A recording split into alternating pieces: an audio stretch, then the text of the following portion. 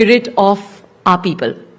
The discussions that we're going to have here are going to play a pivotal role in shaping the path forward, whether it's in areas like sustainability, business, technology, governance, or social impact. So, thank you for being a part of the journey we're about to embark on. Let's get started and let's all make these next 2 days count. Welcome to Rising Bharat. Before we begin and go any further, we're going to have to take a moment. We're going to thank all of our sponsors. We're going to appreciate and express our gratitude to our esteemed partners who've made the Rising Bharat Summit a reality. Our co-presenting partner is Dream Sports. Our associate partners are Max Estates, Vikram Solar, Samtel and Reliance Industries Limited. Our workspace partner is IndiCube. Our exchange partner is National Stock Exchange. Our logistics partner is DTDC. Our energy partner is Crown LNG. Our insurance partner is Insurance Dekho. And the state partners we have today are Uttar Pradesh and Madhya Pradesh. Partners, your collaboration, your cooperation is crucial to the success of this event over the next 2 days. So, first up, what do we have? We have an exciting and a thought-provoking, hopefully, session lined up for you. We're all aware that AI, artificial intelligence, has been rapidly transforming the way that we live, the way that we work, and even the way that we think. Right from self-driving cars to smart assistants, the rise of AI is undeniably already shaping our future. But the real question is, are we ready for the change that's going to be coming? So, let's get ready in the next few minutes to engage, to think critically, and maybe even challenge some of our pre-existing assumptions around this. The future's here, and it's powered already by artificial intelligence. Let's see if we're ready for what's next. Joining us for this discussion that we're going to have in a few seconds from now is Rajan Anandan. He's the MD of Peak XP Partners. We're also going to have with us on stage Satya Chakravarti. He's the founder, the CEO and CTO of the ePlane Co. He's also a professor of aerospace engineering at IIT Madras. They're going to be joining us in a second, and with them on stage is going to be Chandra Srikanth. Chandra, the floor is all yours.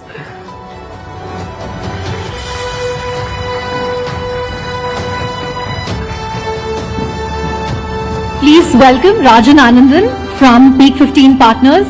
Rajan, one of India's best-known VCs, investors. And pleasure to welcome Professor Satya Chakravarti all the way from IIT Madras, who's not just a professor but the founder of 6 deep tech startups, including the likes of ePlane and Agnikul Cosmos. A huge round of applause for both of them. And it's wonderful to have the head of IIT Madras, Mr. Professor Kamakoti, here as well. So a nice little reunion here in the national capital. Right, thank you so much, Rajan and Professor Satya. You know, just a few days ago, Minister Piyush Goyal made this comment about India's deep tech ecosystem, how we're spending entrepreneurial energy on building hyper-local apps, fancy ice creams and cookies. But Professor Chakravarti here is an example that we also have very good deep tech entrepreneurship in India. So huge round of applause for that. So don't get disheartened that there's no deep tech innovation happening. It's very much happening. But before I get to that, I want to get both your thoughts, Rajan and Professor Satya. What is your own sense about the deep tech ecosystem in India? Where are we? Where should we be? What will get us there? Rajan, maybe you can start, or Professor Satya, you can start and Rajan can join. Okay, so I think we need to actually look at this particular debate that the Honorable Minister Piyush Goyal kind of kicked off. 2 things. One, I think, judging by just the number of messages that I get on my LinkedIn asking me to mentor students in different colleges to do their deep tech entrepreneurship, which I used to actually very effectively do earlier. And in fact, at the NCCRD, the National Center for Combustion R&D that we have at IIT Madras. We have harbored, for example, Nutrace, which was actually a LinkedIn Connect, and we got them to do the hydrogen evolution experiments before they could get funded, and I then positioned them to, I think peak 15, right, as well as other investors and so on. We have Neurostellar that's actually going through that now, Tutor Hyperloop that's going through that now, and so on. In fact, Nickel Cosmos themselves were actually just doing a cold call on me to say, hey, is it possible for you to support me and support us? And then they said, sure, why not? So I used to do that very effectively, but I'm not able to do that because the number of such messages is now exploding. So on the one side, we clearly see that there are students from all across the country, not just the IITs or any other so-called reputed institutions, but it doesn't matter what the institution is that they are from. They are all out there wanting to actually do this, raring to go. This is on the one side of the story. The other side that you have to actually look at is, what are we actually comparing with? We are comparing with China in that particular debate. And China definitely has, in the last 10 to 20 years, gone leaps and bounds ahead of the rest of the world. It's not just about getting on par with the West. They've actually gone well past the West. Right. Right? So are we there? The point is we are not yet there. But are we getting there? The answer is yes, because what are we talking about is what we call as exponential technologies. So in exponential technologies, we are actually at the lower end of this bin, right? I am particularly optimistic that by the end of this decade, we will actually see for sure that there will be a huge amount of work that happens in deep tech that's a lot more visible, and we will not really have this debate anymore, and we will know that it's actually a matter of time, and it's actually about when rather than if. And I seriously think that that's going to happen in the next 5 to 6 years. That's good to hear that we will get there, and end of this decade is not too far away. It's 5 years, give or take. But Rajan, give us your perspective as an investor. I remember asking Vinod Khosla, who backed OpenAI, about this a couple of years ago. Why are we not seeing so much action around deep tech in India? And he said investors in India have been very cautious because they prioritize revenues over asset creation. They are obsessed with returns and spreadsheets, rather than creating deep tech assets. Do you agree with that? Yeah, let me get to that in a second. I think given the debate the healthy debate that is raging, Chandra, I think it's important to start with India today has an extraordinarily vibrant startup ecosystem, right? And I can confidently say we have the most broad-based innovation ecosystem in the world, right? Everything from new consumer brands, travel, gaming, healthcare, financial services, AI, deep tech, right? If you look at the US today, I mean, we spoke about this about a year ago when we chatted. It's really about AI, I mean, if you go to Silicon Valley today, if you're building a company that is not an AI company, it is highly unlikely you won't get funded. Whereas in India, it couldn't be any different, right? Whereas China has, for their national priorities said, we're going to only focus on deep tech, right? Which is semiconductors, EVs, and so on and so forth. So India is actually the country today where we are seeing this broad spectrum and innovation, right? And if you look at areas like, let's look at fintech and digital payments. We are the world leader in digital payments today. There's no question, right? I can confidently say that you can put our fintech founders against the best in the world, and they're better, right? Why? Because we have a large ecosystem. I remember 2015, looking at the top 100 countries on digital payments, India was not on the list. Today we have 55% of real-time digital payments, right? So I wanted to start with that because sometimes we don't talk about what it is we have going on at scale, right? So similarly, consumer commerce, by the way, to deliver something in 10 minutes in India, in the most traffic-dense cities on planet Earth, is really hard. Anybody who says that is not an innovation, please go try it. try to build the infrastructure, you know, it's really hard, right? So I think we should acknowledge that we have this extraordinary innovation that's happening in every sector, right? Agri-tech, brands, financial services, travel is exploding. Now, moving to deep tech, I completely agree with Professor. Look, it's still very early days. Look, basically, Flipkart was founded in 2009. Yeah. It was about 2015 when e-commerce really began to happen, right? And it's now that we are seeing, you know, really new to the world innovations, right? Quick commerce is an Indian innovation. Quick commerce doesn't exist anywhere. And it hasn't worked in other parts of the world. Has not worked anywhere else in the world, right? So that's pretty remarkable, right? To have a world first innovation in e-commerce, which is quick commerce. So what we are seeing now is we are probably 5, 6, maybe 7 years into this journey, and Professor and IIT Madras team can talk more about that. But it's definitely happening, right? And I think just give you a sense of our portfolio, we were actually very fortunate to invest in Nutrace, and it's a great story. They actually literally cold called him. Then they went there, they used their labs, they worked there for a while, then they came back to Bangalore. In fact, last year, was it last year or the year before, we invested in our first two semiconductor startups. Both came out of IIT Madras, Incore and Nutrace, right? So whether it's space, whether it's energy, whether it's renewables, whether it's, you know, semiconductors, in each of these areas. Actually, this morning I was with Pawan Goenka, who's now leading InSpace. InSpace. Pawan said that now we have over 200 space tech startups. IIT Madras Board of Governors. All roads lead to IIT Madras. Right?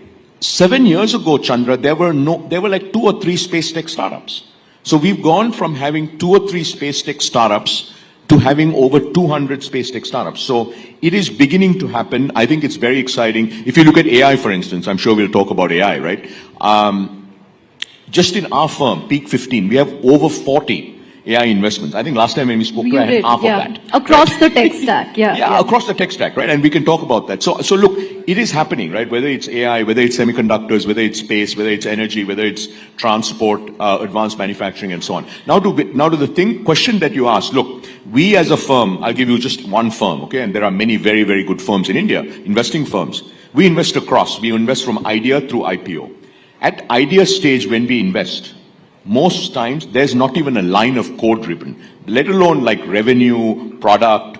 Look, I haven't looked at an Excel spreadsheet since I left McKinsey, and that was a really long time ago. You know, because then I went to Google and Microsoft and all these places. So look, basically, I think that is absolutely not correct. I think what India needs, and I'll wrap with this and we'll spend more about this, is we need a lot more resources going into R&D. Right? If you look at India's R&D as a percentage of GDP, we're at 0.65%. 0.5, yeah. US is at 3.5%, and China China is at 2.5%. Israel, and by the way, both those economies are orders of magnitude larger, right? 17, 18 trillion, 2.5%, do the math. 27 trillion US GDP, 3.5%, do the math. I mean, you're talking about 20, 30, 50 times more resources being spent on R&D. And Israel, a country with 8 million people, spends more on R&D than India.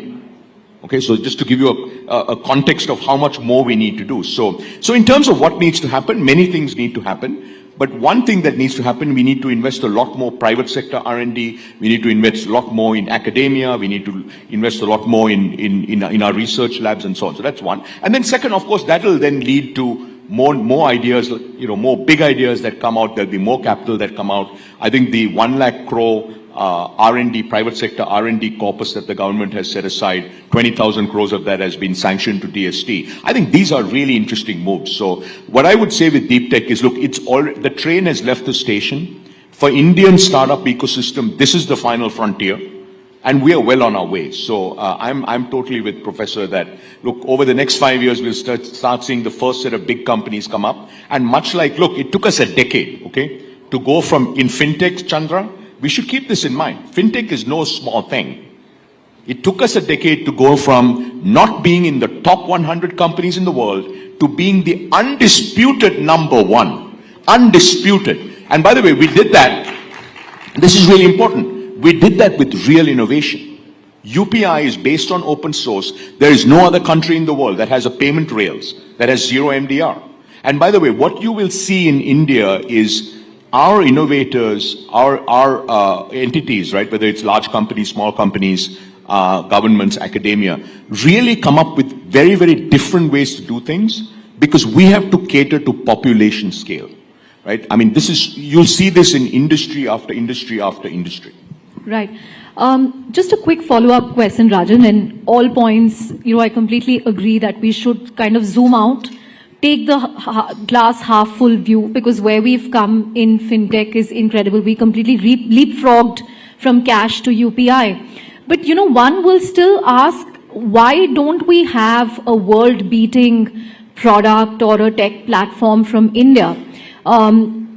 Earlier there was this notion that capital is a constraint, but then you have DeepSeek in China saying that they managed to build a foundational model at a fraction of what OpenAI spent, and they managed to give every single foundational model in the valley a run for their money. So when we have the tech talent, the ingredients, why are we not able to execute that? I mean, hopefully we will see that happen, because the government is now serious about, picking and funding foundational models from India.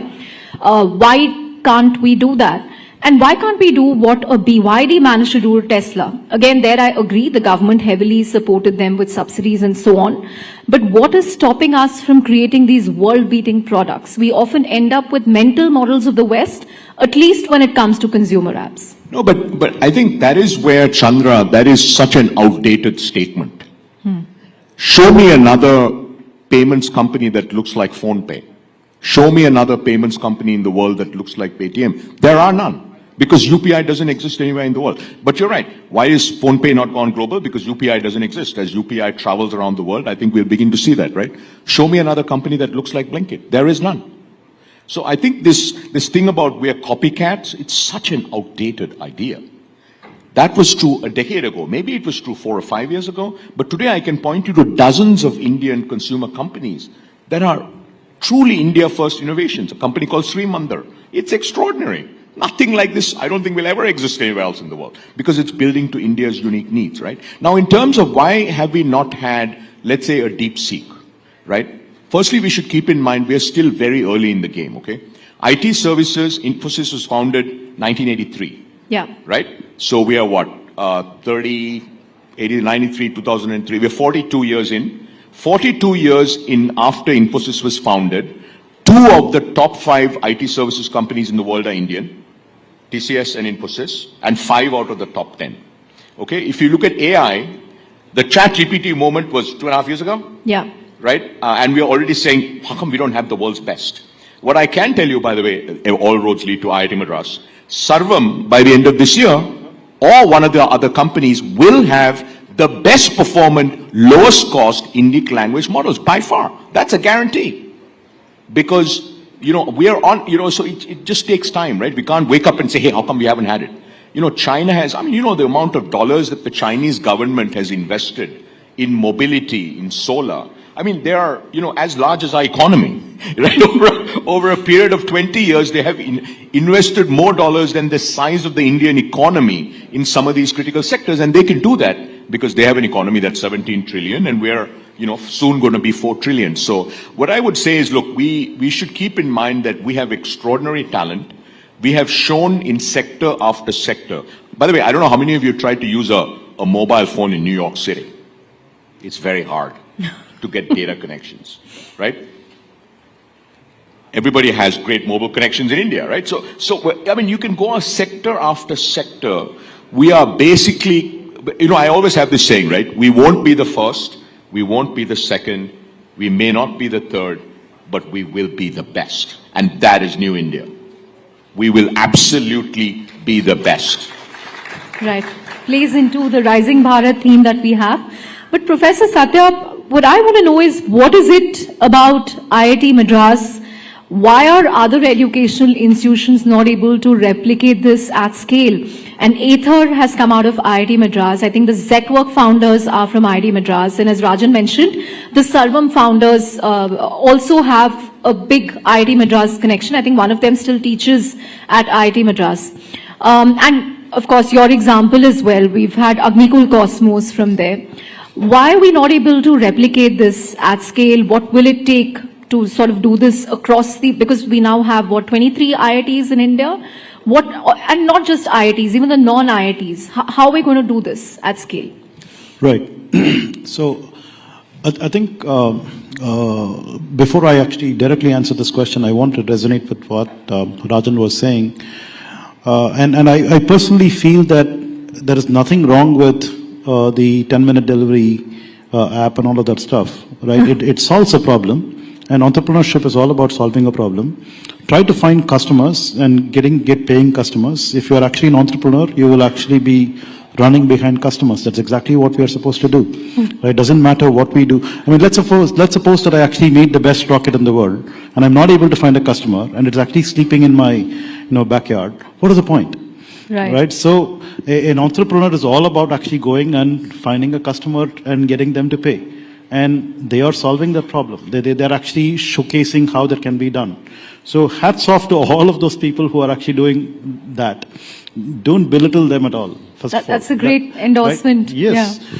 The second point is that let them actually go ahead and make their money, exit, and then become billionaires so that they can actually go fund deep tech startups. Otherwise, how am I going to get... Okay, now we know why you're all for quick commerce, because you want them to get a good exit and fund. So you look at a typical, IIT, and okay, since you actually said that IIT Madras is different, okay, let's look at all the other IITs where these people are actually going out and making these 10-minute, apps and all of that stuff, and then making their money and becoming zillionaires, right? In their next avatar, they would be like, oh, is that all there is? What am I going to do with this money? Let me go chase this professor who, right? Okay. Right. So it's actually good for us. So I think wealth creation in the country is actually, first of all, very important. Okay, we are in this phase where we need to first of all create wealth for everyone, and then we will think about whether we are actually doing deep tech and is it deep enough and all those kinds of quibbles. That is, and we're kind of somehow assuming that if you just do deep tech, India is actually going to be very proud about it and all those things. But finally, is it actually going to really do something to the GDP, right? And is it going to actually do something to the well-being of the average, Joe on the street? So we have to actually be very clear about all these things. It's one thing to be very elitist and then say that we have to be doing deep tech, right? But the other thing is, what is it actually going to translate in terms of, so we have to look at what's the value we are creating. So I'm not saying we are not creating value. In fact, I will vociferously talk about what we do as something that will create value for the country, the GDP for the country and so on, because like for example, 2 months ago, we had this deal that we struck at E-Plane with an ambulance company that was saying that they will want to place an order for about 788 ambulances, which would actually fetch us a revenue of more than about $1 billion. And somebody was pointing out, wait a minute, Zoho actually took like so much time to actually get to $1 billion revenue, and you guys are just signing deals even before you make the plane. The answer is we are making a plane, right? So, so making a plane means that it will actually create value. So there is no doubting that deep tech will actually create value, but that is not to say that we have to actually belittle anything else that's going on that's already creating value by leaps and bounds, right? And then contributing to the economy. So that's a main point. Coming back to the question of why IIT Madras, I don't know. The answer, right? The answer is we just happen to be that kind of DNA. So we have a DNA at IIT Madras. So go back. I have to tell you this interesting anecdote. So I was speaking to a founder from IIT Madras who's, built a factory and he's manufacturing components for the aerospace industry. And I told him, so you never thought about doing a consumer app? He said, I'm from IIT Madras. I'm not going to build a delivery app. So he said it very matter of fact. So that's the kind of environment that we have, right? So let me actually flip the coin. For a long time at IIT Madras, we used to actually be wondering, why are we not actually getting the JEE #1 to actually come to IIT Madras? Why are they going to Bombay? So every opening ranker of every branch that at IIT Madras was actually less when compared to somebody who was going. And we used to say we have to actually do some more publicity. We have to figure out how to get them and all that stuff. Well, if you go to some other place, you actually in an environment, you probably do something else. But no matter what's your rank, you actually come over here, you end up actually being in this particular DNA setting where you end up doing deep tech. Right? And I think there were students who used to say, oh, IIT Madras is so nerdy. They will actually make you do assignments. It's actually difficult to get grades and all that stuff. Yeah, look at what's happened. Right, yeah, so we need to, unless you actually study, right? right? So I mean, there's always some balance between perception and what actually finally you get. Yeah, so that's what we are. Right. On that note, when can we expect the e-planes to sort of, be commercialized? What kind of timelines are you working with? Oh, thanks for asking. The flying taxis. So we are expecting to have our first prototype out by June or July this year, in the next 2-3 months. That's what we are working hard on. And the next prototype at the end of this year, and the third prototype early next year. So with 3 prototypes, we want to actually go do testing and get ourselves certified to commercialize by the end of next year. So that's about 2 years from now. Great. Hopefully Rajan will write a bigger check for you then. Yeah, please. I'm going to use it in Delhi because today I was almost late, Professor, because there was a VIP movement all coming to this conference. You can give him one of your e-planes for our next event. So what we can do is to be fashionably late and say, look, that's why we need. He's converting everything to a pitch opportunity today.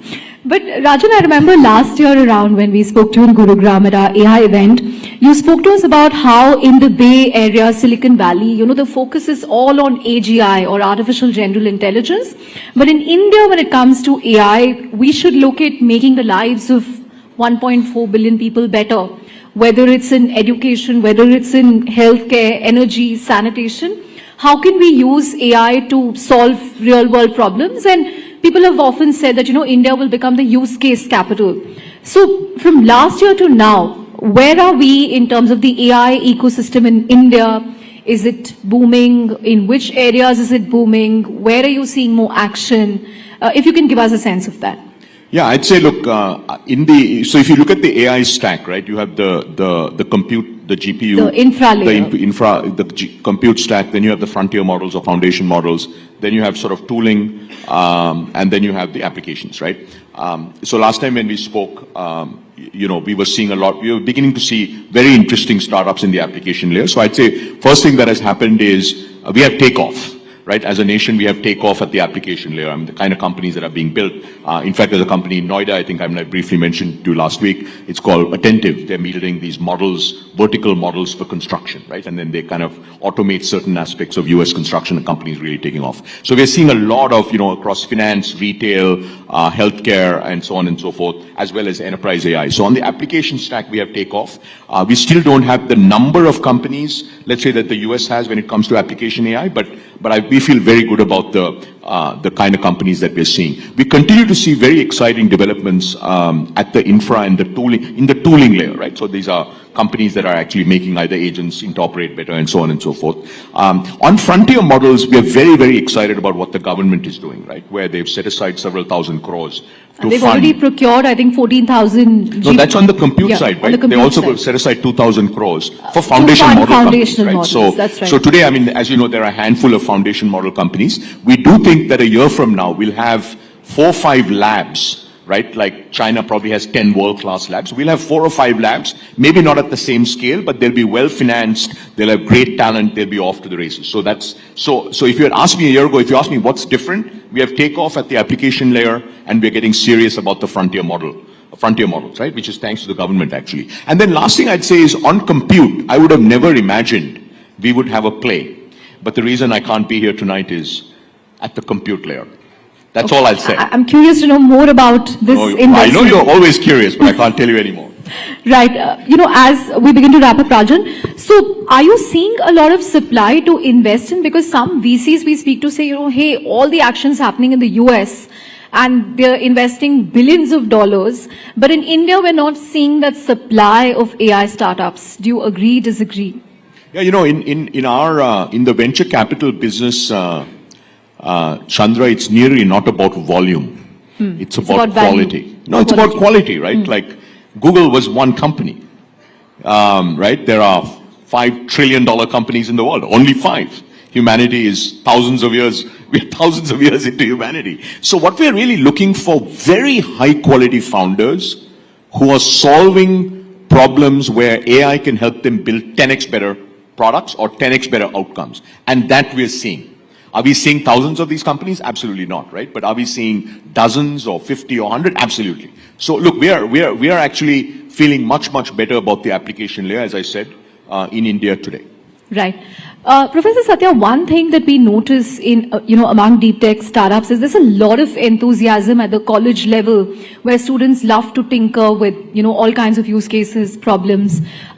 Many of them take this till concept and, they manage to get seed funding in Series A. But, then they kind of tend to hit a wall. Either it doesn't scale or they're not able to find a market or the subsequent rounds of funding become difficult. What do you think can plug that gap? I mean, government R&D spending obviously has to go up. We are at a tiny fraction of what the US and China spends. But even corporate R&D budgets, a lot of people are asking, what are IT companies doing with all the cash balances they have? Yes, I believe, for example, we have this thing called the Center for Innovation. And Center for Innovation actually is the one that spawned Ather. So we had this race car team called Raftar, of which the Ather founders were there, and then they got this inspiration from working in that as students tinkering with race cars, and that's how Ather was born. Galaxy, for example, was born from Avishkar Hyperloop, which I am the faculty advisor of, and I'm now a co-founder of Galaxy as well, and so on. So we can clearly see lots of such examples of how founders get inspired to do things from the tinkering labs that they have in their institutions. So it's very important for us to be able to allow students to tinker with things. That's number one. And then there must be a funding that goes with it, which typically alumni does a good job on. But more importantly, I think when they step out of these places with ideas that they want to scale and commercialize, can we actually sort of intoxicate them with a seed funding, right? So funding is not, I seriously believe that funding is something that should not be easily available. We need to actually get the founders know the value of what they are getting. But seed funding is actually a very good intoxicant, right? So it kind of hooks you. So once you actually get seed funded, then you're kind of like holding the tiger by the tail and you want to run with it.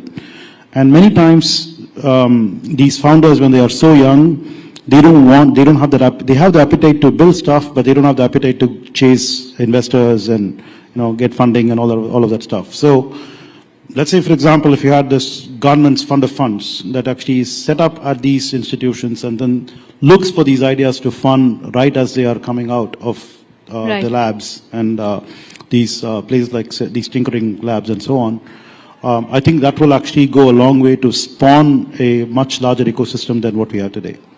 Great. On that note, we're out of time, but thank you, Rajan. Thank you, Professor Satya, for an absolutely scintillating session. And I think, it leaves us with a lot of optimism on India's deep tech and AI future. Thank you very much for that. A huge round of applause for Rajan and Professor Satya.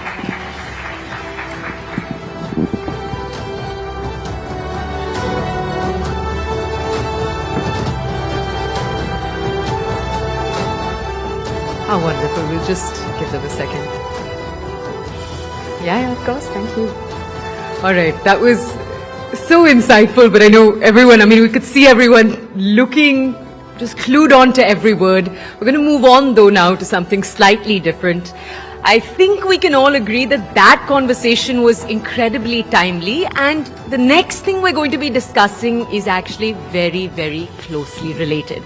We're going to continue to keep our focus on artificial intelligence, but let's dive a little deeper with this next discussion. Let's dissect a topic that holds immense potential to shape the future of education. What we're going to be taking a look at in a second is making education possible for all using artificial intelligence. So, in an era where technology is transforming every facet of our lives, education remains one of the most powerful tools for social change and individual empowerment across the entire world. But despite the transformative power of tech, education is still not universally accessible, particularly in underprivileged and remote communities. So, in just a few seconds from now, we're honored to have on this stage a team from IIT Madras. They're going to be presenting a white paper, and this paper aims to bridge the gaps in access, in affordability and quality, ensuring that education is not just a right It is a right, rather, and not just a privilege that some can access across the entire country. So, we're going to introduce each of the members who are going to be coming onto the stage in just a second. The professors, I'd just like to encourage them to come to the stage, and they're led right now by the director of IIT Madras, P. Kamakoti. Do come on stage, sir.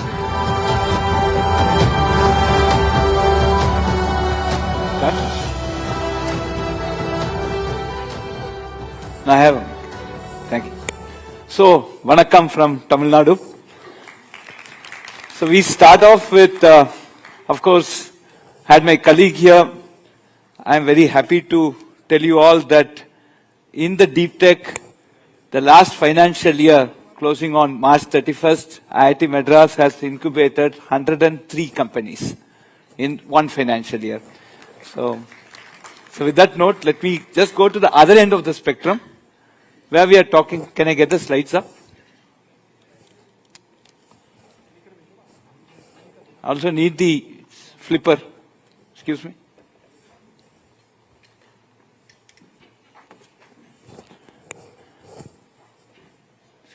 Slides.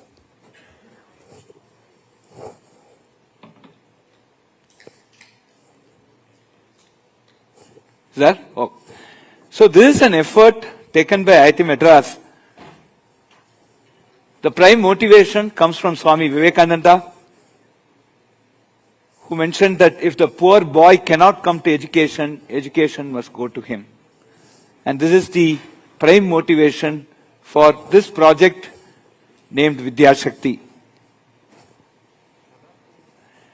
Why Vidyashakti? Friends, today, our GER, the gross enrollment ratio of the number of students who finish plus 2 and go into higher education stands at around 28.2%. The National Education Policy has put a milestone, an objective of 50% by 2035. And why it is important? We are the youngest population in the age group of 18 to 29. And if we do not do the education right at this point, we may land up being the most uneducated country in that age group, and that will have its own social repercussion. And with this view, the National Education Policy had put a target of 50% GER by 2035. So what we do at Vidyashakti, we inspire and motivate school students to go to college, thereby trying to minimize the dropouts. So we started in October 2021 as something like a doubt clearing session, where we have a TV as 1/4 of this size, the internet connected TV, a smart TV with a camera, and there'll be some person who will go and switch on and assemble the kids between 5 to 8 in the mother tongue. We were basically clearing doubts. Somewhere in March 2022, we did receive a call from a village saying that we don't have biology teachers. We are failing in biology. Can you help us? They had the TV there. So we just organized a teacher from Chennai who started teaching biology to these kids. Within 45 days, their exam, public exam, was on April 15th. All the 3 girls scored above 90. And they joined a biotech course in the respective university. And this gave us lot of motivation that there's something, this democratizing of this opportunity is extremely important for us to take it forward. And that is the way we can try and bring and help in whatever small way to achieve that 50% by 2035. So in academic year 2022-23, we started augmenting this with online teachers, more and more online teachers, to teach math, science and English as supportive tuition classes. Today, friends, in the last 4 years, this is how we have grown. We call it as rural interaction centers. We put in villages. We have 25, we started with 25 RICs in the academic year 21-22. It grew up to 170 RICs. In 21-22, we are in Tamil Nadu alone. Then we went to Tamil Nadu and UP. 540 RICs in 23-24, Tamil Nadu, UP and Arunachal Pradesh. Now, this year, we have 2,105 RICs in Tamil Nadu, Uttar Pradesh, Arunachal Pradesh, Karnataka and Andhra Pradesh. And we do have 17 centers in northern part of Sri Lanka. So this is the geographic spread of the RICs. Now, what we do here, this is quick statistics. We do live online tuition classes to the rural kids. Sorry.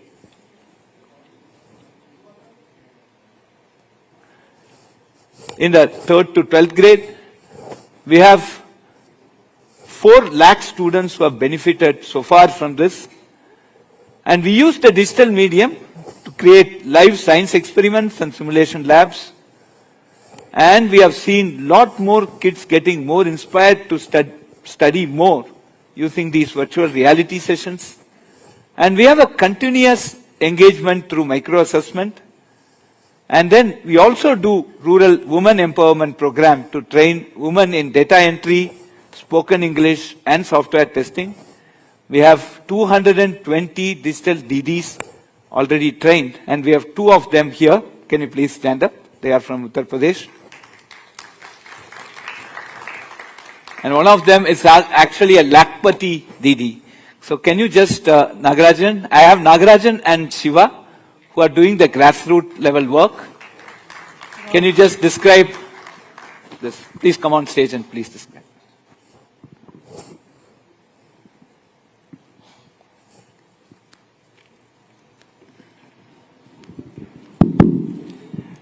There are educated women in the rural area, but they didn't have formal job. We trained them in digital skills, data entry and designing. Babisha has done digital design. Now she owns a flex designing board company in the village. Bharati Devi has learned data entry. Please and come. They have been helping the health education department in a lot of surveys, and both have become Lakpati Didis also. Being a coordinator in the school for our remote education, they have evolved to digital Didis and they have come up to the level of Lakpati Didis and a small, micro, small, medium enterprise entrepreneurs. Thank you very much. So today we have close to 5,500 teachers from rural India who have been trained on science simulations. We have created around 553 jobs within the last 2 academic years. And one of the interesting feedback that we get, impressive feedback, is there is a drastic improvement in the attention span of young children and also the retention capacity.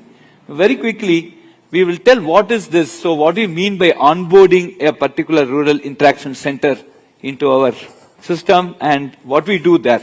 And this is not a parallel system to school. We are basically supportive wing to the schools. So we identify schools which have smart TV, panel and an internet. If not, we have CSR grants, and if there are people who can give us CSR grants, we again welcome. We identify digital DDs like them and train the school teachers in simulation gamification. The digital DDs are responsible to run the center and collect the students, arrange the programs and coordinate.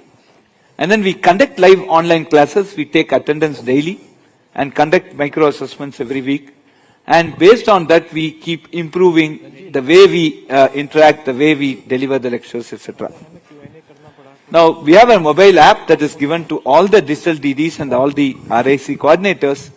We do daily short attendance on head count from every RIC. Then notification of absence. We also ask for the reasons. Student-wise, we have daily attendance. And then we take a photograph of the RIC every day, and that is also uploaded. And then there is also a feedback that we collect. And this we continuously do. We have collected the data. We are now putting more and more AI into it to basically help us quickly come out with any red flags or anything that needs attention. And this continuous measurement and monitoring, we have a ERP here. We have a dashboard. Daily attendance is tracked. Daily session photos are tracked. And weekly MCQ marks are also tracked. So this is the overall quality control. We do a correlation with MCQ course outcomes. We do an analysis of the feedback of each session. We also look at the independent review of every session by the volunteers. We also do an internal review of every session by the peer tutors, and also a monthly, weekly, daily lesson plans are planned in alignment with the syllabus calendar. Can you add a little more on this quality control, please? See, on the quality control, when there is a video recording of the class, using that itself, we are doing whether the teacher has stated correct things with respect to that topic, whether it is in the syllabus, and are the examples correct, and then is the teacher writing on the board correctly or in a slanting way. All these analysis of the video as well as the audio and the text have been done through AI only. So we have been using that, and this is getting part of our own internal center of excellence of education for our small efforts so far. Thank you. Now these are some of the endorsements. So we have signed with the Uttar Pradesh. We have more than 500 plus centers, and we did have a full review by the Honorable Education Minister, Shri Dharmendra Pradhanji, on how this Vidya Shakti project has been conceived and being executed. IIT Madras ने बनारस के हजारों students को science और maths में online support देने के लिए विद्या शक्ति इनिशिएटिव शुरू किया है। मोदी जी ने देश को बहुत कुछ विजन दिया है। डिजिटल इंडिया उनमें से एक है, और डिजिटल इंडिया के क्रम में आज आपने देखा होगा कि यहां पर आज हमने एक और जहां विद्या शक्ति कार्यक्रम IIT चेन्नई के साथ मिलकर के काशी के पहली, दूसरी, तीसरी क्लास के बच्चों के लिए एक नया अभिनव प्रयास यहां प्रारंभ किया गया है। वहीं यहां के सभी विद्यालयों में स्मार्ट क्लास का शुभारंभ भी आज प्रधानमंत्री मोदी जी के पावन चरण पर हो रहा है। So we'll just listen to a testimonial from a student. है मेरे विद्यालय का नाम कंपोजिट स्कूल चित्रपुर है और मैं कक्षा 8 की छात्रा हूँ। हम विद्या शक्ति के माध्यम से 1 घंटे का जो क्लास करते हैं, जो भी विषय पढ़ते हैं उसे समझने में हमें आसानी होता है, और हमारे सहपाठी भी इसे बहुत रुचि से समझते हैं, और हमारा कोर्स भी बहुत कंप्लीट होता है, हमें समझने में आसानी होता है। हमारे अध्यापक भी बहुत सहयोग करते हैं हमारा। उम्मीद है कि आगे भी ऐसे ही क्लास चलते रहेंगे। धन्यवाद। Testimonial from a teacher. Sir actually हमने जो आज देखा ना सर, वर्चुअल लैब के बारे में हमने सुना बहुत था सर कि वर्चुअल लैब आज इसलिए एक्सेसिबल है सर, लेकिन आज पता किया कि हाँ ये वास्तव में अच्छी चीज है सर। और जो एजुकेशन है सर, ये कहीं ना कहीं एक बर्डन बनता जा रहा है। मतलब बच्चे प्रैक्टिकलिटी से दूर हैं, लेकिन यहाँ ना हम पढ़ाई के साथ साथ प्रैक्टिकल भी ले रहे हैं सर। और मैंने खुद ये जो गेम खेला है बड़ा अच्छा लगा सर। तो सर ये बहुत अच्छी पहल है sir, and will definitely support it. Add more. Our Professor Satya has said, use a lot of tinkering labs for the startups. Before going to the actual labs, we train all the teachers as well as the students in virtual labs, because using OLabs or FED, they can go a long way in understanding the concepts, because in our new education policy, you have factual, conceptual, and application. This conceptual and application will easily come through virtual labs. So far, we have trained more than 5,000 teachers. Our mission is to train more than 1 lakh teachers this year. Thank you.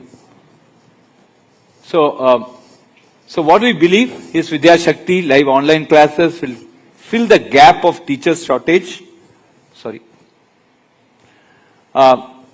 Teacher shortage and enable activity-based learning, and the virtual reality sessions, specifically the 3D VR sessions, have drastically improved the understanding, the retention capacity, and the attention span of the kids. And this is something which is very heartening, and we certainly believe that this is a way by which education needs to go and reach the masses, scale based on the digital technologies that are available. So this is our roadmap for academic year 2025-26. We are targeting 40,000 villages and 1 crore students. So we are leveraging existing school in village level infrastructure. We are training state-run school teachers in simulation software. Collaborate with the higher education institutions across the country. This is not a car which a single driver can drive. It is a temple car which the whole city should pull. So we are roping in more higher education institutions other than IIT Madras to basically take up and work with us. So we are looking at a hub-spoke model for this. And importantly, we are also training students with push for English and analytical reasoning. So we have a campus in Africa. We are now trying to introduce this model to other G20 nations, Bharat to truly become a Vishwaguru as envisaged in the national education policy. Friends, these are something that we need to understand about rural India. I just want to put a question here. 1, 3, 5, 7, 9, 11, 13, 15, 17, 19. What is next? Attention. What is next after 1, 3, 5, 7, 9, 11, 13, 15, 17, 19? 21. 31 can also be a correct answer. Can you give a logic, reasoning for that?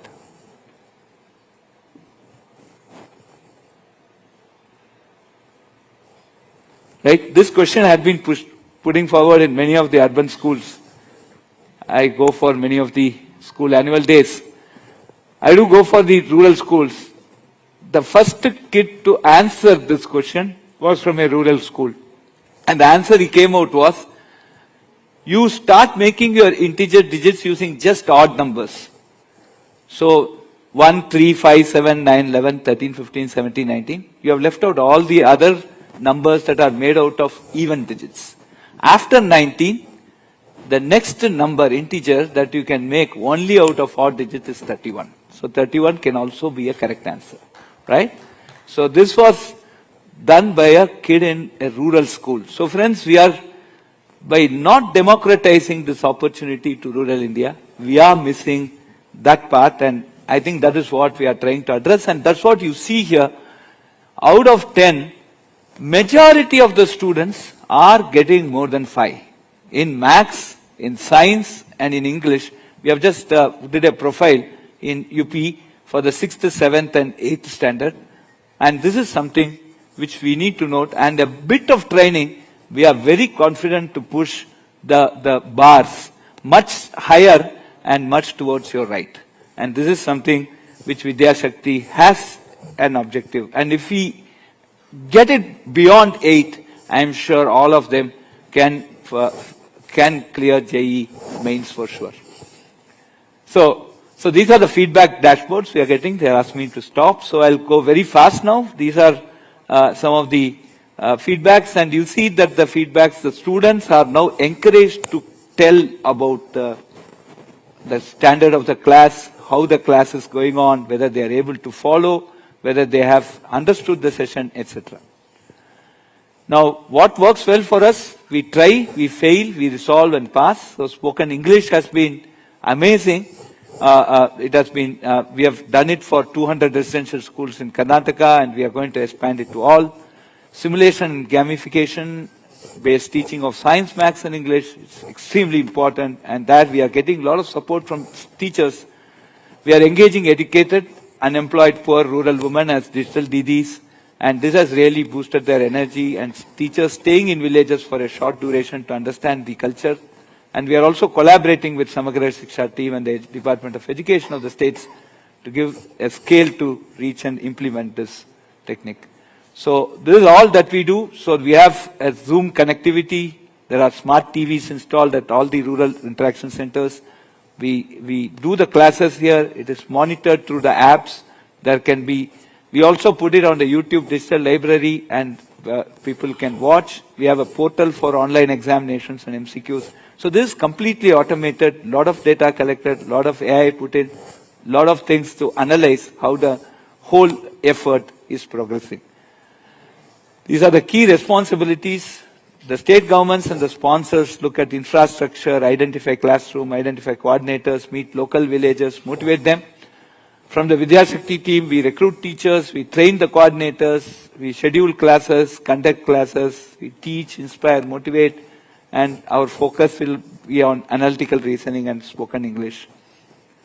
The key stakeholders, IIT Madras is the academic partner. We are the think tank. IIT Pravatak, which is a Section 8 company, does the program management. We have the Ministry of Education supporting us and the education departments of the different states. We have Open Mentor, from which Nagarajan and Shiva are there. They are the implementation partner.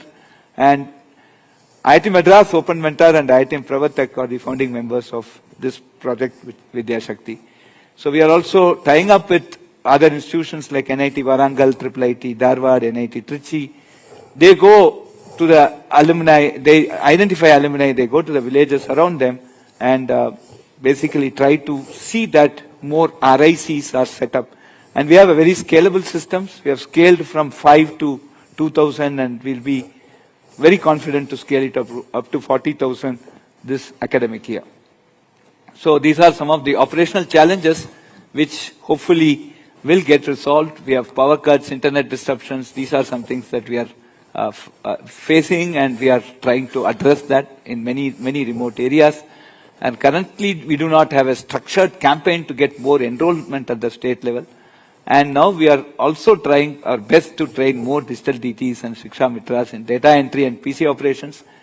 Take time, as they do not have laptops, we are trying to provide laptops. So anything in this direction that any one of you can help us will be it will go in a big way for this program.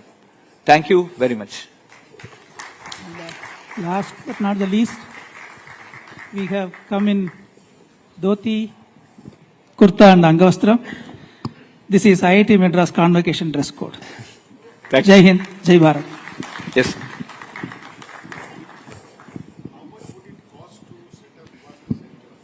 So can we answer some more questions? No questions? So we'll talk to you later. But it's 35,000 rupees and 5,000 rupees operational expenditure per month. Thank you.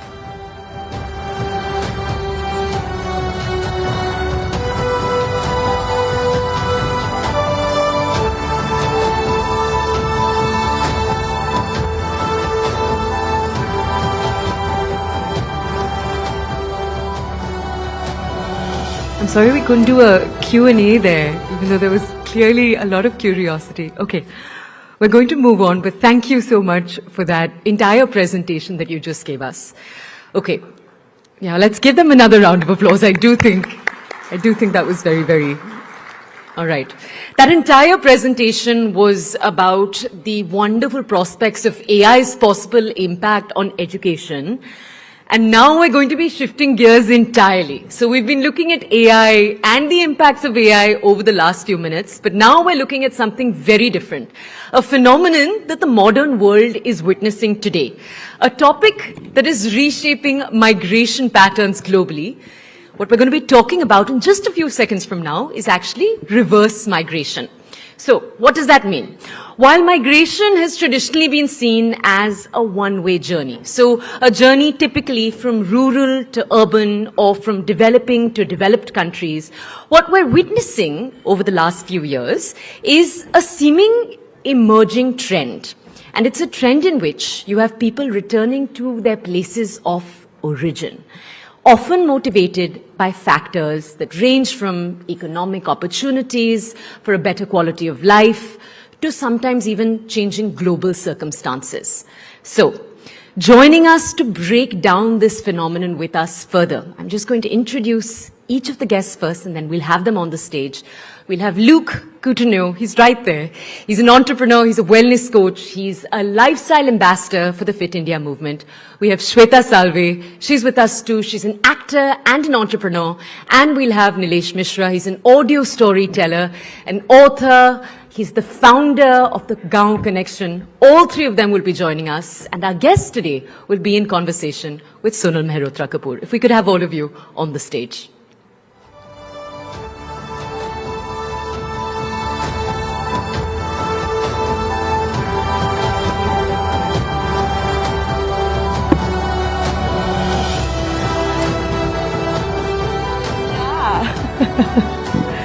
Well, thank you. Thank you, everybody, for being here. Thank you for listening in to these very engaging conversations that we are having. Please sit down, Luke. Thank you so much. All right. Thank you, Toya, for that introduction as well. Now, you know, for years we have spoken about how Delhi is the land of dreams. Mumbai is the place where we will go and change our life. But of late, a very quiet, different kind of migration is taking place. It's a reverse migration of sorts. These are people who are saying, I don't want to be in a traffic jam for 2 hours of my day. I want to be surrounded by trees. These are people who are saying, I don't want 10-minute delivery food orders. I rather cook my food myself. And these are people who are saying, hello, hustle culture. We are going to say bye-bye to you. So I'm very excited to have 3 people over here who are going to sort of share with us what exactly does it take to live that life, not just for themselves, financially, and for their family. So I'm quite kicked about this. Let me first go straight away to Nilesh Mishra. इनसे बात करने के पहले I have to sort of get that voice. Thankfully, my throat is sort of helping in that one, but goes down slow a little bit. Nilesh started Gaon Connection and wanted to sort of go back and leave the city life, leave a very, very thriving career to get a more quiet environment around him. I really want to understand what made you make that move. Was it a burnout point? Or was there a moment when you said, ab bahut ho gaya? As a journalist, I had extensively covered rural India with both its challenges and its achievement, and I always used to wonder why isn't this documented. And my parents had already spent close to 40 years then running a school in a village, so my Gaon connection had been there since a very early childhood. And when I started Gaon Connection, I used to live in Bombay, and my team, the word startup was not in vogue in India at that time. This was 2009-10.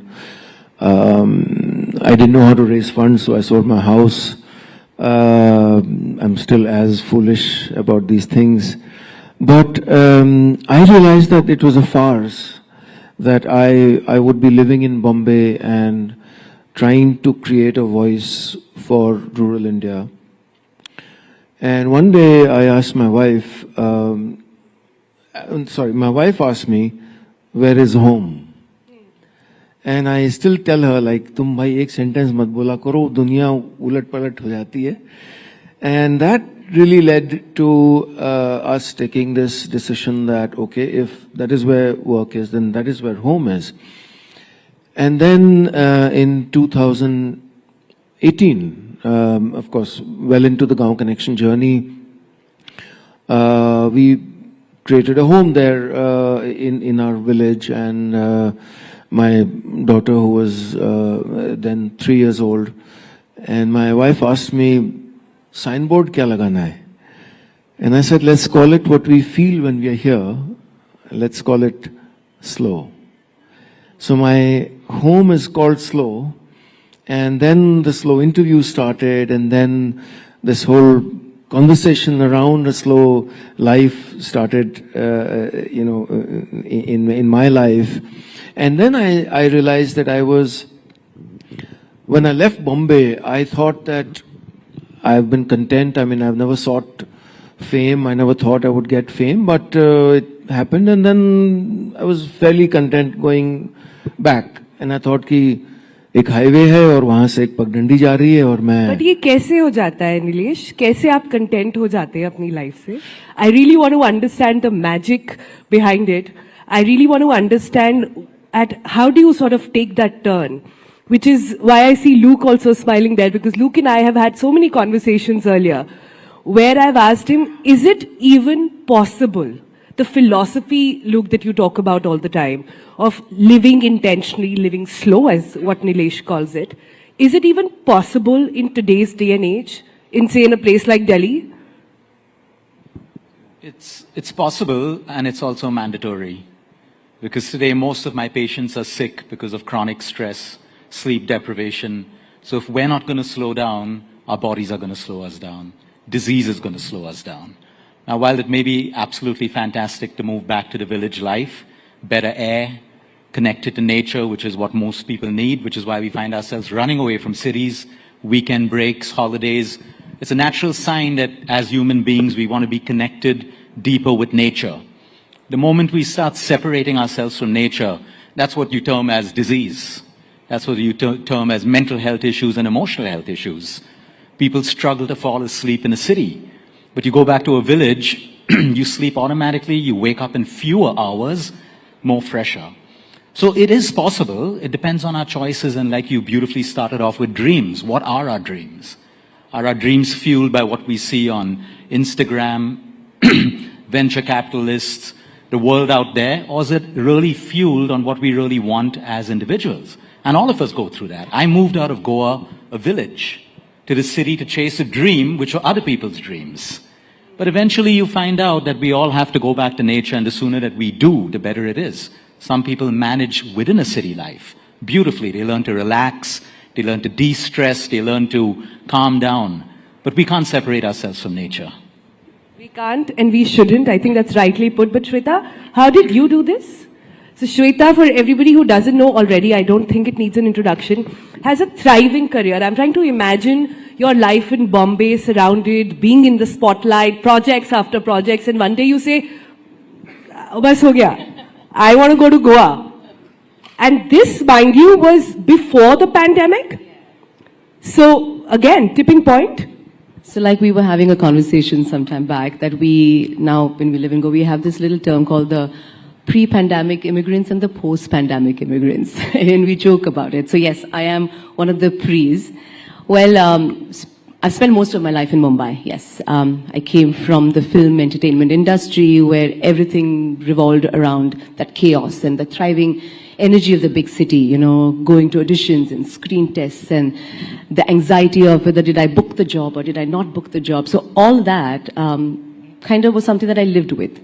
And something in me about 10 years ago shifted. And to be honest, I think it was very natural and organic. I was becoming a mum. And I wanted to choose a different kind of life, you know, a life which had more space, a life with more pauses, and possibilities to redefine success on my own terms, you know. So Goa happened, and it was wonderful. You know, from literally, this was supposed to be a sabbatical, which very quickly turned into reinvention. You know, being in front of the camera all the time, I started building things literally from ground up. And I'm very lucky to have a wonderful husband who supported. And with my business partner, we started a restaurant. I started a salon, curated a couple of pop-up markets, turned my creative energy towards being a creator on social media, where that became a voice. So basically experimented with new ideas just so that this could bloom into a more quieter, intentional setting. So, you know, it wasn't easy, but I felt it just came very organically. And I guess that shift was, जब आप माँ बनते हो, आप सोचना शुरू करते हो कि अच्छा ये आपकी जिंदगी थी, क्या आपको आपके बच्चे को भी यही जिंदगी देनी है? So you want to do those little changes, and hopefully things turn different. You know, in that quiet, I feel I found a louder voice. I feel. Yeah, I think it's absolutely true. When you're bringing up a child, it sort of has a different threshold. I think more and more doctors and people in Delhi today will know this, are recommending that you leave the capital. If you want your kid to have better lungs, I can give prescription today. I can tell you to put air purifiers in your room or wear a 3M mask if required, but that's not life. If you want it to get better, leave. More and more doctors are saying this, but how many of us actually manage to do that? And you know, something beautiful about what Shweta said and what Luke was also pointing out, that moving back or this reverse migration in a way makes you reset your mind about what success is, about what happiness means to you.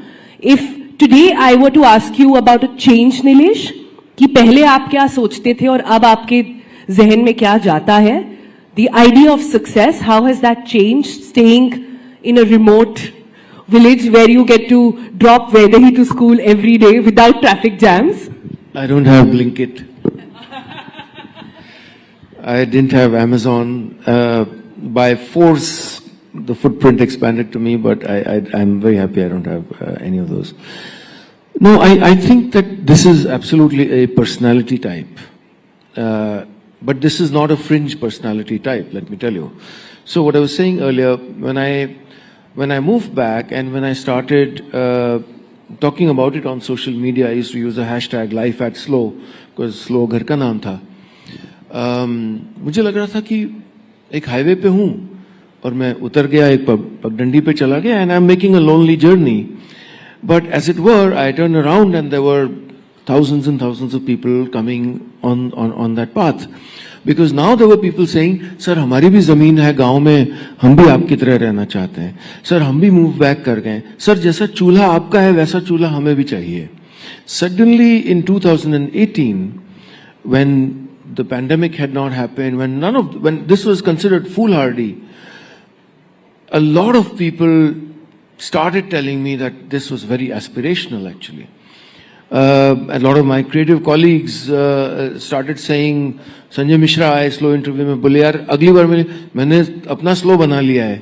Kumar विश्वास के मैंने अपना slow बना लिया है. So suddenly it started becoming doable that if this guy is managing here, and also absolutely. But I'm sure there are challenges, Nilesh. I'm sure there are challenges. I'm sure you're making choices and you're saying ये नहीं कर पाएंगे. These are things that cannot happen. You said Blinkit nahi hai, Amazon nahi hai. Keep that aside as well. No, career-wise, I mean, so like you know, Shweta said she started a new journey there. But as a person who had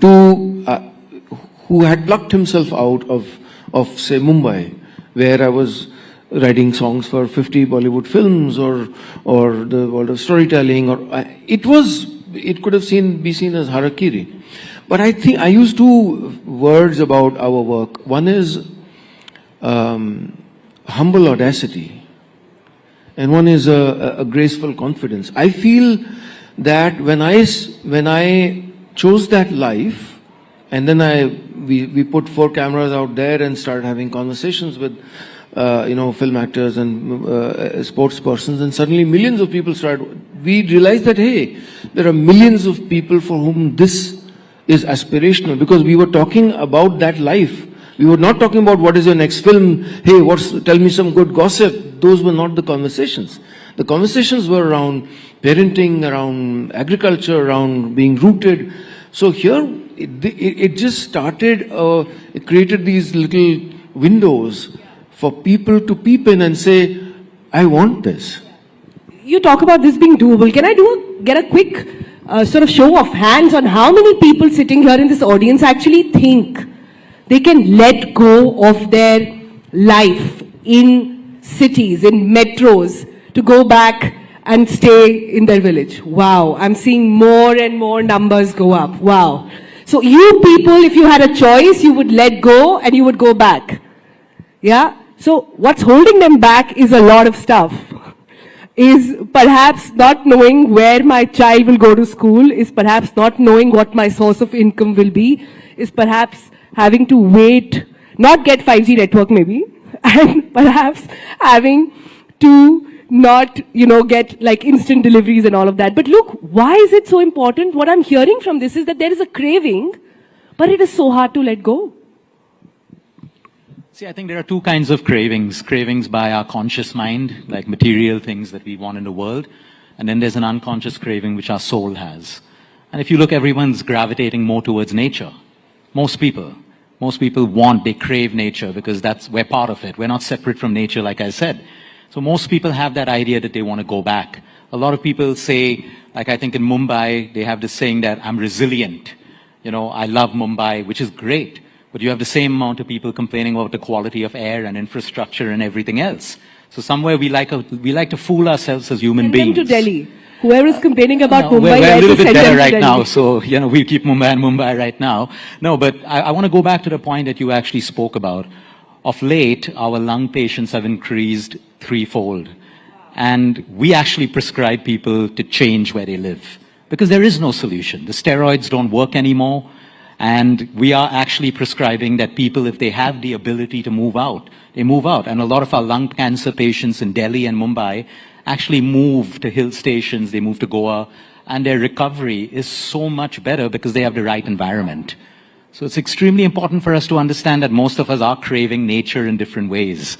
That's why we're constantly looking at holidays, and that's why you can go to New York, you can go to Paris, you can go for a city holiday, and people come back and say, oh, I need a holiday to recover from this holiday. But you go to a place where there's nature, and you just want to keep going back there over and over again. So, is this a cyclical sort of a trend? We did see this happen during the pandemic, right? Everybody not able to pay rents, etc., went back, but so many of them did come back to the city. So what happened? I think some companies wanted people to come back. A lot of people quit their jobs and stayed on. Because as our tech infrastructure improves in villages, like when I had to move back for the pandemic, I couldn't see patients face to face. But thanks to Zoom, everything moved online. So you could have almost everything continue. And it's a choice. Some people love the city life. And I think at different ages, you have those different feelings. But I see a lot of the youth now growing up and they crave nature and they don't want to come to cities. And that's why I hope the infrastructure improves so people have the ability to create the same success within cities from their villages as well. Where I'm coming at also from why this is cyclical in nature and why a lot of people perhaps had to come back is that many find this conversation, I don't know if there's a nice way of saying it, a little privileged. Many would say that only those who are privileged enough to work from, say, a remote area can do so. So how does one tackle that? Shweta, I'll come to you. Well, before that, I want to say that the fact that you see why people are coming back to cities, I feel sometimes, and especially out of friends that I know who've come, tried, and living in a smaller town, but then going back home, I guess it's that fear of being irrelevant or that fear of falling behind. यार ये slow paced life मुझे जमेगा कि नहीं जमेगा, वो जो डर है, that fear I guess is what pulls them back to the big cities. But when then they go back, they realize the quality was so much different then. Anyway, coming to that question that you asked, I honestly, can you just say that again? I was just kind of going to... I was trying to say that not everybody can afford. Correct. It's not true, Sunil. You can. It's, success does not mean sitting in a boardroom and 16 hours the work. That's not how I feel. I feel you can make it. Having said that, maybe 16 hours I don't work that much, but pretty close to that.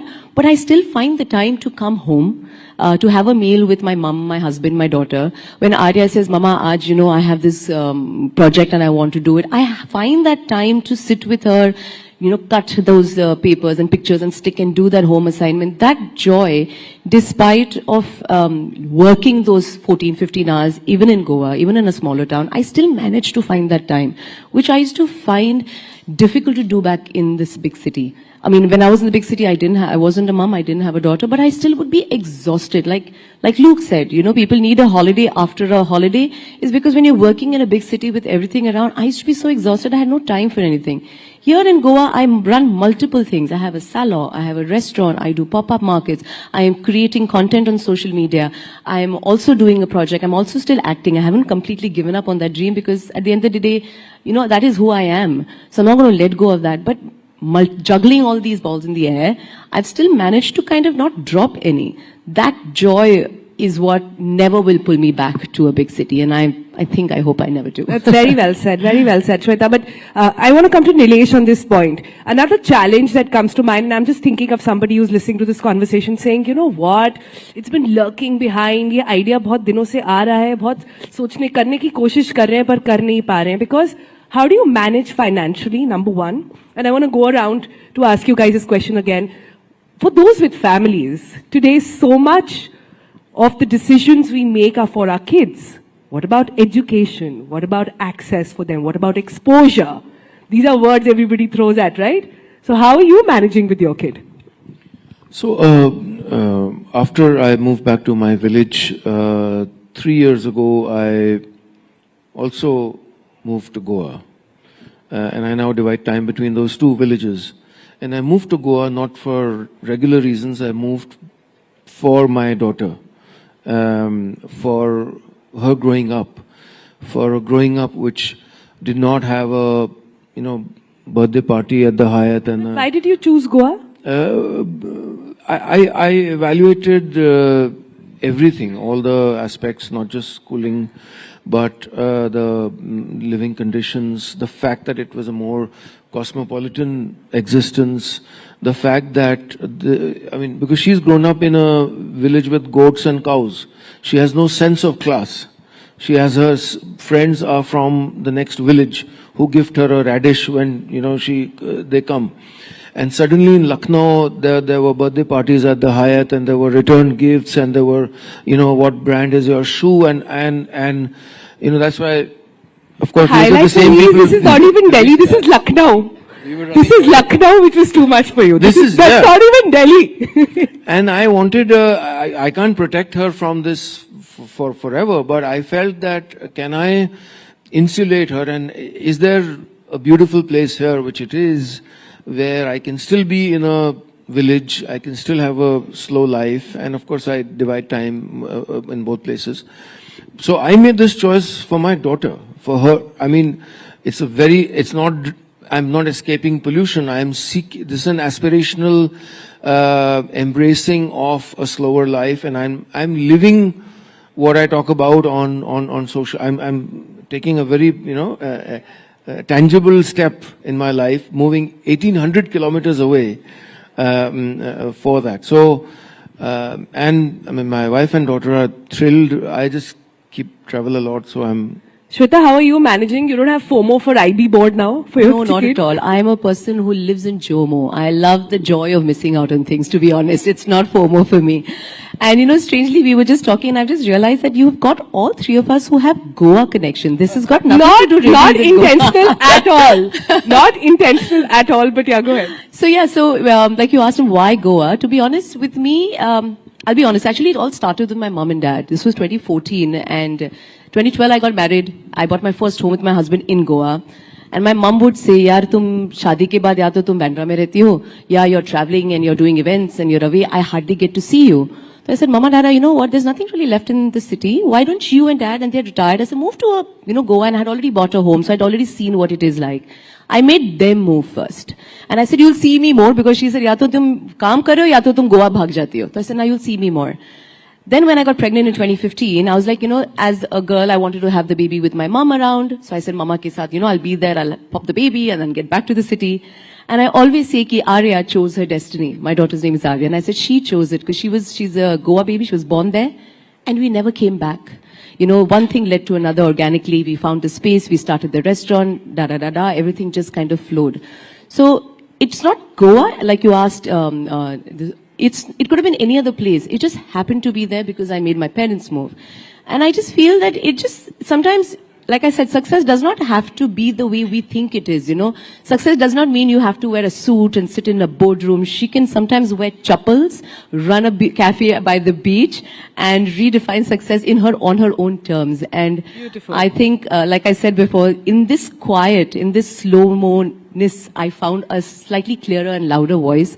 And I hope I can pass this on to Arya, and I guess a lot of people over here can probably take some things out of that. Well, hope so too, not so much. Bosses are here, everybody is watching, so let's be very mindful of that. But Luke, closing comments for those who are wondering, कि पहले भी तो लोग जाते थे, मतलब I'm just trying to think of the time when I was growing up, a typical millennial, the dream was to be in Delhi.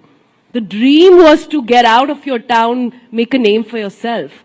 How has it happened that in one generation, the whole thing has flipped?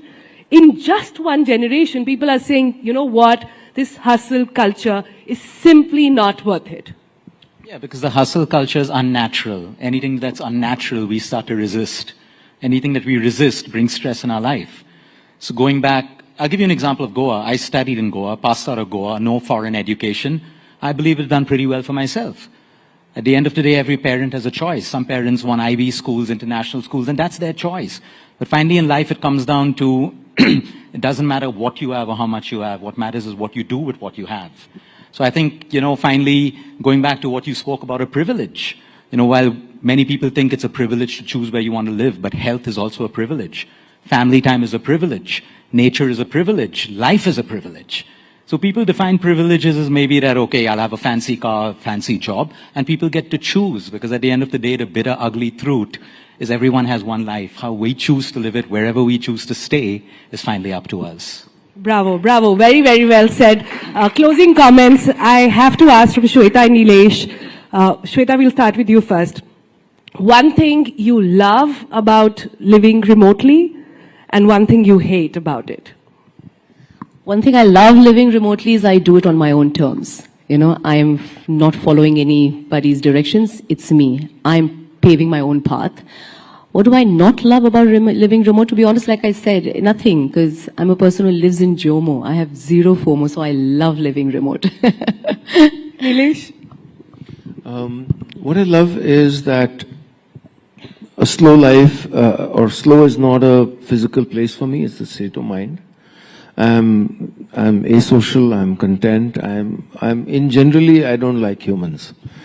What I dislike is the odd flight connections. I woke up at 4 today, I was grumbling, I was, if there was a way to not come here, I would not have. So, yeah. Thank you, Nilesh, for taking out the time to going through all that. Thank you so much. Nilesh Mishra, Shweta Salve, Lucatino, thank you for paving the way, for showing us a path. This has truly, truly been a pleasure. Thank you all. When are we seeing you in Goa now, Sonal? Soon. Thank you.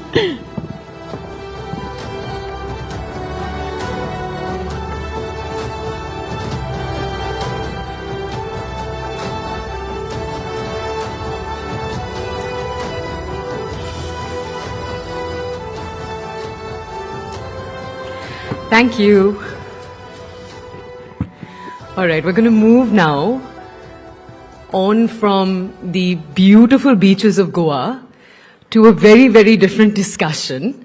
But we'd like to thank everyone who just joined us on stage. We're shifting focus entirely now from this to something different. After discussing that emerging trend and the profound impact it's having on our economy, on our communities, we're shifting to a different session called Her Story, Smashing the Glass Ceiling. So we're going to have with us on stage incredible women who've defied expectations, shattered barriers, and redefined success in a few different fields. We'll be hearing their stories. So they'll tell us about how they've refused to accept different kinds of limitations that were imposed on them at various stages of their life, how they've forged new paths for themselves and for future generations. Just in a few moments, we're going to have the voices of trailblazers who've smashed that ever-present glass ceiling that we talk about. And they're going to share their stories about how they continue to inspire the women around them in their lives to reach higher, push harder, and break through every boundary. Let's give a huge round of applause. I'm just going to introduce our next guests first before we do that, and then we'll have them on the stage. We have Dr. Sangeeta Reddy. She's the Joint MD of Apollo Hospitals Group. She's also the chair of G20 Empower India. We'll have them on in a second. Right after that, we'll also have Devjani Ghosh, the Distinguished Fellow of the Niti Aayog. And we're also going to have Sindhu Gangadharan. She's the Chairperson of NASSCOM and the MD of SAP Labs India. And taking this conversation forward over the next few moments is Shireen Bhan. If we could now have you all onto the stage, please. Let's give them a warm round of applause.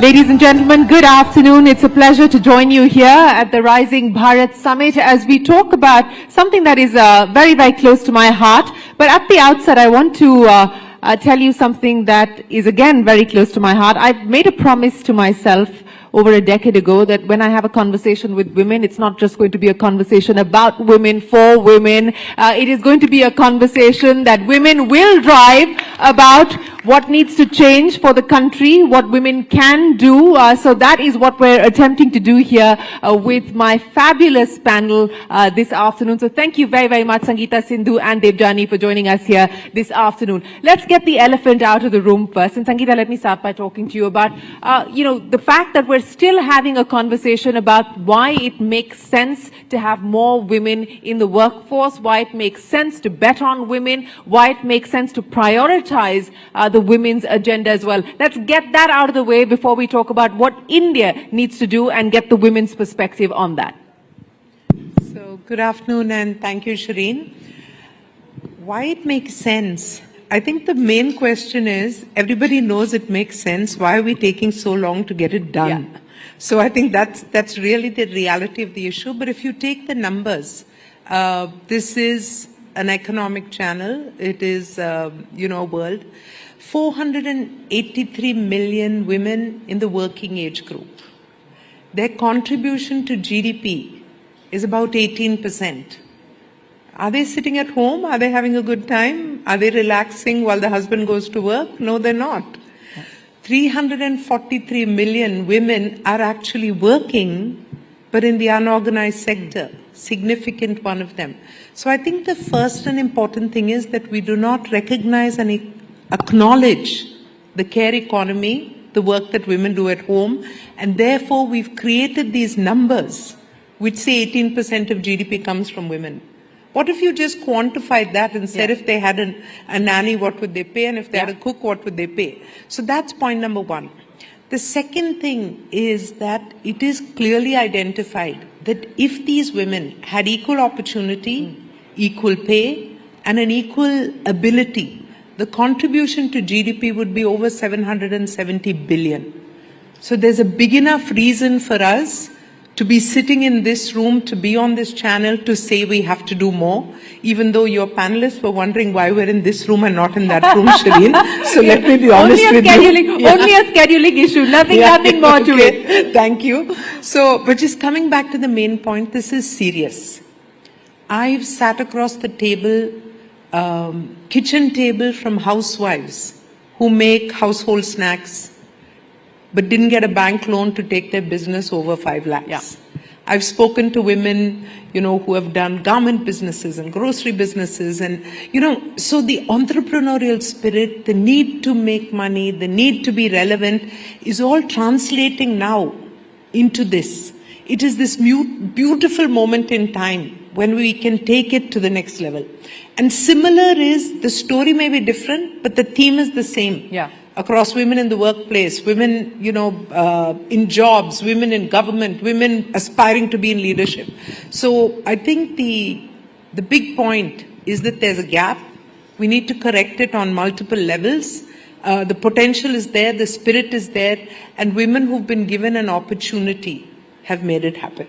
Yes, they have, and I have 3 wonderful women who made it happen quite literally here on this panel. But Sindhu, just to take forward the many numbers that Sangeeta threw our way to bolster the case for why we need more women to participate in the economy in general. Now, I want to understand from you, from the SAP lens, the measures that you've been able to take to ensure that you do actually get closer to parity as far as the workforce is concerned, and from a NASSCOM lens as well. As you look at the tech sector today, we're talking about the disruptions on account of AI, etc. Do you believe that technology is going to be the equalizer, or do you believe technology and the fact that women usually have less access to it will widen the gap?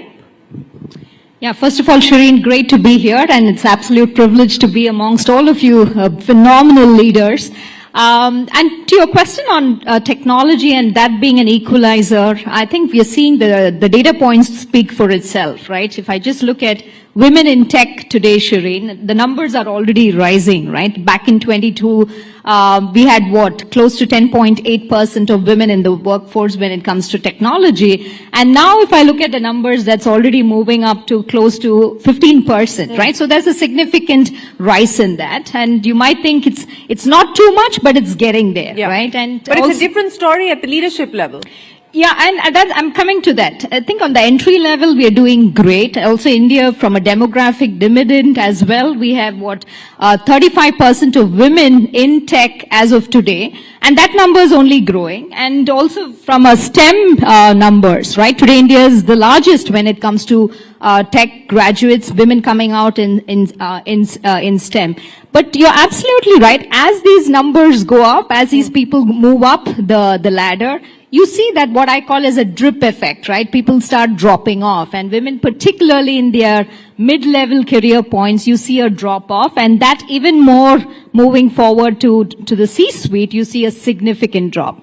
And the reason being also multifaceted, right? It's not just one size fits all, but it's really about family pressures that come up at that point in time. It's also about an absence of role models to a great extent. It's also many times organizations not having flexible policies, work culture. And lastly, I would also attribute it to women to a certain extent, because there's a lot of self-doubt as well in women, particularly when they reach specific levels, right? And this is also backed up by data. I call it the perfection penalty. And that perfection penalty, it's proven with data, because men tend to apply to roles when they meet like 60% of the criteria, whereas women only apply to roles when they meet 200% of the criteria, right? And LinkedIn behavioral data also states that women tend to kind of not apply to roles and kind of skip out of 20% of the roles just because they don't meet some of the criteria. So a lot of things. And coming to SAP, Shireen, I mean, we also looked at data quite intensely, right? And we also saw that some years back that women, particularly in the midpoint of their careers, were dropping off. And one of the reasons, like I said, was also the young parents, right? They need to take care of their kids, and most of that pressure many times fall on the women. And so what we did is we started our saplings, which is our creche right on our campus, so that young parents could drop off their kids, feel at peace. Nursing mothers always had a chance to visit their babies and take care of them, but still have that everything what they need to thrive in the workplace, right? And this is one of the many things that we did. And today, if you just look at our numbers as well, we are shining through in terms of getting to that 50% target of women in the workforce. That's something that we are very much focused on. Also, if you look at our accelerator programs with startups, it's not just about our own women in our workforce. We're also making sure we have dedicated programs where we bring in women entrepreneurs, give them access to our technology, give them access to leaders whom they can emulate, role model. And we have a very intentional focus on also calling out and talking about women leaders in the organization. Because on one hand, you can have the greatest of policies, but if people don't have role models to look up to, that also has a challenge, right? So quite some things happening to get there, and technology, no doubt, is an equalizer. Is an equalizer. But, you know, that's such an important point that you made there, Sindhu, about showcasing role models. And, you know, I have the deepest gratitude for Debjani Ghosh, because 15 years ago, we were on a panel together, and Debjani looked at me and she said, you know, when you look for role models in India, in the context of women, there's either Mother Teresa or Katrina Kaif. We have nothing in the middle. And that set me on a path to actually find women, showcase women across different sectors, across different industries. And that resulted in our first show called What Women Really Want. And that resulted in our big campaign, Future Female Forward. So Debjani, eternally grateful for you know, really showing us the mirror. And Shireen, you need a round of applause for doing that. No. It's really thanks to. But it also means we've been talking the same thing for 15 years. Exactly, we have been. But Debjani, as you look at where we are today, I mean, as you pointed out, you know, so much has changed, but yet so little has changed as well. From a point of view of where India finds itself in the world, from a point of view of this backlash globally against now what is being sort of, you know, thrown under the bus as diversity and inclusion, do you worry that there is going to be a further setback to the cause of more women participating in the workforce? No. And that's completely my personal point of view. But I honestly think diversity and the whole focus on diversity didn't do much for the cause of women. I think if anything, it was beginning to hurt the cause of women.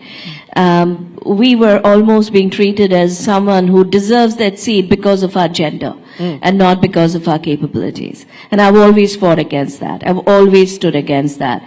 I think having a more inclusive charter to say that talent will thrive. And if you have the talent, you have the capabilities, then we are not going to look at anything else. It's the best thing that can happen for women. Because what I'm convinced about is, given the opportunity to the right quality education, women will thrive. women have the mindset, they have the hunger, and the hunger is just growing. The next generations don't even need support. They are hungry, they want to make a point. Yeah. The hunger is growing. So I think we have to figure out how to move the blinkers, how to move those filters, that legacy, the baggage of legacy that we carry, that mindset of judging someone based on, especially at a leadership level. The reason why we don't have a lot of leaders in leadership positions is because the CEOs are all men, or mostly men, with a few exceptions that we have. And when they want to hire people who are just like them. Exactly. So immediately gender filter comes up. So these are real problems that need to be looked at. But I have never been a big fan of the whole diversity agenda. I've been a much bigger fan of inclusion. No, you're absolutely right. And I'm glad that you point that out. And I think that once you start to create a culture of inclusion, and that it includes much more than just gender, it truly talks about diversity in the workforce, you can achieve many of the outcomes that we are discussing. But I want to talk about where India finds... Just one thing I want to add to that, it should be merit-based inclusion. Yes, of course. I want to now talk about where India finds itself, and I want to get the women's perspective and the leaders' perspective on this. It's a tumultuous world. It's a volatile world where every minute there's a tweet or there's a comment that is shaking global markets. It's changing business confidence and investor sentiment. Within this milieu, the opportunities that you believe India enjoys, the advantages that India should leverage on. Sangeeta, I want to start by talking to you about that. What do you believe India can do? What do you believe India should do? How should we position ourselves in this global environment? So I think as an opening, I would say we need to continue on some of the good things we've been doing. On the women agenda, just the phrasing of the terminology of women-led development versus just women development itself was a game changer, because it showcased the ideology that women can lead society. But going on to a broader canvas, I think, like you rightly said, all of us are seeing from stock market to tariffs to a changing impact of AI, the world changing. It's very critical for us to really start thinking about what is the world we want to shape in the next 3 to 5 years. India's been playing a catch-up game. We need highways like this, we need technology like China, we need manufacturing like here, we need jobs like this. It's a beautiful time to just say, what is the new world going to look like? What are we uniquely positioned to be, to become, to shape? And that positioning is where we need to collectively go. So there's clearly self-reliance, there's clearly quality of life, there's clearly agriculture, environment and all these. But what is the future of manufacturing? What is the IP and the research? One of my biggest, worry points is that we're not investing enough in research, and that are we grounding our intellectual capital in what the world is going to look like in 3 to 5 years? So for me, that's a big one of don't play catch up anymore. Highlight the big ones, and then I must talk about healthcare, because very often we don't celebrate enough what we have. The big wins on the healthcare front. Big wins. The fact that, we were a health-seeking nation with people going abroad. People are coming from other countries, receiving care at 1/10 of global prices. 140 countries come to India. Are we celebrating it? Are we growing it? Are we talking about it? No, we're highlighting the fact that this costs more and, this thing. The way for every Indian to get affordable healthcare is the powerful insurance which is rolling out, is to enhance manufacturing. We have pharma on one side, which is the pharmacy of the world.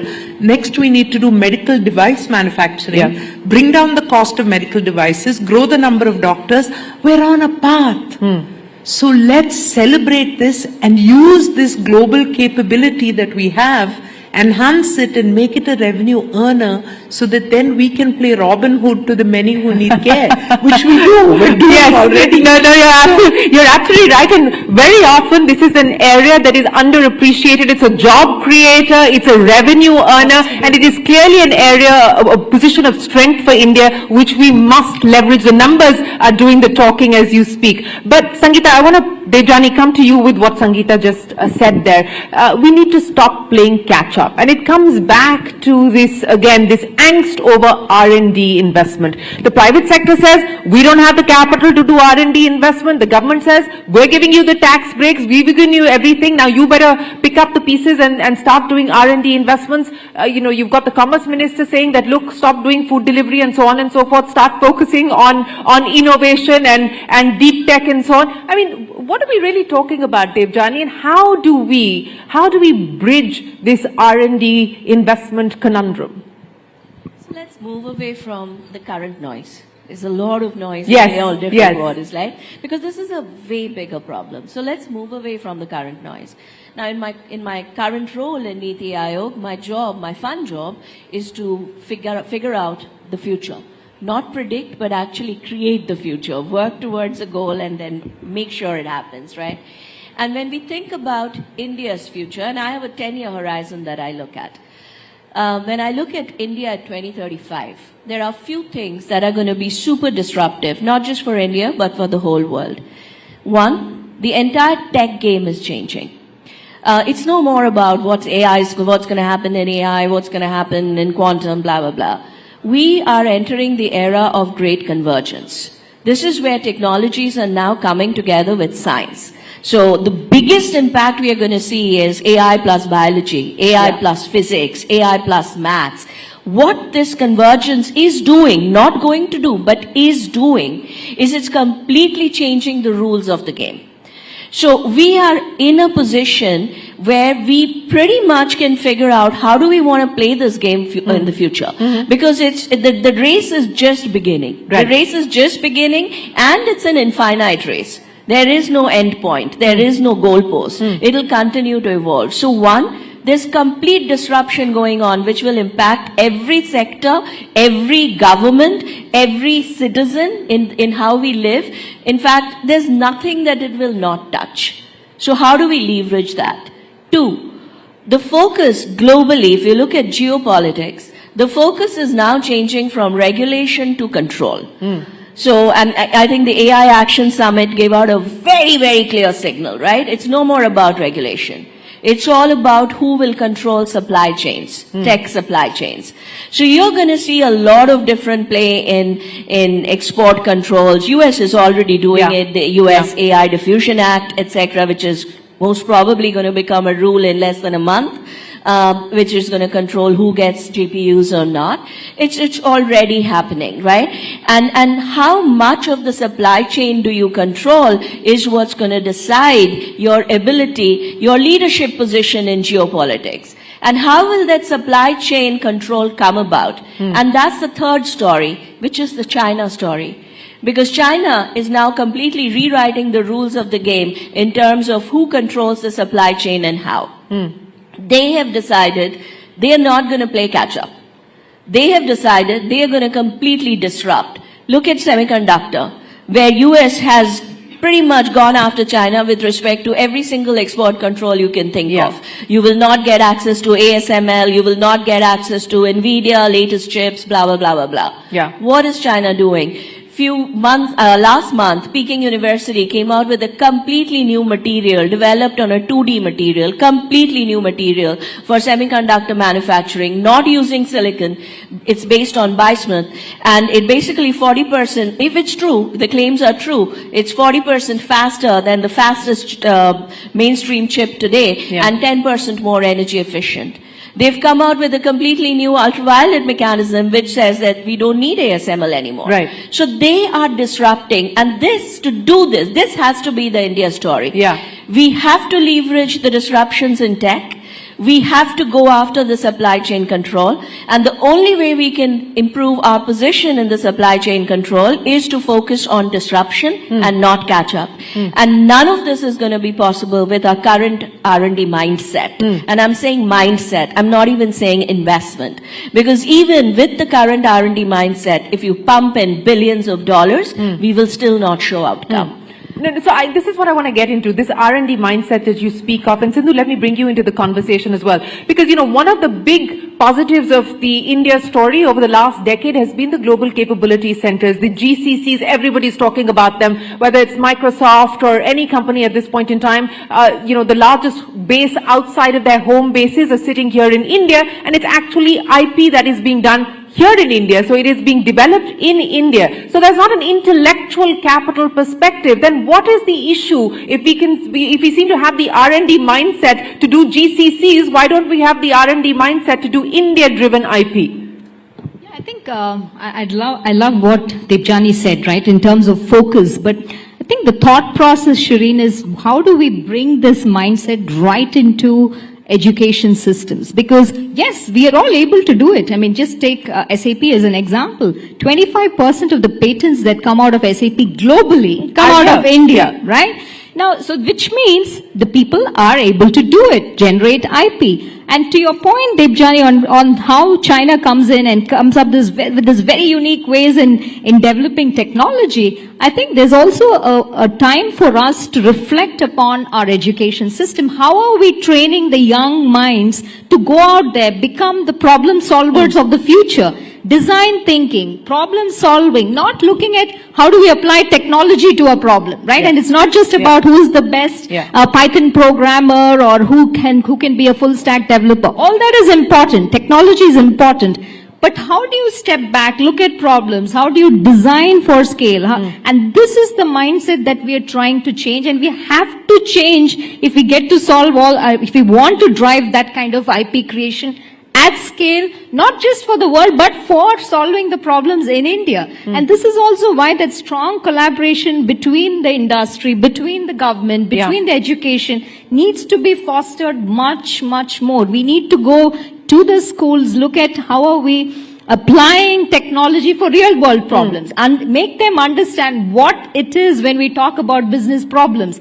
And I'm absolutely confident if we bring that right into the education system, there's going to be all of those points, what you said, we can thrive with that. There's no doubt about that. But that needs to be a very strong, focused effort across all parties. Absolutely, with all hands on deck and all stakeholders on board. It cannot be done in silos. But the comment that I get very often is, why is it that only the men are asked to future cast for India? Well, no, ladies and gentlemen, the men are not going to be asked to future cast. The leaders here on this panel are going to be asked to future cast for India. Sangeeta, you gave us one big engine of growth, which is of course healthcare services. Heal in India is a mission that's been launched by the government. And I know something very interesting that you're doing at Apollo, to Debjani's point of trying to converge medicine and our medicine capabilities with AI. You've got the Apollo engine that you've set up, AI engine that you've set up, and you're driving forward. A, run us through that, but B, also talk to us about what you believe the next 5 to 10 years could potentially look like for India. So first, I think so much of what Apollo does is driven by this passion or this vision to bring affordable, accessible healthcare within the reach of everyone. And there is a constraint of human resources, so there is a constraint of knowledge, and knowledge is growing faster than we can even keep track of. So we tried to converge artificial intelligence, the knowledge that our doctors have had, the huge database of patients we've treated, and build two very important engines. The first one is Ask Apollo, so that a public who is inundated with things from Instagram, eat cinnamon, do this, do that, this works, Ackermansia, all kinds of stuff. Who is your credible voice to enable? And the reason to empower people is because 70% of deaths in the modern world are happening because of non-communicable disease, which are caused by lifestyle, which are within the power of the human being to control. So if you have the right knowledge, if you're doing the right things, you can reduce the burden of disease. Therefore, please get credible knowledge, do lifestyle modification, do appropriate behavior practices, whether it's blood pressure or, cholesterol or 100 things that I won't go into. But the fact is, we want to empower people, and AI can help. The second one is a clinical intelligence engine, which goes to help doctors choose the right antibiotics so that we're not misusing antibiotics, get into the right cancer protocol so that we're not missing the opportunity of immunotherapy. So these are the two things that we've built. But coming back to this future, and where are we, seeing where this can go? So number one, three things, and I've said this before, but it still remains powerful and relevant. Biology. Because we've understood biology, you know who has the propensity to a disease. We cannot screen 1.4 million people, but an AI-enabled health risk score will take out vulnerable populations, screen those, and avert a crisis before it happens. So using knowledge of biology, using bytes and computation, our imaging mechanisms are getting better and better. You can go into a 5-minute, 7-minute, 20-minute MRI and figure out whether you have cancer, whether you have cardiac problem. So imaging, because of the power of computation and bytes. And the third is bandwidth. The healthcare I speak about is not just for urban areas. It's not for people who have moved to Goa because they want to, but it's for every small rural community. Yes. And that comes to them because of bandwidth and connectivity. And the combination of these three is reshaping healthcare. So this is the convergence that Debjani was talking about, but this is going to happen in every single area. Yeah. But I do need to flip back 1 minute because as much as we can do over there is a need for a care economy. And the care economy is an empowered, most likely women who are respected, trained, connected through their mobile phone to the knowledge, and therefore get paid for their role in the care economy. Absolutely. That could be transformational to the core agenda we began with of women's contribution to the economy.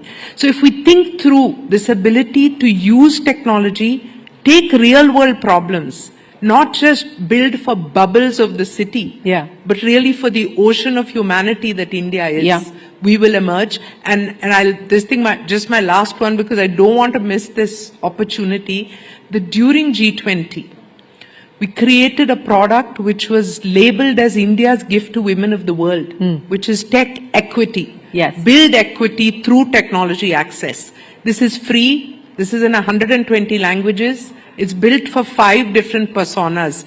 Please spread tech equity to every woman you know, because they deserve that skill and knowledge. They absolutely do, and kudos to you and the team that was driving G20 Empower. But Debjani, future casting with Debjani Ghosh.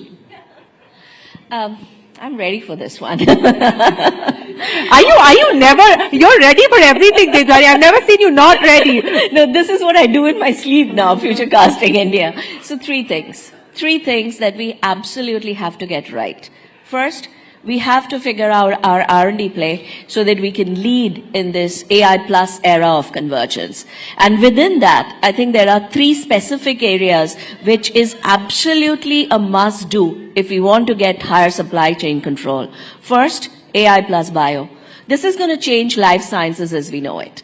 This is about going down to the protein structure, which is the foundational building block of life, and then figuring out how you can play with that, right? We have to get that right, from finding cures to diseases to finding new materials. Related, the second area under convergence, we have to get right is advanced materials. The material science is changing so drastically with AI. We can find, if we want to catch up, or maybe you can't catch up, but if we want to disrupt the semicon play, this is one of the biggest opportunities. What China did, we can also do, because there's just so much more room in that game. And the third area is quantum, where we are going to have so much impact from a security perspective, national security perspective. We cannot be at the receiving end of that. We have to be the innovators. So these are the 3 focus areas under convergence. The second area, renewable energy. Energy is going to be the only thing that will limit the efficiency of export controls. because today's technology is so energy hungry. So you can put all the export controls you want, but if you don't have the energy, you will not be able to contain it. So if we can build and I think we are in a strong position there. If we can build energy, renewable energy connected to the grid, and be a leader there and make it the most cost affordable solution in the world. And that's one thing we should take away from China. We really should go after that. In fact, we have our next panelist is going to talk exactly about that. He's going to talk exactly about that. That's a big one. And the third one is a little different. But I do believe that the current tech model is majorly messed up. What we've done is, within the tech framework, we've put AI or technology at the center of the framework. So it's all about increasing its power, going after AGI. Somebody's screaming. I hope he agrees with me. But, it's going after AGI, and everything that happens, it's a side effect. If it kills human, okay, let's figure out the regulation so it can't, We have to now change the model, and we have to take technology from the center and put the humans back in the center. So that whatever you do with technology, you do it only if it's good for humans. And I strongly believe this is the one place where there's no country better placed than India to drive this new narrative and new model. So those are my three things. And those are very powerful three things. And how many times have we been in rooms where the men are still trying to talk over us, and nothing is very different here. But Sindhu, I'll give you the final say. Future casting with Sindhu Gangadharan.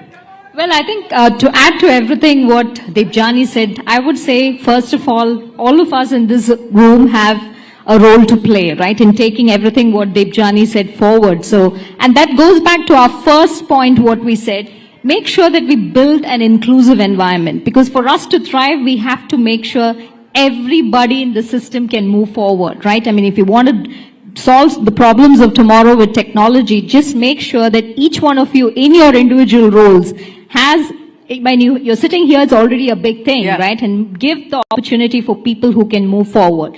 The second thing I'll go back to is definitely strengthening education, because I think if you're looking at the future of India and the future of the world, it all boils down to how we raise and bring up our young talent. And I think that is front and center for me, and I think it has to be for all of us, to make sure that we bring in the bright minds, educate them in the right way, in a very inclusive way, so that we don't have to sit in panels like this to talk about inclusion and why it is important and why diverse minds are needed to build some of the phenomenal products that serve very diverse consumers out there. And last but not least, I'd say the power of technology, right? I mean, let's not forget it. There are so many challenges that we are, even going back to the question that you started off with, how do we ensure that women are at the table? Today, we can use technology to really illuminate, build the transparency. You have AI to crunch through completely complex data sets to come up with those data points. So use technology to your advantage. Don't sit there and say, I don't know what's going on, but use technology. There's tons of technology out there, but use it in the right way to address, be aware, and drive change. Well, ladies, yes, go ahead, Sangeeta. So I'm just going to add, one thing to this, that all these are critical. There's technology, there's research, there's environment, there's this thing. The one thing that India continues to hold is this superpower of being good. There's somewhere this thing, we were never an aggressor, we are an acceptable denominator across. In a way, I think we're the Switzerland of the modern world. So we need to hold on to that, because we enhance our value system. I'm really trying to talk over this guy, because the voice of the power of value is sometimes getting lost. And it's not just in a highly materialistic world. People are committing suicide over the stock market, but they're not committing suicide over the loss of value system. And even if they do, people are not putting it in their headlines. So I think the importance to protect a value system in the world is as important as everything else we're talking about. I couldn't have asked for a more appropriate closing here. Ladies and gentlemen, as is very, very evident, the future is ours to take. And as Sindhu, Sangeeta Reddy and Devjani pointed out, if you want a seat at the table, then perhaps we just have to build a longer table. Ladies, many, many thanks for joining us here on the program. Thank you very, very much for joining us here at the Rising Bharat Summit. It's always a pleasure to have you join us. Thank you very much indeed.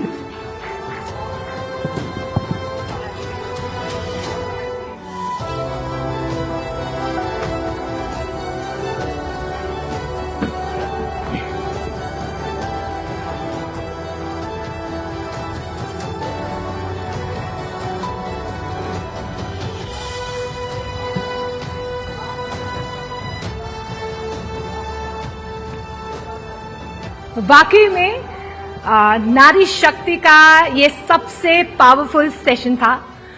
एक बार फिर से जोरदार तालियां इस बेहतरीन session के लिए। वैसे कहते हैं कि नारी शक्ति सिर्फ एक विचार नहीं है, एक क्रांति है, और इस मंच पर आज यही क्रांति हमने देखी है।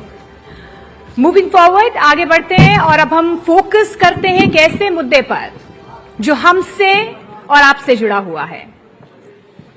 जैसे जैसे दुनिया क्लीन और ग्रीन एनर्जी की तरफ पिवट कर रही है, वैसे ही कुछ कंपनियां हैं जो इस ट्रांजिशन के फोर फ्रंट पर खड़ी हैं। उनमें से एक है विक्रम सोलर। जी हां, उनका सफर और इनोवेटिव अप्रोच रीन्यूएबल एनर्जी की फील्ड में सिर्फ सोलर पैनल्स बनाने तक सीमित नहीं है।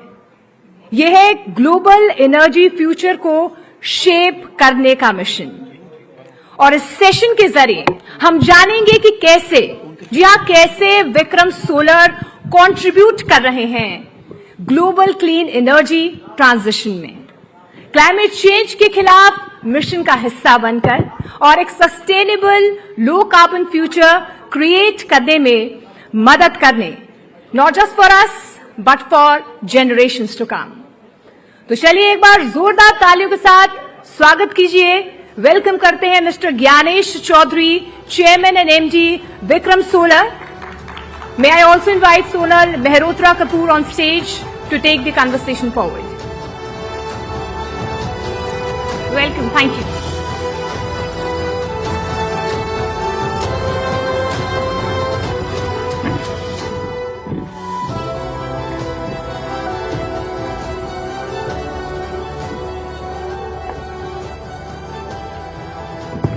Hi, good afternoon everyone. I know this is the last one before lunch and everybody wants to sort of rush in, grab a bite, but I promise to make it engaging. I promise to make it about something that you will take away and talk about over your lunch with your new people and connection that you hope to make here at Rising Bharat. So lovely to have you here.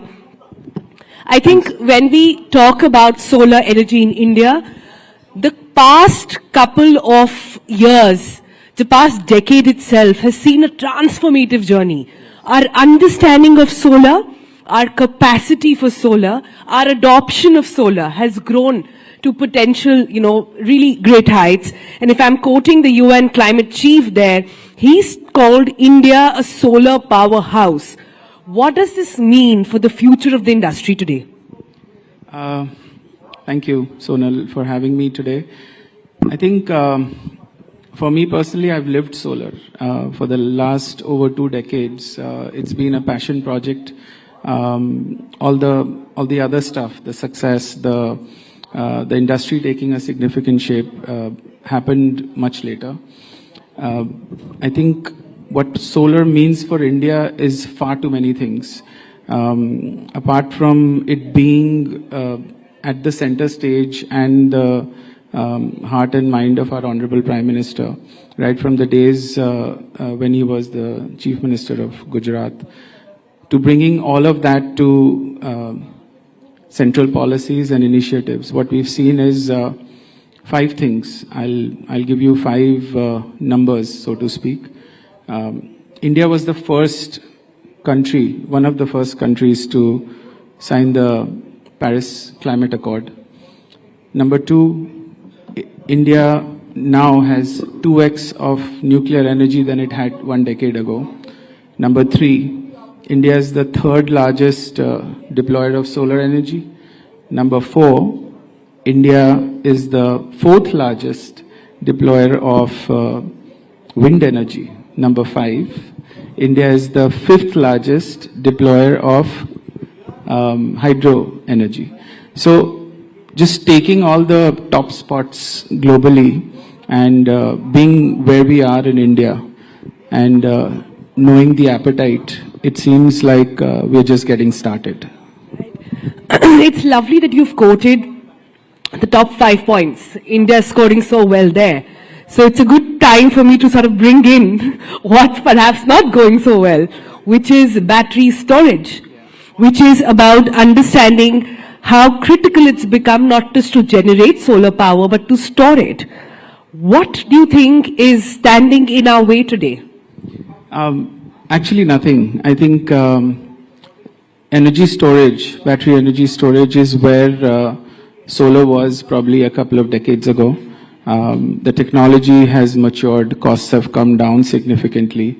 Why battery storage is important? I think the sun doesn't stay where it is throughout the day.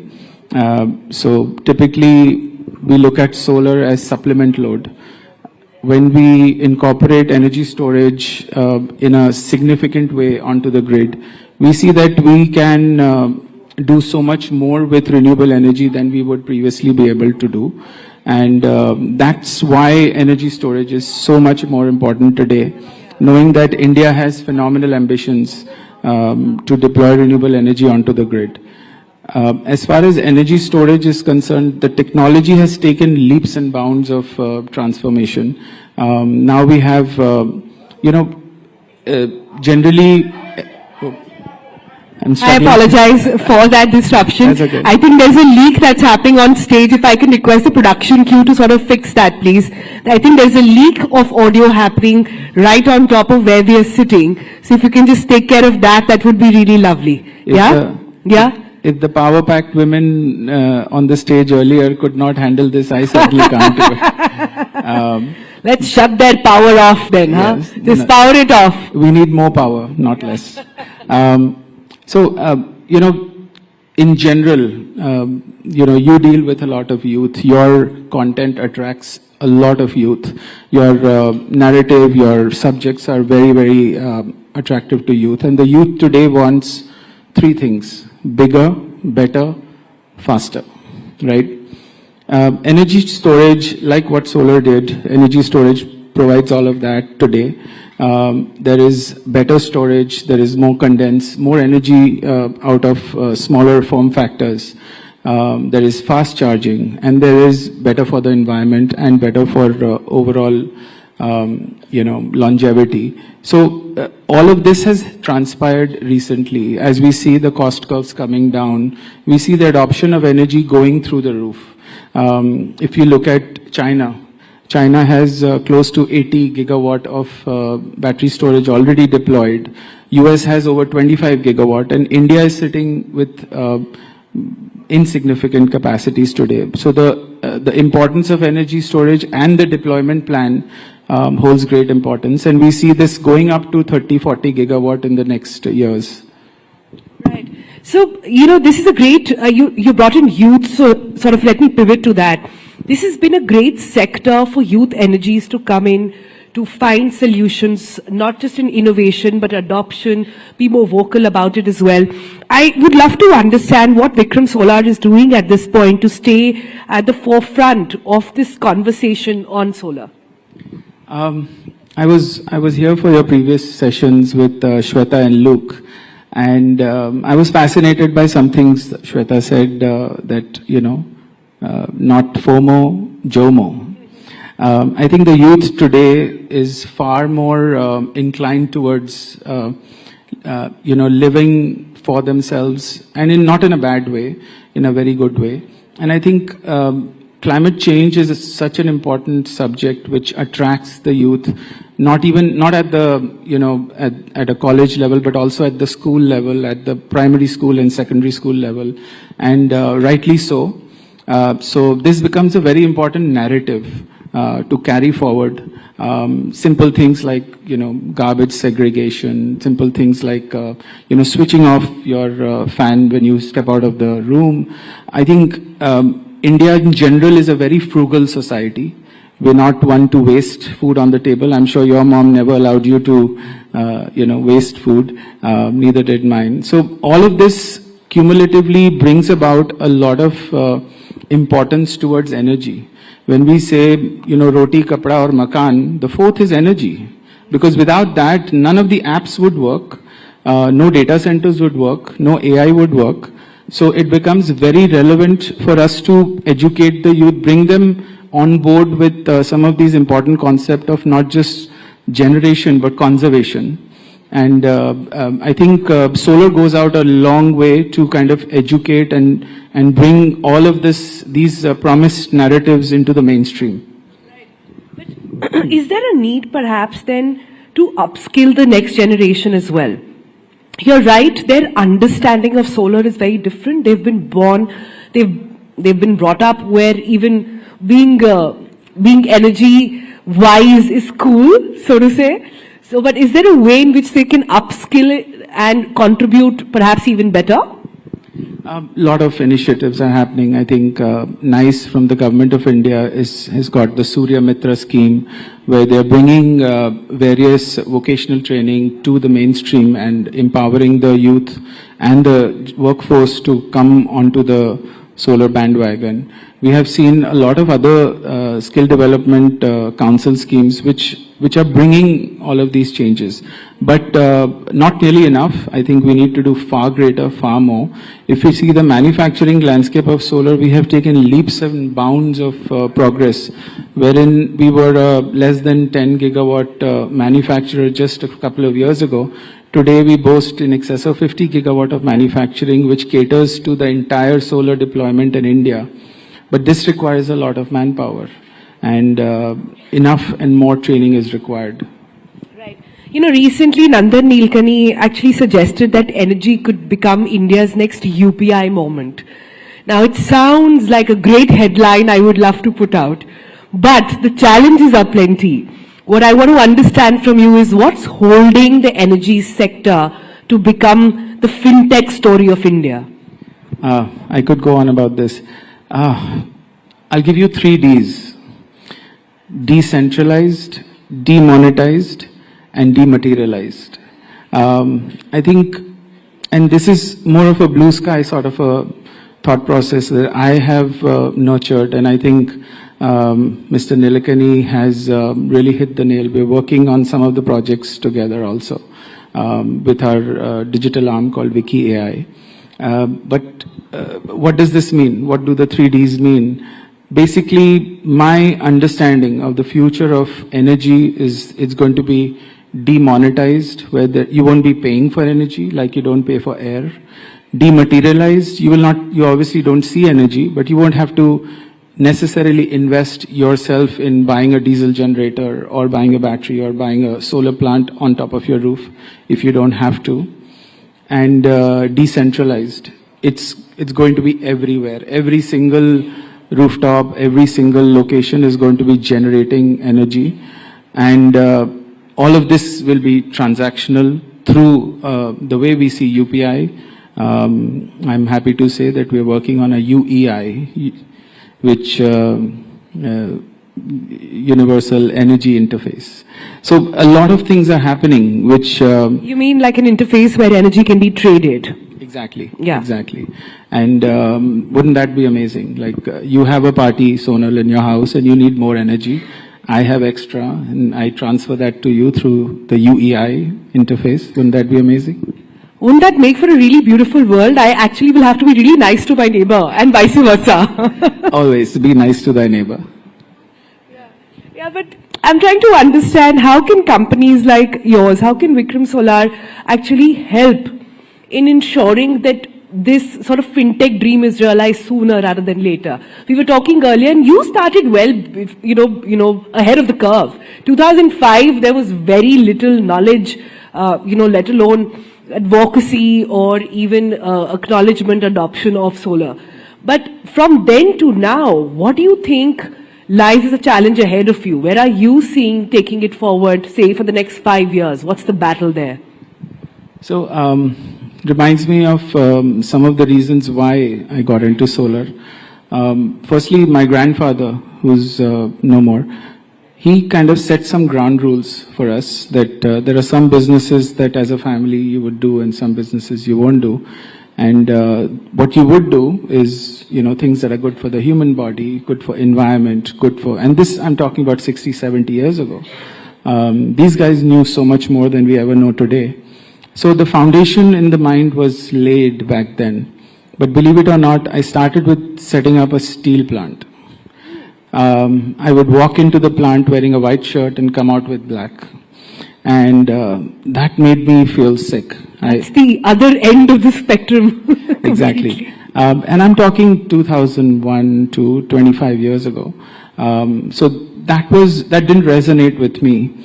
And soon I started researching and figuring out, and my father was a very big driver for this to be much ahead of the times, and stumbled upon solar technology and decided to get started with it. This is back early in 2005-06, and it was tough.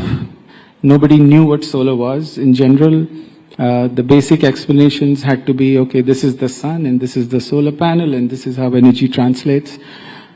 But from that journey, from then to now, the conversations have far, far improved. Solar energy is mainstream. Everyone knows about it. Everyone wants to invest in it. And as I said, because India is a frugal economy, the cost curves have come down by 85%, which makes it affordable also. It does make it affordable.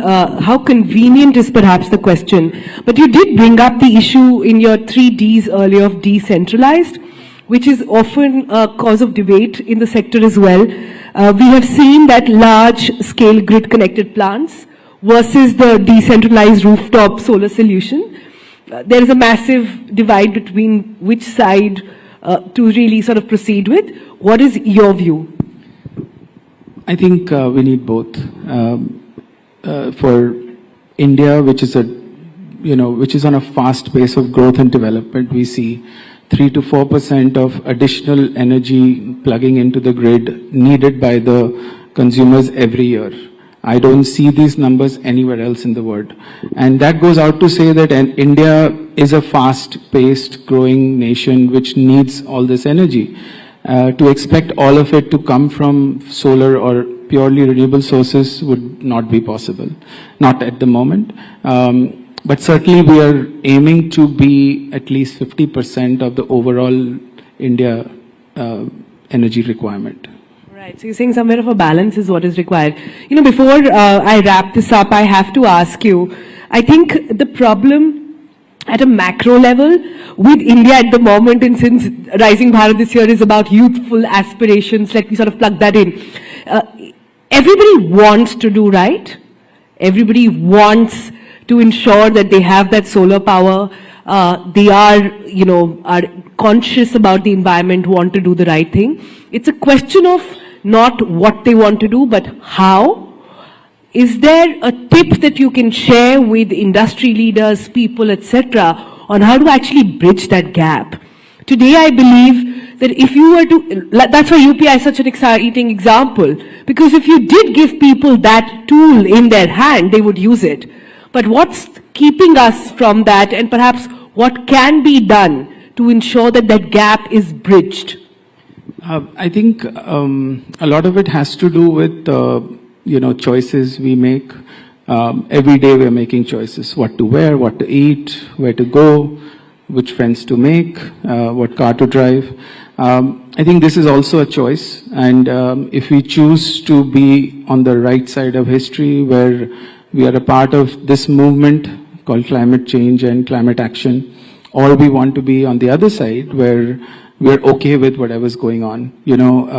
If you see, the most talked about subject the day after a natural calamity is climate change. But the day after that, it's probably Kim Kardashian or something else. So people move on. I think that needs to change. We need to be more conscientious of what we receive from the environment, and at least if we don't give back, we don't pollute it for the next generation. And I think I, being a climate enthusiast for as long as I can think of, I dream, sleep, eat this. Great. Here's hoping that your dreaming, sleeping and eating of all this enthusiasm has sort of percolated down through your work as well. Thank you so much for being here with us and sharing your story. Yeah. Thank you.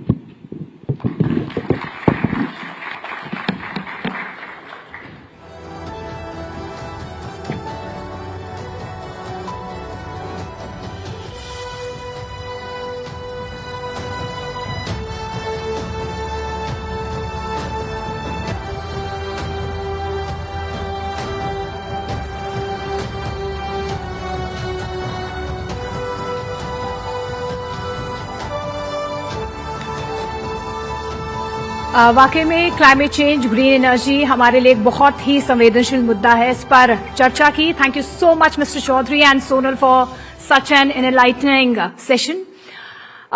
वक्त एक छोटे से विराम का है, एक break का है. हमारा फर्स्ट सेशन जो है समिट का वो खत्म हो गया है. यहां पर एक छोटे से ब्रेक के लिए हम रुकेंगे.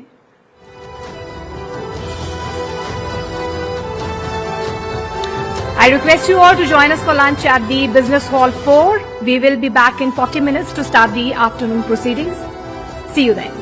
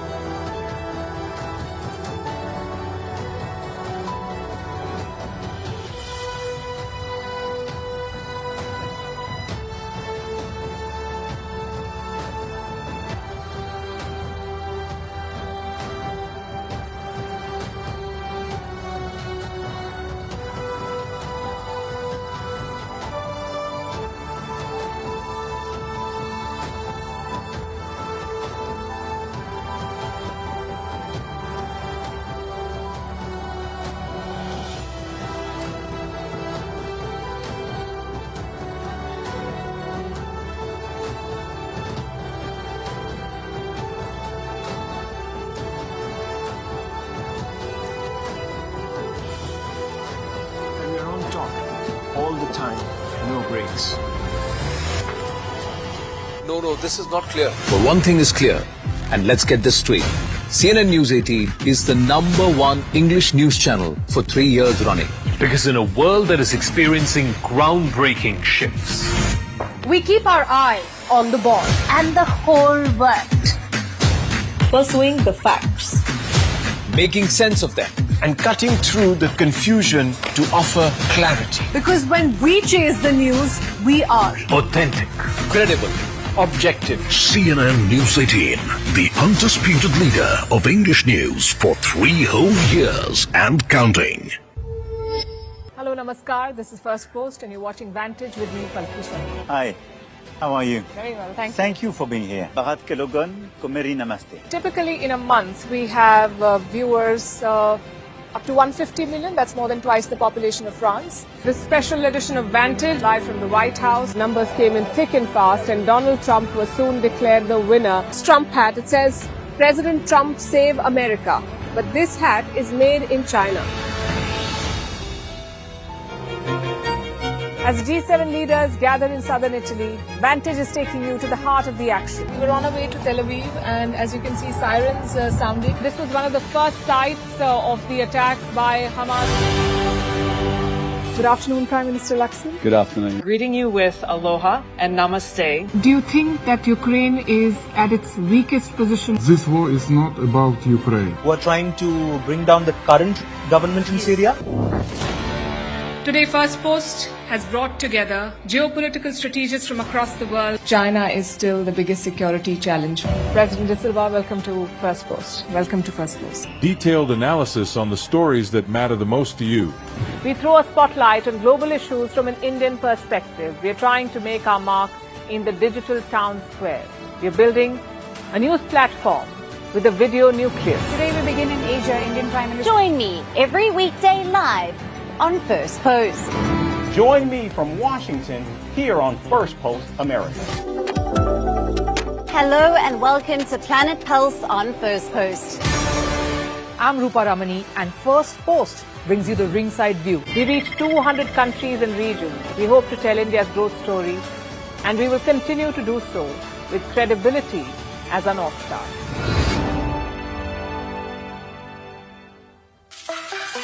Wants to know what's the best way to grow? Let's go. Go farther. So far ahead that the competition can't spot you, let alone catch you. And grow your audience's insight. Because stocks may go up or down, but knowledge is invaluable. Go. Assemble the 80, the ones who reach the top, and then keep going. Go into uncharted territories. Blur the lines between media and technology.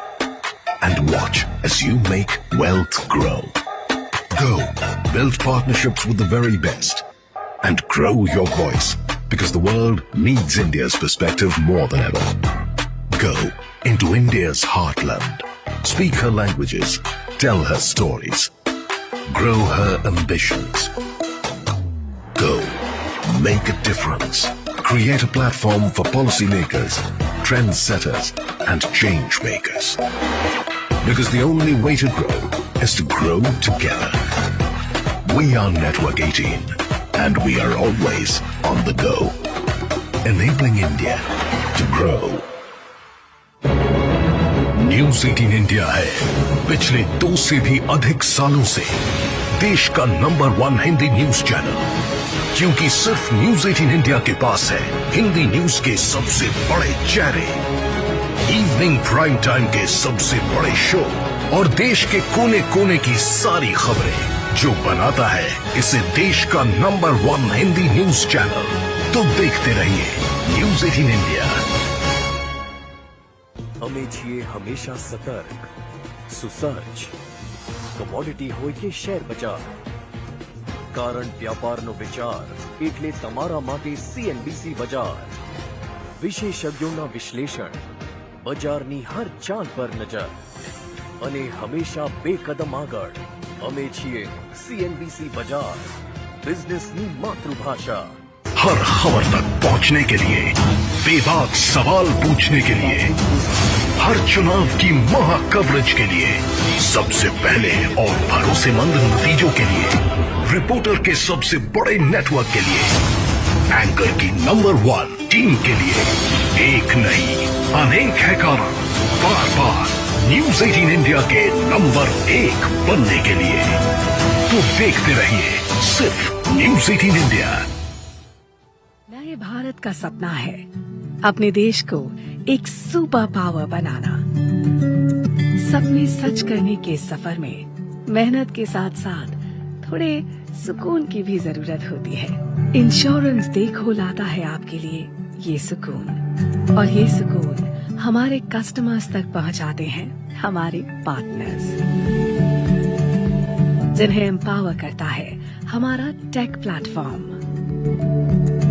और देता है इन partners की journey को एक नई उड़ान। Insurance की कमाई से रिसेंटली मैंने कार परचेज की है और अगले साल प्रॉपर्टी खरीदने का भी प्लान है। अंकिता जैसे लाखों इंश्योरेंस एजेंट पार्टनर्स को एम्पावर करते हैं। Insurance Dekho, on a mission to insure 6 lakh.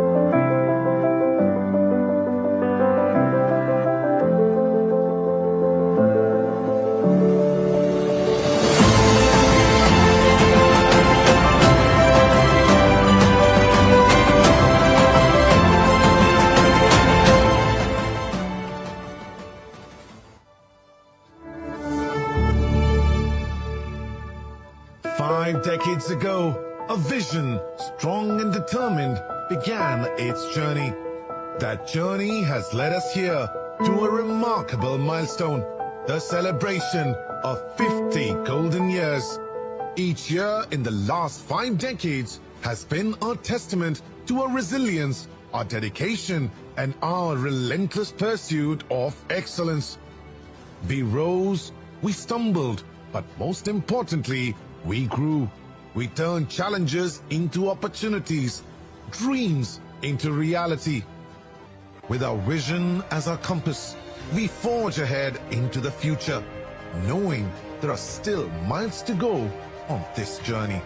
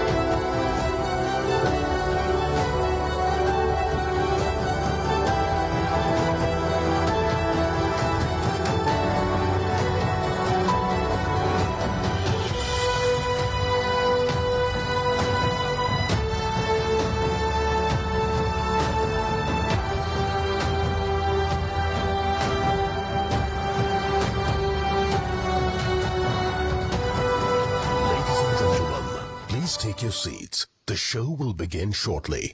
You are requested to keep your mobile phones on silent mode.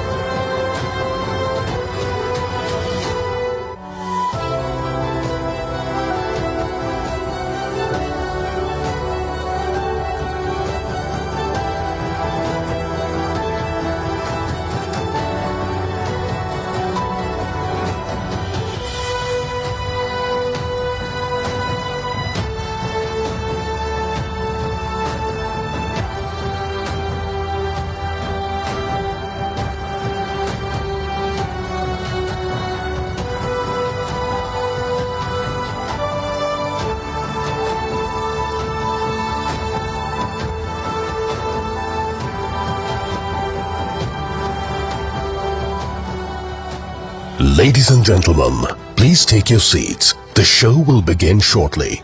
You are requested to keep your mobile phones on silent mode.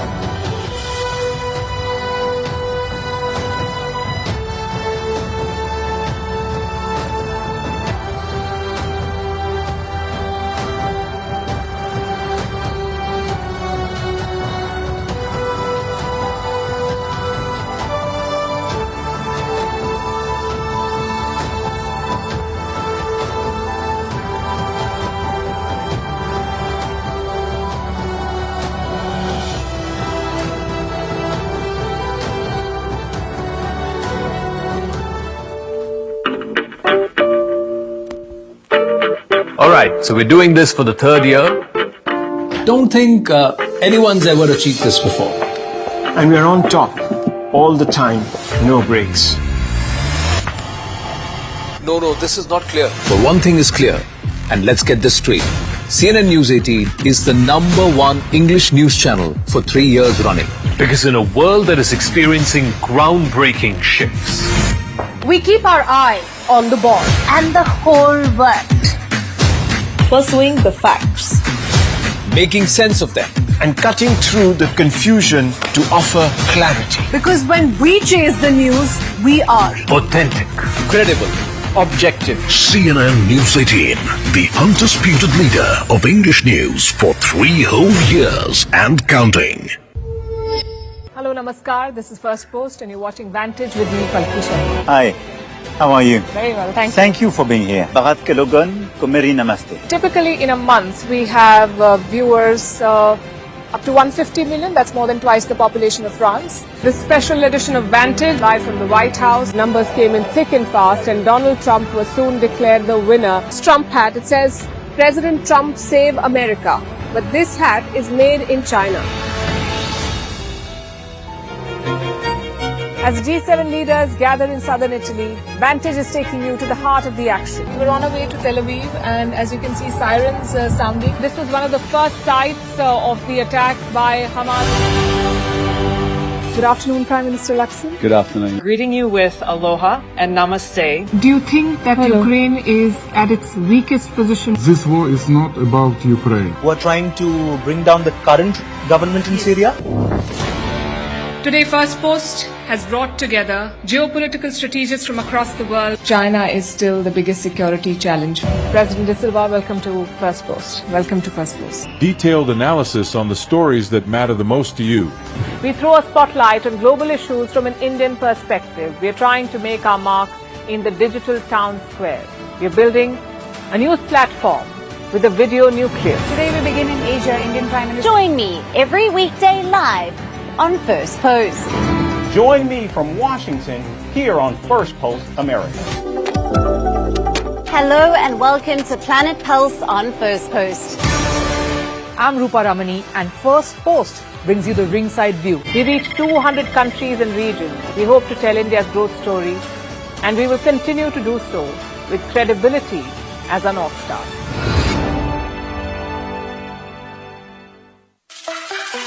Wants to know what's the best way to grow? Let's go. Go farther. So far ahead that the competition can't spot you, let alone catch you. And grow your audience's insight. Because stocks may go up or down, but knowledge is invaluable. Go. Assemble the 80, the ones who reach the top, and then keep going. Go into uncharted territories. Blur the lines between media and technology. And watch as you make wealth grow. Go. Build partnerships with the very best. And grow your voice. Because the world needs India's perspective more than ever. Go into India's heartland. Speak her languages. Tell her stories. Grow her ambitions. Go. Make a difference. Create a platform for policymakers, trendsetters, and change makers. Because the only way to grow is to grow together. We are Network 18, and we are always on the go. Enabling India to grow.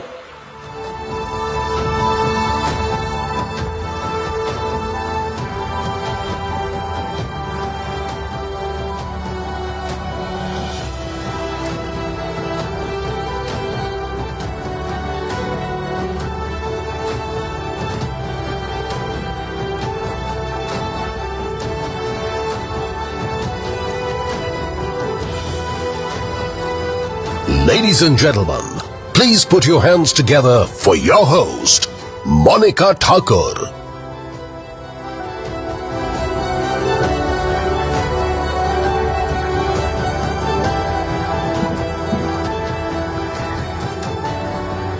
Welcome back everyone. I hope you all are recharged over lunch. जिस जोश के साथ हमने पहला session खत्म किया है, उसी जोश और उमंग के साथ हम आगे बढ़ेंगे, क्योंकि पहला समिट यानी कि जो पहला हाफ था वो वाकई जबरदस्त था, इंसाइटफुल था. ट्रेल ब्लेजिंग थॉट्स और प्रेजेंटेशन ने भारत को बिग लीग की तरफ प्रोपेल करने का काम किया है, और यह हमारा वादा है कि जैसे हमारा पहला सेशन था वैसा ही एक्साइटिंग और इंसाइटफुल हमारा दूसरा सेशन रहने वाला है. आगे बढ़ते हैं और बात करते हैं, आपको एक ऐसे मुद्दे की तरफ हम लेकर जाएंगे जो आज इंडिया और खास तौर पर नॉर्थ बंगाल के लिए बेहद जरूरी बन चुका है. जी हां, यह मुद्दा है वेस्ट मैनेजमेंट. जैसा कि हम सब जानते हैं कि वेस्ट मैनेजमेंट एक ऐसा चैलेंज है जो बॉर्डर्स को ट्रांसेंड करती है. But in north Bengal the crisis is very urgent. चाहे अर्बन सेंटर्स हो या दूर दराज के गांव हो, वेस्ट डिस्पोजल, रिसाइकलिंग और सैनिटेशन जैसे मुद्दे ना सिर्फ हमारे एनवायरनमेंट को, हमारे पर्यावरण को, बल्कि पब्लिक हेल्थ को भी गहराई से इफेक्ट करते हैं. In the upcoming session, we have a team from North Bengal University जो एक white paper present करेगी. इस रीजन में वेस्ट मैनेजमेंट क्राइसिस के स्कोप को एक्सप्लोर करते हुए उनके कारणों, उनके परिणामों और पोटेंशियल सॉल्यूशंस पर हम रोशनी डालेंगे, चर्चा करेंगे, बातचीत करेंगे. इस प्रेजेंटेशन का मेन फोकस और उद्देश्य यही है, एक ऐसा कलेक्टिव एक्शन इंस्पायर करना जो वेस्ट मैनेजमेंट क्राइसिस को एड्रेस करे, एंड ऑल्सो, जी हां, also to improve the quality of life for the people of north Bengal. मैं स्टेज पर इनवाइट करना चाहूंगी एक बार जोरदार तालियों के साथ नॉर्थ बंगाल यूनिवर्सिटी की टीम को. Please welcome.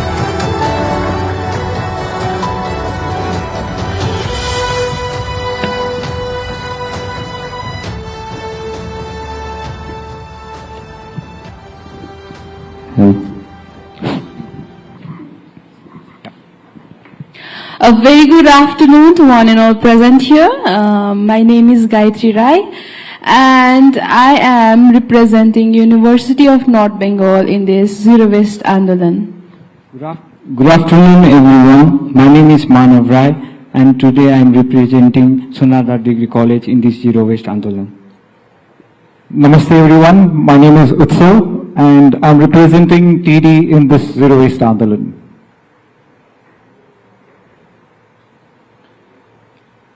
Our mountains are facing a unique problem. What you see on the screen right now is our goddess Kanchenjunga, and unfortunately our goddess is melting.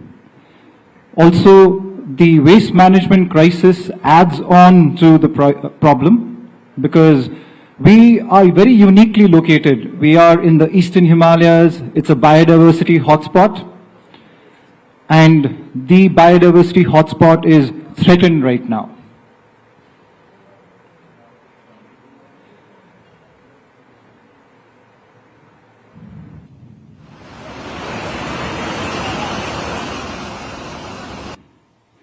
What you just saw on the screen was a very unique, non-natural phenomenon. It's called GLOF. Not many of you would have heard the term even. It got reported as a cloud burst when it happened. But it's called a glacial lake outburst flood. And when Kanchenjunga is melting, these are the kind of situations that we are facing. The mountain region also has a very unique topography. So with that, what you see on the screen right now, what might look like those long winding roads, that's why we say the mountains are calling. And it also poses a unique challenge for us. Like when you talk about waste, the transportation of waste is a big problem in this kind of topography. And on the other side, the mountain folks, our folks are very simple. All they want is a tiny home in a mountain hamlet like this with lots and lots of flowers outside. So we tried to bridge all of these unique features of our region, and we tried to come up with a solution that would take into account the unique challenges as well as the unique characteristics of our place. So now let me show you a visual of our beautiful mountains. Our beautiful mountains, not so beautiful anymore. What you see on the screen is what we call a dumping chute. In the plains, when we can build mountains out of waste, in the mountains, we can't build any more mountains, so we dump it down. All the waste becomes quite an eyesore, and also it kind of continues to pollute. These are visuals that you might not notice because it's not probably Instagram worthy, not reel worthy, but I think these are visuals that we need to know because unless and until we address the problem, honestly, we don't have much time. So let's pause for a bit. And let's try and understand what are the challenges and why is it so important for our entire country, our Bharat, to stand up and hear the voices from the mountains. You know, as you see, we are very uniquely located in the Himalayas, and the Himalayas also serve as the roof of India. So do not think that what affects us does not affect the rest of India. If the glaciers are melting, if what we call the third pole is melting, then it would affect the entire floodplains of India.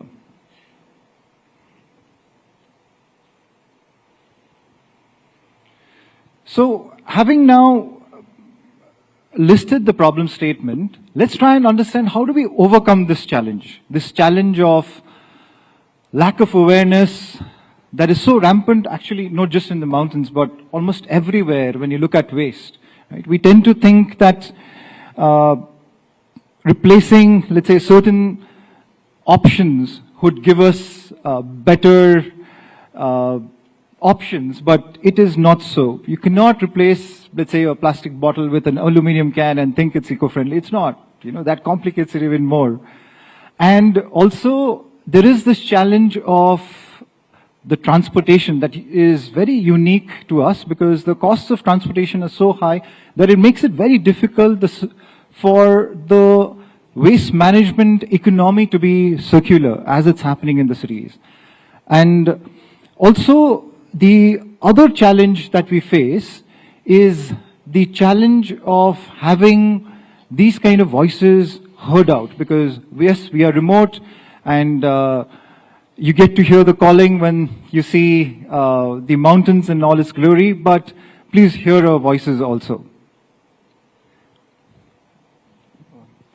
So, I was able to make 5 household zero waste, and not only me, there are 10 of us, and we were able to make 50 household zero waste in the last 2 months, and also our college into a zero waste campus. Okay, so let's see, how did Manav make 5 household zero waste in the last 2 months? Okay, that's his run rate. And how did his group of friends make 50 household zero waste, his college zero waste in such a short period of time? So what you see on the screen is on the top right, so very colorful. So those are what we call indigenous microorganisms. So those are the local, you can say, the Spartans of the forest, okay, that we harvest, or rather we make an offering to the gods of the forest, and then they come and help us resolve the problem in every household. So we make a catalyst out of this, a very potent catalyst that goes to every household that is going zero waste. And what you see on the screen is 3 of them. So there is Jia also, who is here with us today. And they are making a composting unit out of those recycled plastic buckets. Very simple DIY, okay, non-expensive, something that can be done anywhere. And also what they have done, Manav and team, they have handheld every household. You know, so in India, especially, the waste management problem is slightly, I wouldn't say slightly, but actually quite complicated because of the caste and religion angle. Right? So people do not want to talk with the waste workers for multiple reasons. But when it is a student coming and talking to you, and he's willing to spend time with you, trying to bring in awareness, trying to teach you how to segregate, trying to teach you how to compost at home, the game changes. So this, we've realized, is a game changer when the students take ownership of the household in their local region and say, hey, I want to make 10 households zero waste. And while doing that, we were just doing a basic calculation in the morning, saying that if India has around 30 million households that needs to go zero waste, and if there are about 5 million students, they would be able to solve the problem in 6 months, you know, given that all the infrastructure, everything is in place. So that is how revolutionary the solution is with regards to this zero waste Andolan. And we call it an Andolan because that's the kind of movement that is required, a youth-led revolutionary movement to overcome this challenge of waste. The founding father of our nation, Mahatma Gandhi, had left these words with us, saying that, be the change that we wish to see around us. Why wait for the governments to give us solutions? Why wait for someone from outside to come and teach us how to compost or how to take care of our waste? So we decided to live by these words, and we realized that while we live by these words, we have multiple benefits that is not just restricted to a particular stakeholder, but every stakeholder is benefiting here. So you see, the students are benefiting, okay, because they're getting to do what we call SUPW, which is socially useful, productive work, which keeps them engaged. The community is benefiting. So what you see in the screen is one of our community members, he's signing a pledge. And the pledge says, I am going to go zero waste from this village. I promise to abide by all the terms and conditions that the students are asking me to abide by. I promise not to burn my waste. I promise not to dump my waste. And also, I think the benefit, the biggest benefit is of Mother Nature. I'm not sure how many of us are aware that we are going through a major crisis, and the crisis is known as the sixth mass extinction. We are losing out species, mind you, not just life forms, species, at a very, very rapid rate. The last mass extinction was 65 million years ago when we lost the dinosaurs. But we are going through this very alarming time right now where we are losing out species at a very rapid rate. And waste management adds to the crisis. So here, if we are able to somehow increase the biodiversity by ensuring that great black gold is created out of waste, which is 60% out of every household, is something that has a potential to become black gold through composting. And if we are able to accordingly segregate and recycle the dry waste, it's much, much easier to solve the problem. I like shooting videos, and one important thing that I realized is like tripod is very important to shoot any video. We can see here also there are lots of tripods, like, you know, those 3 stand that holds on to the camera. A tripod model of development. Okay, so Gayatri's come up with a unique term. Okay, why do we call it a tripod? So we need those support systems to ensure that a project is successful and the development is not just short term but is long term, it is sustainable, and more importantly, it is a regenerative model. In this model, one of the legs of the tripod is a bottom-up, community-led grassroots movement that these students are doing in their community.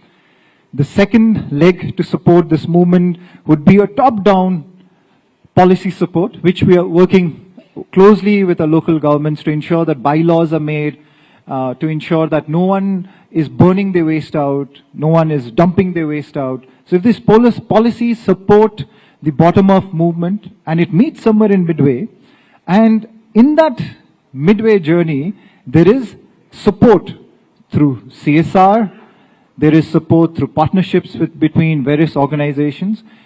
Like, we represent an environment conservation organization called TED. We've been supported by DCB Bank and now Tetra Pak through CSR projects to make all of this happen. So this model, this tripod model, like Gayatri said, is great for shooting for the moon. Let's look at some of the outcomes. So when we make household go zero waste, there are benefits. We are not only solving the problem of waste, but we are also uplifting the community. Like, they start to grow their own food by the compost manure. And on the second one, on the top of the pickup, that is me, where me and my friends are collecting waste from college to get it to TD. And we also sell zero waste products, 2 tons of the tap. So here are some zero waste products. This is a bamboo toothbrush, which is very, like, it can be very soft to your gum. It is very healthy to your gum, and I've also got this one. So this is the foldable cup. This is where I use it wherever I go to travel. Like, if you use 3 paper cup in a day, then in a month you'll use 90 paper cups, and in a year you would use 1090. And if you just buy this and use it, you'll be able to divert 1090 cups from going into landfill. Thank you. Turning off the tap.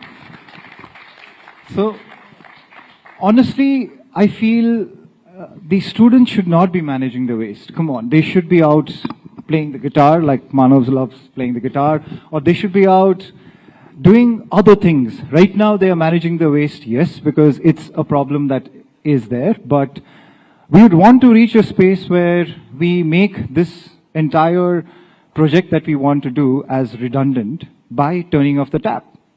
So, like Manav just mentioned, what if waste is not generated? What if waste, if it is generated, is biodegradable and can become soil? So what he just demonstrated to you are things that we can carry. Like, my team here is carrying their own water bottles. They're going out, filling their water bottles, coming in, ensuring that they're not generating any waste. And I'm very proud that even in the hotel that they're staying, they're carrying on even their airport baggage tags, and they're going to take it back to a materials recovery facility that we run because we're confident that we will manage or recycle that particular waste. So turning off the tap is something that we feel is important. We realize that more than recycle, we need to aim at refusing the waste. And that also aligns with our Honorable Prime Minister's vision that is also called LIFE, okay, which is to ensure that we are conscious about ensuring that we live in a regenerative world and not in a degenerative world. So here, like Manav said, people have started growing their own food. So we got into this a challenge with one of our villagers because, you know, in India especially, maybe rightly so for many years, we've been growing food depending upon cow manure as the source through which we add nutrients to the soil. But what if we said, you don't need cow manure? What if you can grow out of waste? And we gave them some of a compost that we created. And we said, okay, let's see if the cabbage that you grow is bigger than the cabbage that is grown out of just cow manure. And when she tried to harvest the cabbage, usually she would just be able to pull it off. But in this case, the cabbage had grown so nutritious, so strong that she couldn't pull it off just with her hand. She had to take some help, okay, and she ensured that she's struggling with it, okay, because it has the nutrients that is needed to make this cabbage as nutritious as it is. Okay, and this is necessary. So for us, because we are becoming nutrient deficient as a nation, we need to have good nutrients. And where is it coming from? Waste. Black gold, like I said. So another multiple benefits that we see here.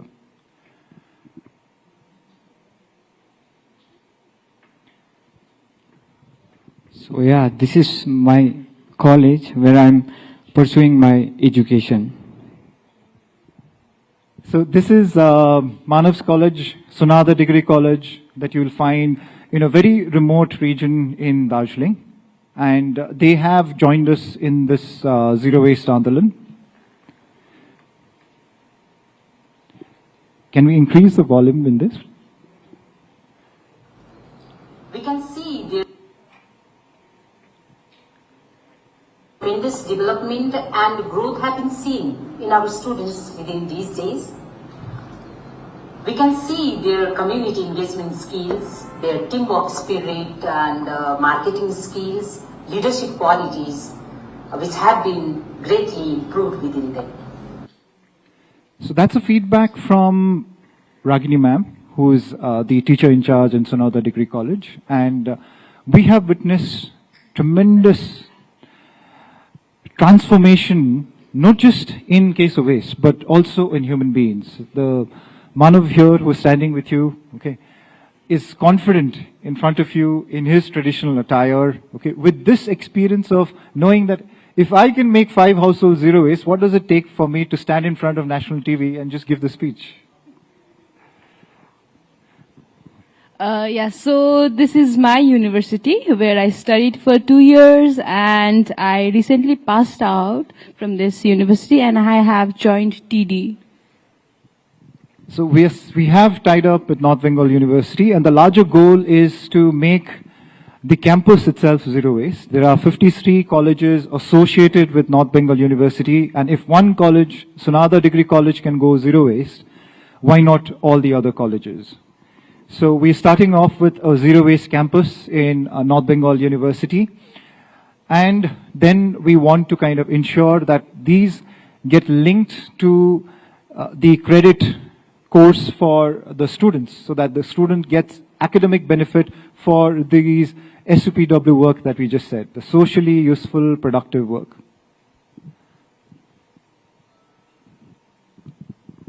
Yeah, so he's my professor, Dr. Vinayak Sundas. So yes, Professor Vinayak Sundas has been our ardent supporter for this zero waste campaign in the university, and also we are working together to ensure that his vision of a zero waste campus is implemented soon, and not just in the university campus, but also in the campus of all the other colleges. Now, if you can read on the screen, so this was a message that was sent to us a few days ago by one of the school principals who is our partner and who has worked with us to make this her school zero waste. It's a Montessori school to 50 students. And if the school, any educational institution goes zero waste and they've started to practice what they preach in the school, now imagine the ripple effect that is created where she's saying that the school is now taking responsibility for making 300 more homes zero waste. One school. So these are the kind of ripple effects that we are talking about when we involve the youth in overcoming the problem and the challenges of waste. So to conclude, I would say that if we are able to link this with the NAC accreditation that is already there as a policy of the government and the new education policy, and then we would be able to accelerate the kind of transformational change that we are looking forward to. Because, you know, the biggest problem I think is that we think that we have time to solve the problem of waste. Honestly, we don't. Especially in the mountains, we don't. We need to solve this as of yesterday. So to know more about Zero Waste Andolan, to join us in this movement, we are leaving some of our information here. You can get in touch with us. We would like we'd like to get all kinds of help if possible. You can come in and join as a volunteer, or there are various ways that you can explore partnerships with us. Like I said, either CSR, EPR, or any kind of contribution that can be done towards these campaigns. So, thank you very much. Thank you all. Thank you.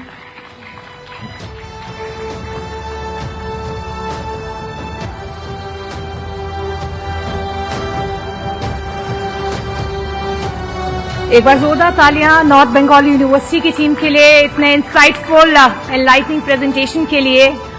Zero waste आंदोलन सिर्फ पहाड़ों की जिम्मेदारी नहीं है, हम सबकी जिम्मेदारी है, और कलेक्टिवली अगर हम इस पर काम करेंगे तो I believe that we see the light at the end of the tunnel. एक बार जोरदार तालियां हमारी टीम के लिए। और जैसे कि हमने कहा है कि हमारे आगे के सेशंस और ज्यादा पावरफुल होंगे, एक इसी से जुड़ा हुआ अगला सेशन जिसके बारे में मैं आपको बताने वाली हूं, हम फोकस करने वाले हैं जो काफी वक्त से एक मुख्य मुद्दा भी रहा है। वो मुद्दा है यमुना रिवर की रेस्टोरेशन का। यमुना, जी हां, यमुना एक वक्त पर एक रिच जीवनदायिनी नदी थी जो आज अपने अस्तित्व के लिए संघर्ष कर रही है, स्ट्रगल कर रही है। दुनिया की सबसे पॉल्यूटेड रिवर्स में से एक बन चुकी है और ये सबसे चिंता का विषय है। तो अब सवाल ये है कि क्या हम कर सकते हैं, हम क्या कर रहे हैं कि इन हालातों को हम रिवर्स कर पाएं। आज IIT खड़गपुर के आर्किटेक्चर डिपार्टमेंट ने तैयार किया है comprehensive white paper Restoring Yamuna, Workable and Effective Solutions for Cleaning and Beautifying the Yamuna River।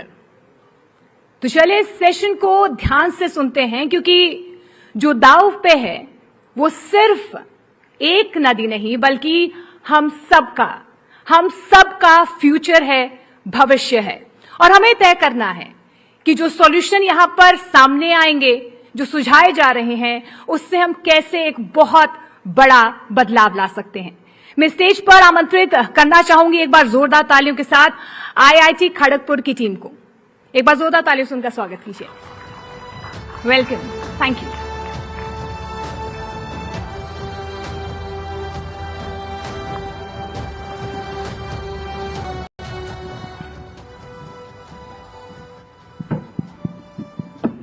Hello. Hello. Good afternoon, everyone present here. I am Gandhali Dikshit. I am a first year student of Masters in City Planning from the Architecture and Regional Planning Department, Indian Institute of Technology, Kharagpur. And today we are here to present our proposal for the problem statement, which is a workable and effective solution for cleaning and beautifying the Yamuna River. So here we see this is an image of the Yamuna River near its source, which is at the Yamunotri Glacier. We can see the pristine and the clear nature of its waters. But what happens to the same river after a few hundred kilometers? It turns to this. This is a picture of the same river in one of our biggest urban centers, which is in Delhi near the Okhla Barrage. The same river now is covered with a thick layer of white foam and is heavily polluted.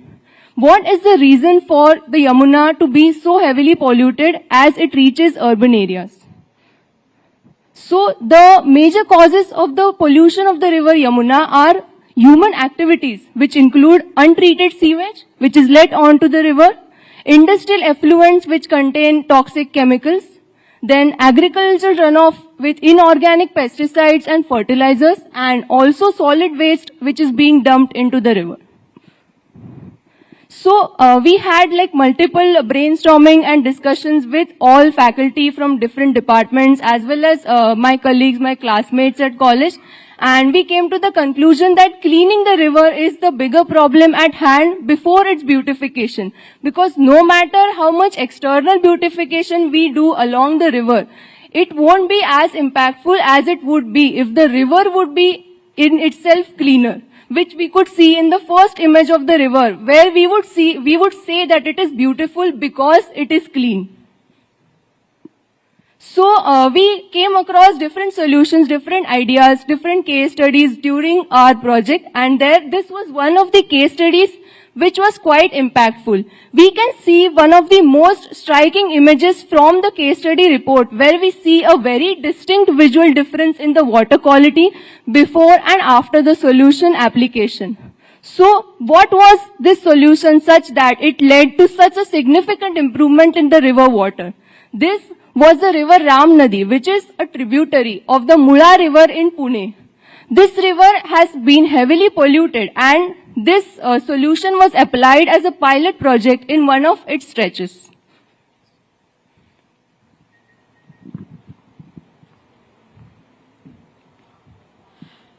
Good afternoon, everyone. I, Gauravi Subhash Padyar, first year student of Masters in City Planning from the Department of Architecture and Regional Planning, Indian Institute of Technology, Kharagpur. The Ram Nadi River, once choked by pollutants, today runs clearer, cleaner and calmer.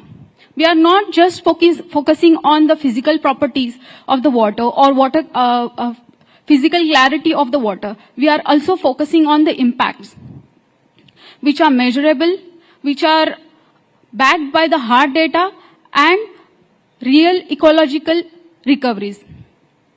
The impacts are biochemical oxygen demand, which decreased to 90%. It restored oxygen, which is essential for aquatic life. Chemical oxygen demand, it dropped significantly from 564.6 to 55.78 milligrams per liter.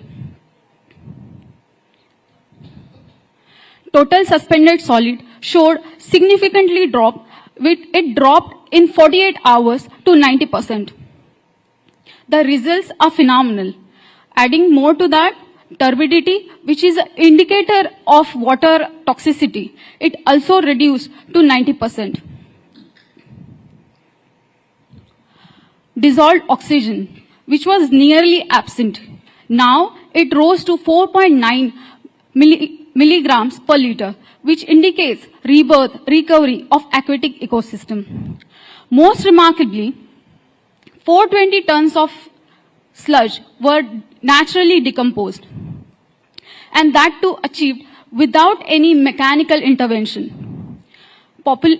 Mosquito population also decreased in that section, and also it prevented vector-borne diseases.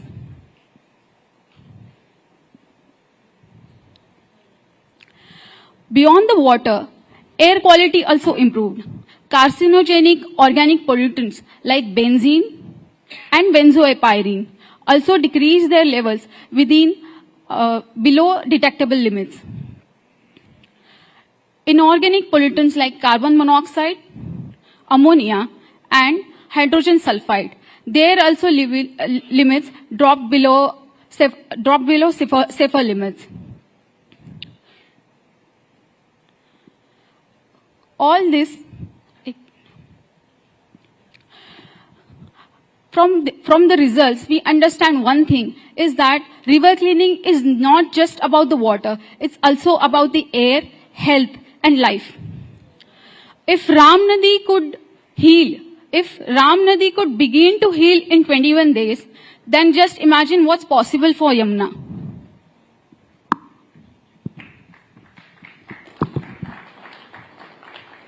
A very good afternoon to one and all present here. My name is Siddharth Menon. I am an alumnus of IIT Kharagpur, the Department of Architecture and Regional Planning. And the astonishing results that you just saw were made possible without using any heavy machinery, without massive investment costs for infrastructure. It was also done at significantly lower costs as compared to that of setting up conventional sewage treatment plants. And most importantly, it was done without the use of any synthetic chemicals involved in the entire process. Now, allow me to introduce you to that magical solution, or that miraculous solution, which not just cleaned the Ram Nadi, as you just saw, which will not just purify, restore, and rejuvenate the Yamuna, but which also holds the potential to position Bharat as the global leader for sustainable river restoration strategies. Introducing Kalki Bioculture.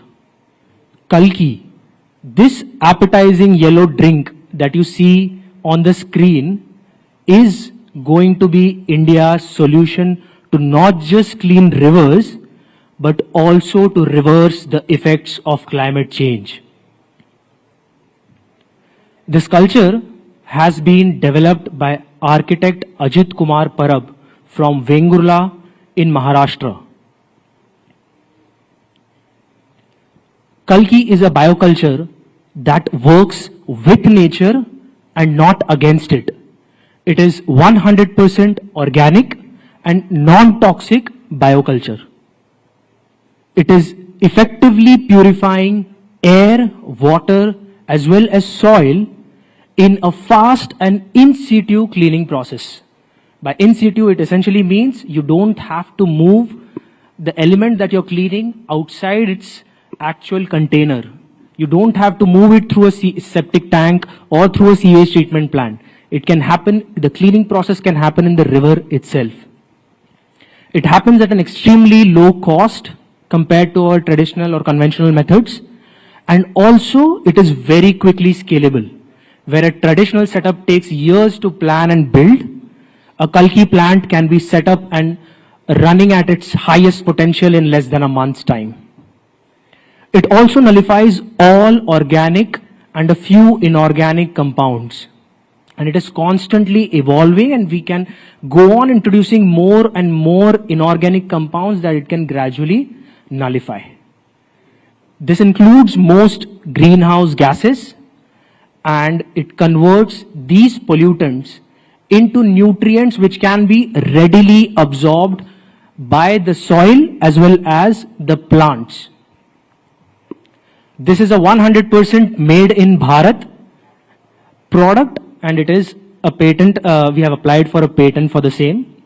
And like I said, it is developed by architect Ajit Kumar Parab in India. Now, through this national platform, the students and the contingent of IIT Kharagpur wants to propose to the Honorable Prime Minister of Bharat, Shri Narendra Modi ji, to apply Kalki to the Yamuna as per the following roadmap. It will be done in a three-phased manner. The first phase would include the pilot implementation, which will happen in 2025 and 2026, in which we will be identifying high impact zones, especially at the source of the river, where it still remains in its pristine state, and where we can strengthen its self-healing and self-purifying abilities. This will also be supported by artificial intelligence-based air, water, and soil quality monitoring. In the second phase, we will be scaling this process through 2027 and 2028 across other regions where the Yamuna flows through, and we'll also include major parts of Delhi NCR, integrating Kalki with the existing STPs into their primary clarification and the aeration process, such that we can reduce the quantum of sludge that we have. And in the third phase, in the long-term sustainability phase in 2029 and 2030, we will be establishing a self-sustaining river management system where Kalki will be used as a preventive measure primarily at the source of the river.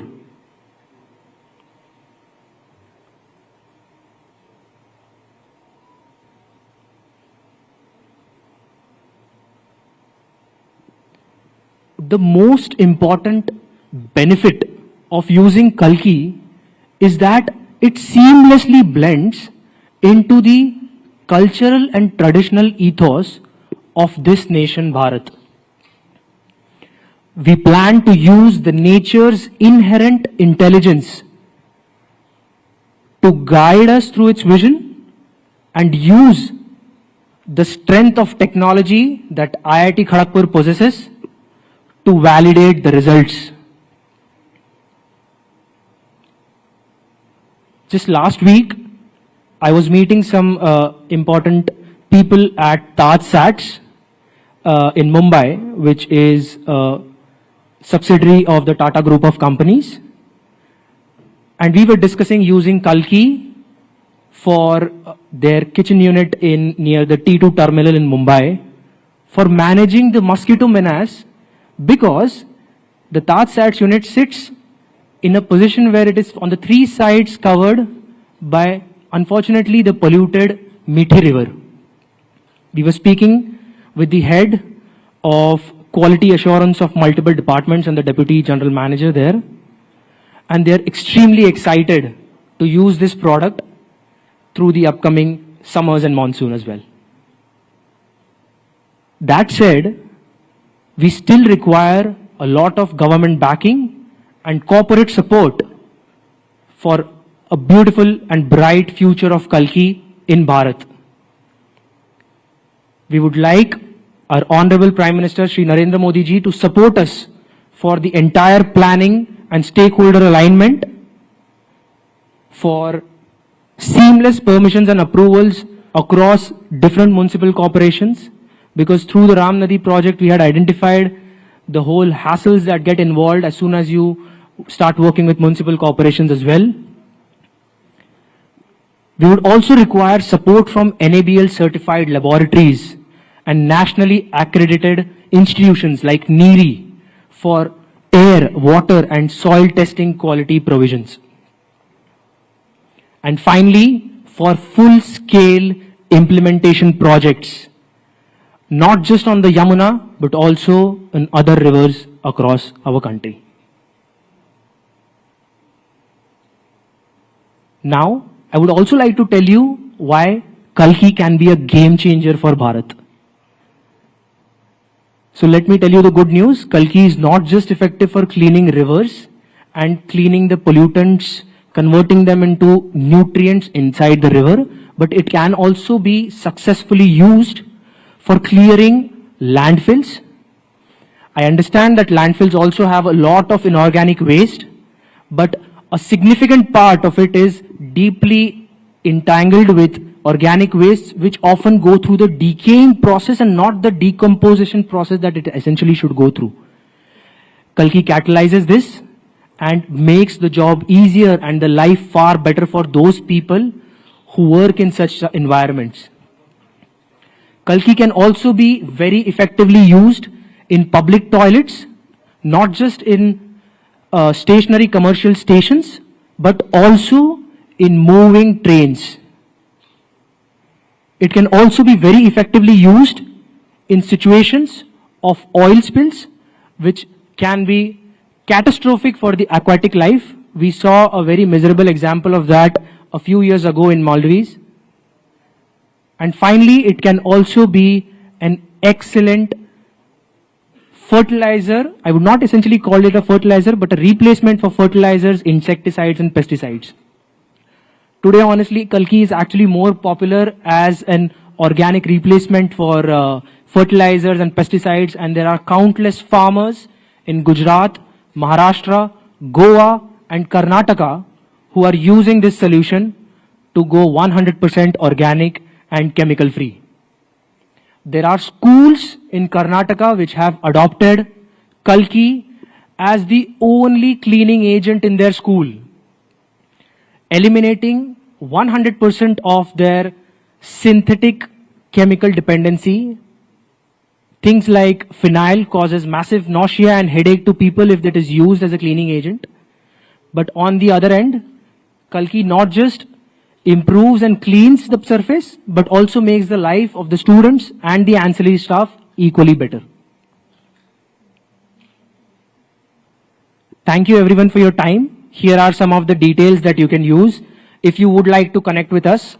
And I would like to also urge to all the viewers who are sitting at home and watching us today, if any one of you wants to partner with us, you're most welcome. And like I said, this is a 100% organic and non-toxic product. I'm sure there will not be a single pest control individual or promoter in this company or in this country basically who will have the confidence of forget holding something like this close to his body, but also considering taking a sip of it. This is 100% non-toxic. You can trust it. So you don't need any other definition or any other proof to understand that this is an absolutely non-toxic product. Thank you so much for your time, everyone.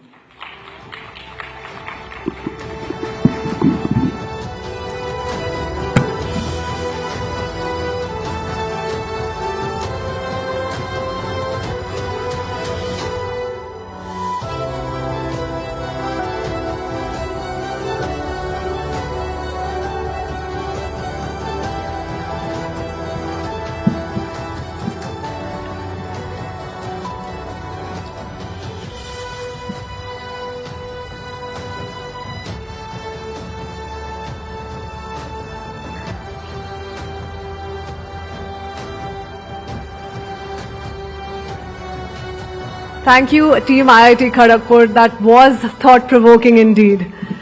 And now, ladies and gentlemen, it's time to discuss one of the most dynamic and transformative trends in India's digital landscape.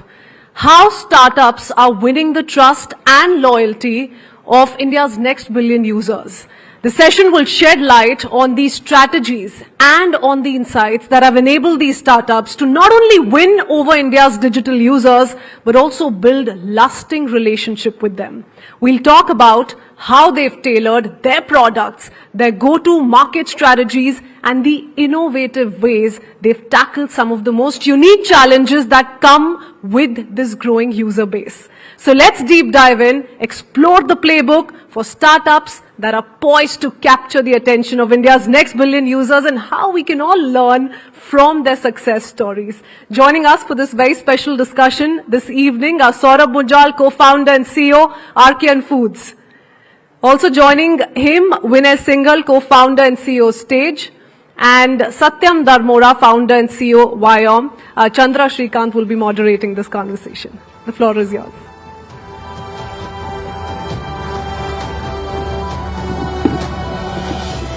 Thank you, everyone. Let's have a huge round of applause for all three founders on stage. The event is Rising Bharat, and we have three founders on stage who are literally building for Bharat. So, you know, Saurabh was introduced as a co-founder and CEO of Archean Foods. But what you don't know is he makes the brands Lahori Jeera. How many of you have had Lahori Jeera in the room? Lahori Jeera, Lahori Nimbu, Lahori Shikanji. So you have a lot of buyers, Saurabh. Then Vinay has created a product that is an OTT for Bharat. So he has, I think you've now had what, Haryanvi, Rajasthani and Bhojpuri in your belt. And Satyam is solving an altogether different problem on how to make internet access more affordable for people in India. So thank you very much, Saurabh, Vinay and Satyam. Very fascinating startup ideas. And I think what strikes me about them is, you know, these are not ideas that originated elsewhere in the world or, you know, can be replicated elsewhere. They're uniquely Indian problems and Indian solutions. So let me start with you, Saurabh. How did a business idea around selling Jeera water become a 500 crore business in 7 years? That's incredible for a first-time entrepreneur. Thank you. First things first, thank you so much for having me. It's a privilege to be here. And second of all, I think a business solution, irrespective of where it is built, as long as it is built for India, it should make sense, it should work. For us, I think it was quite simple. In the carbonated space specifically, there has been literally no innovation. 82% market share is controlled by the giants, which is Coke and Pepsi in India. And if you actually do some analysis, we actually double-clicked and did a lot of research. We realized that in a lot of countries outside India, except India, where it has the maximum market share, in other countries, it's much lesser and it is reducing. The reason is that the local flavors were actually taking a large pie of these market shares in all the countries except India.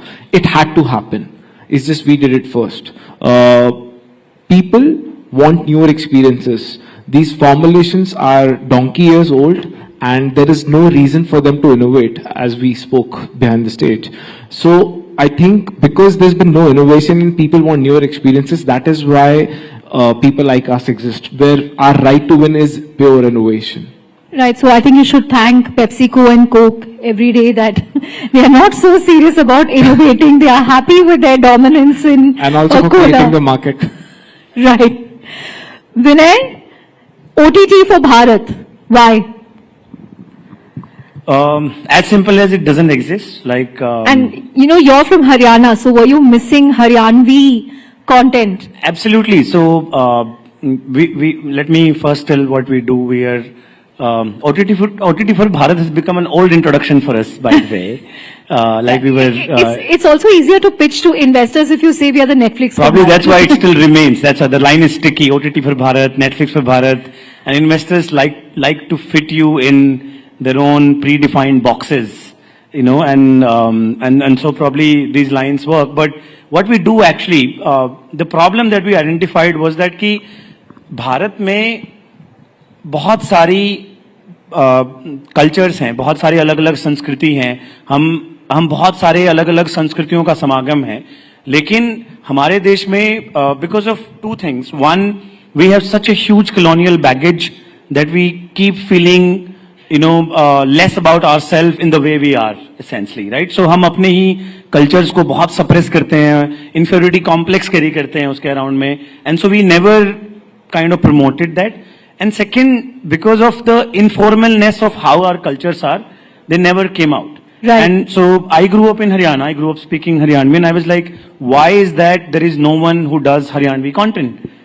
Simply because Haryanvi is a dialect and not a language. Dialects don't have their own script, so they don't have their own literature, so there was no cinema as well. And I was like, today, that is not the case. Today, we as a we don't need literature to make films, and we don't need theaters to release films and make them big and distribute them, right? So, which is where, as a way to promote cultures, We chose cinema, basically a constructive storytelling as a way to promote cultures, and OTT became the way then to basically distribute it. So that's how essentially the story came about. We are a company to promote India's regional cultures, and today we do that through making very high quality, incredible movies and web shows in those local cultures. Tomorrow, if it takes us to make Disneylands for each cultures, then we will make that and basically keep promoting those cultures. Right. So you literally had to create content in Haryanvi, in Rajasthani. Yes, absolutely. We are basically, so just to finish the last line and then answer this, we believe that we're building the confidence layer of this country. You know, once people start feeling comfortable with the idea of who they are, they feel confident, and that's how societies thrive. And so, like there's an India stack, we are the confidence stack of this country is what we believe we are building. Confidence stack can be a good name for this panel as well. Absolutely, I think yes. I invite both of you to join Confidence Stack. So yes, thank you. And yes, like you said, Haryanvi and Rajasthani are markets where there was no film industry that existed before us. We had to go and create an entire movie industry from scratch, which meant finding, different form of artists, poets, comedians, folk artists, theater artists, etc. And figuring out that all of them actually wanted to make a film at some point, and because there was no opportunity that existed for them, they had the talent, but the only way to make a movie was to go to Bombay, struggle there, and hopefully get a break at some point. And so they decided कि चलो और कुछ नहीं तो कविताएं लिख लेता हूँ, कॉमेडी कर लेता हूँ, शायद थोड़ा पैसा बनेगा, मेरा घर चलेगा उससे. We found all of these artists, funded their first ever movies and web show projects, and basically created an entire movie industry out of that. Haryana today has 150 production houses which work with us on a regular basis. Wow. And we produce 50 original movies in each of these three markets, Haryanvi, Rajasthani and Bhojpuri, every year, which is basically almost half of the entire regional industry in this country. So you're like the Karan Johar of Haryana. Maybe that's... minus the coffee show. Maybe this is the coffee show. But yeah, yes. We are the producers as well as the distributors of Haryanvi content and Rajasthani content there. Right. Satyam, he spoke about confidence layer. Now that confidence layer will not work without your infrastructure, because you're making internet affordable, unlimited internet for 5 rupees on a daily basis. All of us need to know about this. So tell us a little about your startup. Sure. See, if you just go Yamuna Par and go to Gandhinagar, there would be a boy, Bharat. He wants to watch an IPL match. And all he can do is he can watch the entire ad of Dream 11 and 1 over. Because in India, the average telecom ARPU is 170 rupees. For 170 rupees, you get 2 GB of internet for the entire month. Which means on a daily basis, you get 120 MB of internet for one user at an average of India. So if you saved those 120 MB from your morning WhatsApp forwards, which all of us like to do, they're literally not left with anything beyond 1 over and Dream 11 that they can watch. Dream 11 from Harsh will be here tomorrow, so I'll tell him. Yeah. But the fundamental to this is everybody deserves to dream, and we need to shift this whole narrative of India from poverty elevation to prosperity creation. Because that is what India is now ready to, right? So I think like Vinay said, it's the way we look at it is that confidence to dream also has to come. Between your dreams and you is this information. And that information is out there on internet. It cannot happen that 1.35 billion Indians, and you take the United States of India out of it, where most of us live, the rest of the India is data starved. They do not have enough internet to carry out half an hour of online class, probably even to watch, some awesome content which is being built. And that is where it is extremely important for us to solve that problem. We started, and today, yes, we offer in their homes unlimited internet for the entire day, as much as they want to do, for just 5 rupees. And that's an important part of, India models, that it can only operate at smaller sachet type cash economy, and it is not a P&L business anymore. Right. And your business model is also interesting, right? Because essentially what you're doing is, if we have excess internet, you buy that and sell it to someone who needs internet at an affordable price? So, see, this is, a lot of you guys might not know about it, but India is the only and the first country in the world which allows any individual to resell their extra internet. Only country in the world. There is no law in the world anywhere else, right? So while, you see, when we talk about this whole aspiration of India, I think we have to give it to various governments over the years that they've been very progressive about whether it's the idea of UPI or Vani, which is the protocol under which we make it enable. So we buy extra internet from people who are not using it and give it to people who need it on any given day. But what is important in doing that is that there is the right kind of framework and governance in place. So we just happen to be at the right time, at the right place, in the right country to make it done. Right. Saurabh, you're based in Chandigarh. So tell us a little about what it's like to build a business from, Chandigarh, because the notion is that India's GDP per capita is still small compared to other countries. Most of the startups go after the top 30 million users who can afford to pay them. And I think we have, most of the startups, most of the unicorns go after that same 30 to 50 million cohort. But you run a revenue generating profitable business building from Chandigarh targeted at the Bharat market. So how is it building a company like that? What should one keep in mind for entrepreneurs who want to look at Bharat? So I think building it out of Chandigarh, the only difference is that most modern cities would have a very well-versed ecosystem that would really help the company blossom.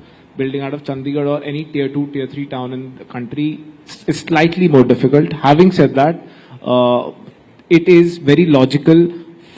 The whole point is that the entire new age entrepreneur ecosystem is actually after the 12 or 15 crore people who are actually filing income tax returns. And I'm not sure if how many of you all know this, but out of the 15 crore people who actually file an income tax, half of them file for zero. So there are only about 7.5 crore people actually paying income tax. So technically, in our language, we call it South Bombay, South Delhi. So we said we want to build this brand, not keeping in mind South Bombay, South Delhi, but anybody but them. Because we feel India actually is the superset is the 100 crore population who are not part of that cohort. And that is what we went after. Because these guys, their sense of enjoyment, their sense of indulgence comes through these small decisions that they make on a regular basis, which is to buy these drinks or buy some food or do some small little things that bring happiness to their life. And that is what we were after. And that is what we want to do. We want to build India's preferred choice of beverage brand in the country. India as a nation is completely heterogeneous. As these guys spoke, every 100 kilometers, the language changes, the modus operandi changes, everything about the country changes. Something as basic as curry. If you go to Bombay, if you go to Rajasthan, if you go to Punjab, if you go to Calcutta, everywhere the taste of something as basic as curry would be different, right? Everybody has a different interpretation. But there is one common thing that really binds the country together. No matter what part of the country you go to, but you'll always find golgappe or street food or chaat, something like that. So chatpata masaledar is the very essence. It's in our DNA as a country. Irrespective of being so fragmented, we're still together when it comes to chatpata masaledar flavor. And that is the whole thesis. That is what we build the company around. A chatpata masaledar flavor. And then the entire Lahori flavor. And the price point also helped you. Yeah. So as I said, how do you go after masses and how do you sort of focus on that cohort is making sure that the product market fit, the PMF, sort of works out where the pricing plays the most important element. We as a country are a value for money. No matter how, I'm not talking about the really wealthy, ultra wealthy people, but even my mother, till date, if she would buy sabji, she would negotiate. That is the country we are, that is who we are, and we need to appreciate that any product that you sort of launch in the market, if you're targeting the masses, price point is absolutely critical. And we kept it at the 10 rupee price point, which is a magical number. So, because you've succeeded with Jeera water, now everybody wants a Jeera in their portfolio, right? From Bisleri to Parle Agro to Dabur to Coke and Pepsi as well. Coke and Pepsi. See, be careful what you wish for. So, if you need to appreciate any category. So now everybody knows we are the OGs when it comes to building that category. We created that category. Now everybody's bouncing on it because everybody wants a pie of it. Having said that, what happens when something like that happens, when there are more people coming to the category expands further. This is great for business. I want more and more. There can never be a case where you are in a business where there's no competition.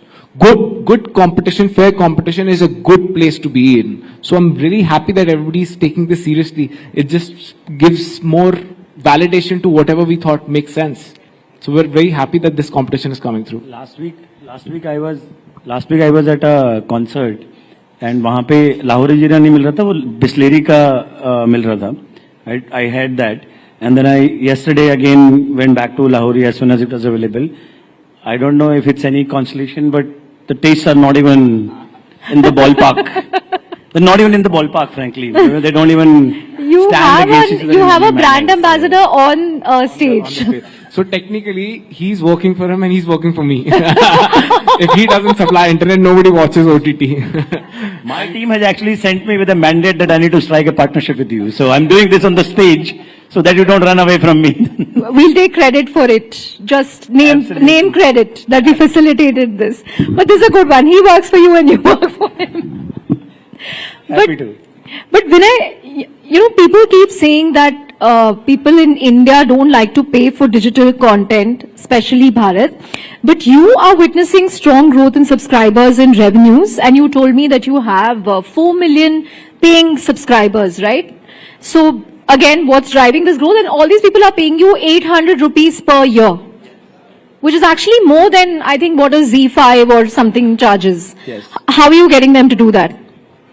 So first of all, I think people who say that India doesn't pay for content are their information is absolutely coming from bad sources, is what I can tell you. Most probably it's lazy statement made from an AC office because they don't have in them to go out on the ground and find out if people are actually ready to pay or not. Second, I think this conception got built because most of the internet, the content that it served in the beginning was not made for Bharat. That content was primarily built, it was basically a second copy of West that came to India, and that was the content that we are consuming. Then it was primarily English, whatever Indianized version of it we consumed, and then at best we went to Hindi. Then the third layer of the problem came where when the new age founders said, okay, we will build for Bharat and we'll make content companies for Bharat, everyone thought ki Bharat ko, we built stage in 2019 and the top 5 content companies back in the day which were serving Bharat were TikTok, ShareChat, Hello, Bigo, Likey. Sare UGC platforms hai, right? And in the name of UGC, all of these platforms were actually serving very questionable content. क्योंकि वो सबको लगता था कि यही देखता है भारत, इसके सिवाय कुछ पर वो तो सब देखते हैं. वो कंटेंट तो ऐसा है जो सब देखते हैं. Who doesn't consume, edgy content? Everyone does, right? So वो easy था. तो हमने यहाँ से AC के कमरों में बैठ के भारत को टैग कर दिया कि भारत को यही कंटेंट देखना है. भारत केवल edgy देखता है और फ्री में देखता है. कभी भारत को क्या चाहिए और भारत कौन से कंटेंट के लिए पैसा देने को तैयार है, ये तो पूछा ही नहीं. अगर भारत के पास पैसे नहीं होते तो लाहौरी जीरा इतना बड़ा ब्रांड कैसे बन जाता? भारत के पास पैसे होते तो व्योम का इंटरनेट भी नहीं खरीद पाता वो. भारत के पास पैसे नहीं होते तो वो your Pepsicos of the world and the Lifebuoys of the world. मैं लाइफ बॉय का एग्जांपल देता हूँ. My father is actually in the room today. My father used to run a general store in the village. गांव में जो बनिए की दुकान होती है, we used to run that, and मैं उसी में बैठ के बड़ा हुआ हूँ. हमने सारी ब्रांड बेचते थे हम वहां पे, लाइफ बॉय, पीएनजी, HUL, सबके प्रोडक्ट बेचे हमने. अगर भारत के पास पैसे नहीं होते खरीदने के तो फिर ये सब ब्रांड्स कैसे बनती इतनी बड़ी? ये दिल्ली से बॉम्बे से तो नहीं बनी है इतनी बड़ी ब्रांड्स. प्रॉब्लम ये है कि जिनको लगता है कि भारत के पास पैसे नहीं है या भारत पैसे नहीं देना चाहता है, उनकी अंडरस्टैंडिंग बहुत लिमिटेड है. और उन्होंने कभी, और हमारे देश के एंटरप्रेन्योर्स ने भी एक्चुअली भारत के साथ बहुत ही स्टेप चाइल्ड बिहेवियर किया है. तो हमने कभी उनके लिए हार्डकोर प्रोडक्ट्स, उनकी जो नीड के प्रोडक्ट है, जो उनके साथ बात करते हैं, उनको कभी छोटा फील नहीं कराते, उनको इंफीरियर फील. लाहौरी जीरा क्यों, मैं आपको बताता हूं, and I am actually his brand ambassador probably I'm going to talk about more about him and then stay. Lahori जीरा क्यों चला, अगर कोई मुझसे पूछे, इसलिए क्योंकि लाहौरी जीरा है ना, भारत के आदमी को कभी कम फील नहीं कराता. लाहौरी जीरा उसके एस्पिरेशन में ऐड करता है, उसके कॉन्फिडेंस में ऐड करता है, उसको इंफीरियर फील नहीं कराता कि अरे यंगिस्तान, जब तक रणवीर कपूर वो ऐड नहीं करेगा तब तक आपका ब्रांड मतलब बहुत बड़ा ब्रांड नहीं बन जाता है, या आप वो क्रिकेट जब तक नहीं खेल रहे हो, या बहुत बड़े शहर में ऐसा इनका जो ऐड होता है, the larger cold drinks, look at some of those ads. If when I saw that ad from my village when I was growing up, I felt intimidated. कि अरे मैं ट्राई भी कर सकता हूं क्या ये ड्रिंक. Whereas लाहौरी जीरा बोलता है कि अरे अपने देश का ड्रिंक है, अपन जो घर में जीरा पानी बना के पीते हैं, जलजीरा पीते हैं, आम पन्ना पीते हैं, देखो ये वही तो ड्रिंक है, ये अपनी ड्रिंक भी, इसमें भी कोई कमी नहीं है, ये भी देखो फैंसी बोतल में आ सकती है, इसको पीना भी सेक्सी हो सकता है, इसको भी आप अपने ट्रैवल की ड्रिंक बना सकते हो. हम भी वही कर रहे हैं, स्टेज भी एकदम वही कर रहा है, स्टेज बोल रहा है. Essentially what Vinay is trying to say is people are not really making an effort to find a reason as to why people will spend. If you actually make that effort, you will come to realize the lazy way out is to say Bharat doesn't spend. Yeah, exactly. So you will realize cumulatively this superset, which is Bharat, has far more wealth that they're ready to spend vis-a-vis the folks who are sitting in ACs and unfiling income tax returns. So these guys cumulatively are far more valuable as a cohort versus the 12 crore people who actually file income tax returns. इसका एक और अच्छा example देता हूँ, ये थोड़ा टची topic है मेरे लिए, तो मैं इस पे थोड़ा इमोशनल हो जाता हूँ कि यहाँ पे शहर में, मैं नोएडा में रहता हूँ, यहाँ पे हम जीते हैं EMIs पे, है ना. गाड़ी खरीदी तो लोन ले लो, घर खरीदा तो लोन ले लो, फ्रिज खरीदा तो लोन ले लो, है ना. आजकल तो भांति प्रकार के छोटे छोटे लोन मिलने लग जाते हैं, हर चीज लोन पे ले लो. हम जहां पे जिन यूजर्स की बात कर रहे हैं, वहां पे लोन वोन का कॉन्सेप्ट है नहीं कोई, है ना. लोन लेना गलत बात समझी जाती है, इज्जत की बात हो जाती है लोन लेना. जितनी सेविंग इनकी सारी साल की होती है ना, उतनी सेविंग हमारी दादी नानी के आटे के डब्बे में मिल जाती है, क्योंकि सेविंग नाम का तो कोई कॉन्सेप्ट ही नहीं है इधर. तो पेइंग पावर, पेइंग कैपेसिटी बहुत है, बस कोई उनके लिए वो प्रोडक्ट बना दे जो उनका प्रोडक्ट है, जो ऐसा ना हो कि यार ये हमने यहां दिल्ली के लिए बनाया था, आप भी यही देख लो. राइट. जो उनको ये कह दे कि ये हमने आपके लिए बनाया है, ये आपका प्रोडक्ट है, आप देखो, उसके लिए वो पैसा दे देंगे फिर basically. Right. Satyam, yeah, you want to weigh in? Yeah, so see, obviously these guys have talked about it. The 2 points to it, right? In our learning also, it's not about the cost; it is about the context that we need to get right. And most of the time, the conversation goes towards cost because it comes from very Western concepts of how businesses are seen. Now, in US, you buy more to save more. So you go to a Costco and they'll say, you take 5 and you get 2 free. Now, this is a very US-based of value pricing. In India, you save more so that you can buy. And therefore, 96% of cigarettes in this country, people would take 1 stick at a time. Because it has to match my cash flow. I've got 20 rupees in my pocket. You cannot tell me that buy the entire box of cigarette and I will give you 25% discount. Now, till the time we get the context of India right, the solutions would not be primed to this. So if India can sell so many cigarettes, and if even a beggar can afford to buy tea, which is nothing else but a commercial transaction, you would see somebody actually asking you, chai ke paise de do, which means a drink which didn't even exist in this country 200 years back, which Britishers brought it in, became a business model over time because somewhere the context clicked. Right. So if we start to put Indian lens, shift from, let's say, rather than build in India, we have to be born in India products now. Because build in India were actually seen in US, copied in Europe, and then they were built in India. Right? But if India ke liye banana hai, they have to be born in India. They have to probably come from people who are as passionate. Born in India is a good construct. Yeah. I think just to add to what he said, it's actually logical and it is validated. You will realize that it is the mindset I'm talking about. Costco's and all these modern trade stores across the world, they have like massive sales and they work really well. In India, it's an inferior experience. That is why quick commerce is actually rising and taking over the modern trade. People in the Western countries, they like to buy in bulk, store and then consume over a period of time. Whereas India में कहता है cash flow, आज cash संभाल, saving कर, आज solve कर, and that's why quick commerce solves for it. वो आज solve कर देता है और जब कल की requirement आएगी तो वो फिर buy करेगा. Nobody likes to buy in bulk and store in India because they prefer cash. So the mindset is not to buy in volumes. buy, just solve for today and save on money. Right. So that thought process is coming through. I'll just add, one interesting example of, so when we look at India lens, right, then it is not only about tech. Trust has to go with tech to bake it for India. So in our call centers, for example, we realize when you call, people say, sir, आपको हम 2 minute के hold कर सकते हैं, ma'am आपके साथ हम ऐसा कर सकते हैं. And we just made a small shift. So if you call to our call center, they will say, मैं आपका भाई सत्यम बोल रहा हूँ, आज मैं आपकी कैसे मदद कर सकता हूँ. And the conversation from there on fundamentally changes. And we've seen, some female calling and then saying, कि आप भैया तो बोलते हो लेकिन कभी रक्षाबंधन पे क्यों नहीं आते? Now, can you believe a transactional statement which was about a complaint actually ending up in a very, very different context because instead of calling sirs and madams, we've started just calling ourselves bhaiya and didi. Now, that's where probably it has to be seen from a different lens. It's a huge opportunity. I mean, a billion Indians, $100 is a $100 billion business. Right? How many businesses in India can aspire to be $100 billion, right? Maybe you're looking at 3 of them possibilities. There are many more. Right. As we wind up, Satyam, but were you ever intimidated that you're entering an industry that already has such heavyweights, telecom? See, we're thankful for the first set of things to be out there because if you look at it last 20 years, there have been fundamental disruptions in how businesses have shifted, right?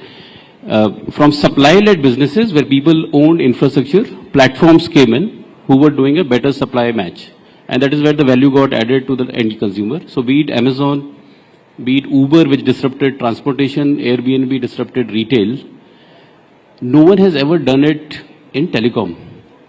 So I think the excitement of being the first one, even if you are martyr or उसमें आप शहीद भी हो जाओ तो उसका मजा शायद अलग है. That is what was carrying us. But on the other side, 1 billion Indians, everybody deserves to have big dreams. In our lifetime, if we can help 50 crore people to fulfill their dreams in some ways, I think it's worth it. And it's worth it beyond all the hurdles, every other constraint that you talk about.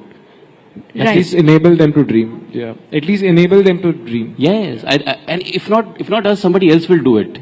It has to happen. And also, Chandra, I think to that point, I'd also like to add, for all 3 of us, there are large incumbents in our respective industries who are operating.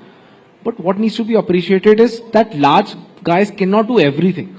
There will always be younger folks coming in. Issues yes, there are legacy issues, there are innovation issues. There is no motivation at the end of the day. What you are actually doing is just ensuring that there is scale and you continue to do things. The reporting is signed. They're just trying to standardize things. I think the focus is always on that rather than innovation. For people like us will always exist in industries where there will be large incumbents. It's just more logical. We will come up with reasons as to why they should start innovating again. Right.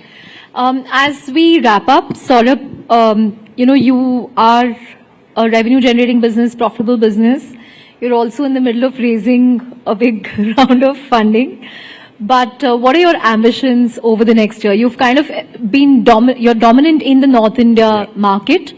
What next for Lahori? I think it's very, very simple and very clear in our minds. The next couple of years, we absolutely intend to have national footprint where anybody in India traveling whatever part of the country you go to, you will find Lahori Zira an option. So I should be able to order it in Bangalore. 100%. 100%. No matter, not in Bangalore, but any part of the country. Next 2 years, the idea is to have national footprint. Next 5-year dream and ambition and something that I promise you we will fulfill is we will be the preferred choice of Indian consumer for beverages. Great. Vinay, you just raised a round of funding. So what are your ambitions beyond Rajasthani, Haryanvi and Bhojpuri? Yes. 5 years from now, every single regional culture of India, every Indian who comes from them would be proud of their cultural identity and would have never have to feel any sort of inferiority complex because they come from a certain background. That would be the real success The confidence layer. Confidence layer. Satyam, who has also raised a round of funding. Yeah. See, by 2030, we want to make sure that Vyom becomes synonymous with the internet. There are at least 50 crore people who, for just 10 rupees in their pocket, can get as much internet as they want, so that they can complete their online education, they can watch whatever they want to watch and fulfill their dreams. In next 2 years, we expect that at least 1 crore people, today we are at around 10 lakh users who use internet through us. We would be at around 1 CR users who, with just 10 rupees in their pocket, would only have 3 choices. Either to have Lahori Jeera, or to watch an amazing content, or to have unlimited internet from us. That's a great way of putting it. I think just to add before you wrap this up, I think what is important is that folks like us, we are the ones who need to dream, and younger folks who aspire to be entrepreneurs, we just need to dream a step bigger. At some point in time, Vyom could possibly lobby for this in other countries, get that regulation done and start doing it across. He'll probably start doing it for other languages outside India. And if a Prime can come to India and sell, Mr. Beast, I don't know if any of you know that there's a beverage called Prime, which is actually bought by Mr. Beast, who's the biggest YouTuber, sells a bottle for $500. If he can come to India and sell, why can't a Lahori Jeera go outside and sell and dominate the world? It is just for us to dream. Once we dream, we will be able to do it. I promise you.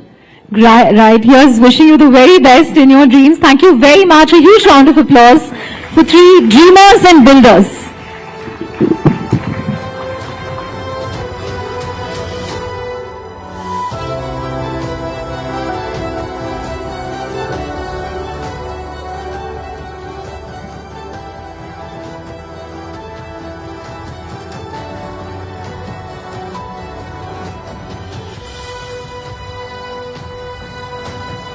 Well, that indeed was like the much needed coffee shot this evening for all of us, or should I say the much needed soda drink. Thank you, gentlemen, for putting out those very interesting ideas for the young entrepreneurs in our country. And now, ladies and gentlemen, it's time to shift our attention to one of the most pressing issues confronting the nation today, which is air pollution in the national capital. As we all know, Delhi's air quality has reached critical levels in recent years, impacting the health, impacting the well-being of millions of its residents. It has become a health crisis that affects not only the physical environment, but also the economic and social fabric of the city. And to take this conversation ahead, I would like to invite a team from IIT Delhi who will present a white paper on the issue which will outline comprehensive, data-driven solutions to tackle this growing problem. Team IIT Delhi. Can we please have a huge round of applause?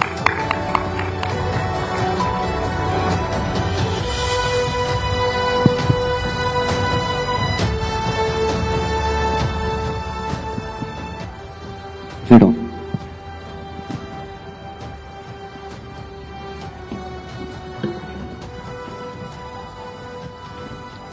Hello everyone, I'm Sparsh. I'm currently pursuing my BTech in 3rd year in Department of Biotechnology and Biochemical Engineering at IIT Delhi. Hello everyone, I'm Utkarsh Singhwal and I'm currently pursuing Bachelor's of Design from IIT Delhi. Pranam, I am Avni, currently pursuing my Bachelor's of Technology in Biochemical Engineering and Biotechnology at IIT Delhi. So, here we are to discuss the strategies for air pollution mitigation for Delhi. Here we'll be discussing about biopellets, dust mitigation and urban planning and beyond. So, the crisis of air pollution in Delhi NCR are grave, right? The Delhi pollution crisis has reached to the level that PM 2.5 has been nearly 20 times of the WHO guidelines, right? What are the major contributors in this issue? The major contributors are vehicle emissions, industrial activities, construction dust and agriculture residues. Solutions already exist. We need to make a systemic change to implement them. One of these solutions is urban ventilation. Urban ventilation with strategic planning and green infrastructure. What is the problem over here? The problem is that Delhi is today currently facing an urban island effect, due to which it is facing an elevation of temperature up to 4 to 5 degrees relative to its rural areas near it. Right? It happens because the construction and all the development projects absorb a lot of heat. Right? The solution of this is urban ventilation. Urban ventilation corridors essentially allows the air to flow, which in turn moves the pollutants and do not allow it to collect at the same place and gets fresh air in the region. right? And we have the result of a survey where in the city of Hangzhou, China, has been able to find a reduction of around 25.2% of PM 2.5. Now let's have a look at case study from Hong Kong. So Hong Kong's air ventilation assessment, it emphasizes on breezeways, podium designs, and also on the varying height of buildings and how can we improve ventilation using it. So looking at the first example, as we can see that improper spacing of buildings can lead to blockage of sea breeze. So we can place the buildings apart by up to 30 meters of spaces. Now let's look at how streets plays a major role in this case area. So as we can see in the second example, zones like stagnant zones gets created that has very low AQI because of improper layout of streets in respect to the prevailing wind. So as we can see in the horizontal layout, it has more stagnant zones in comparison to the parallel orientation in respect to the prevailing wind. In the third example, it shows how we can have the varying height of the building and how can we get the air to the street level by keeping the height of building up to 160 meters, as height more than 160 meters can lead to downdraft effect that pushes the wind down. Now these are the changes that we can do in the mid to long term, but let's discuss what we can do in the short term, and here we have an example that can be implemented as soon as we start working on it. So here's an example of signboards where we can see that we can either start with changing the layout of horizontal signboards to vertical signboards, or we can also place the horizontal signboards in parallel to the roads. That can help in less blockage of air.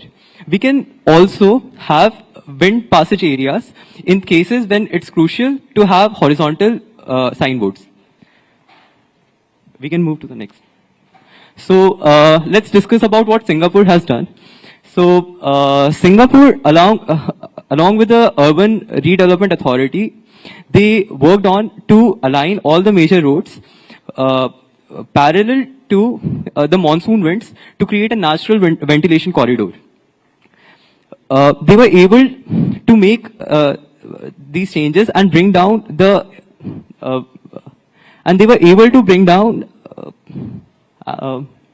moving forward.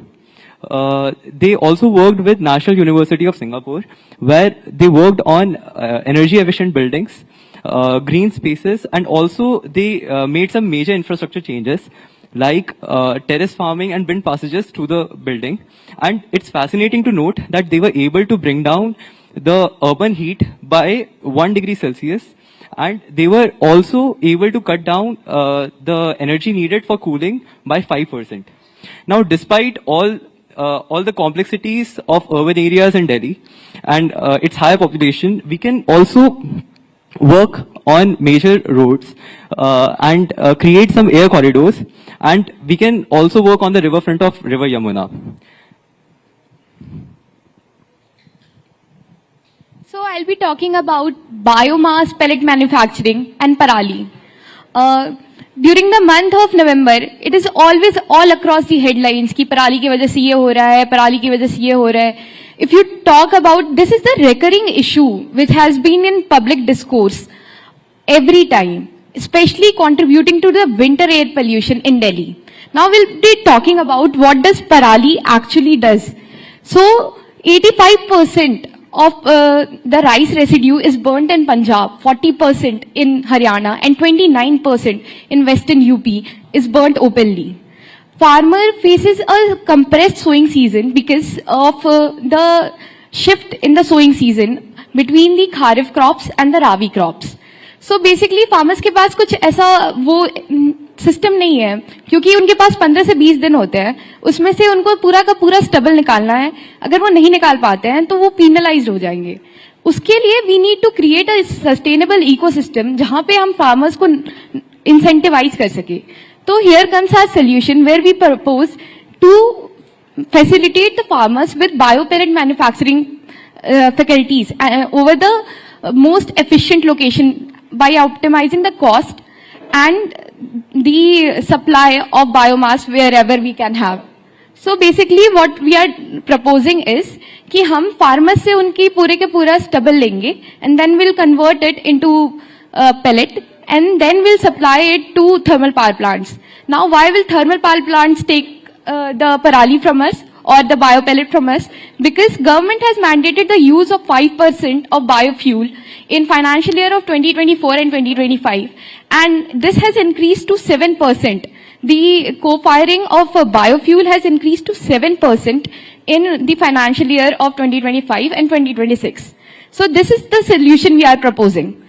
Now talking about the advanced dust separation technologies.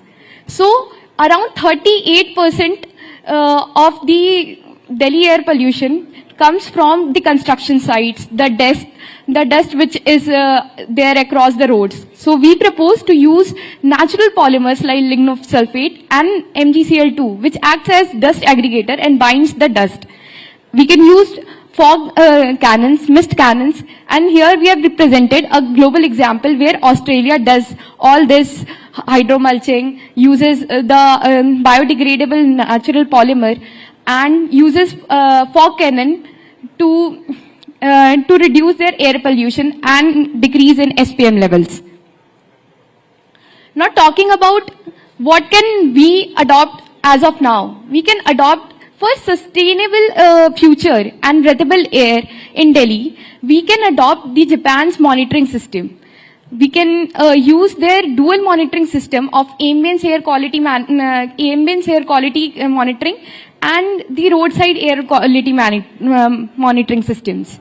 So we can install at ITOs, at Anand Vihar, where the major air pollution occurs. We can integrate the data in real-time apps so that advisory comes to the public health and public knows and conduct the informed decisions. We should also make a sustainable and favorable ecosystem for EVs and incentivize this process by subsidizing the usage of EVs, or we can also use we can also develop the framework of recycling of lithium-ion batteries and converting into black mass so that we can recycle these batteries. This is what we have presented. We should not only focus on the challenges we are facing, but also that we all together can create a breathable future.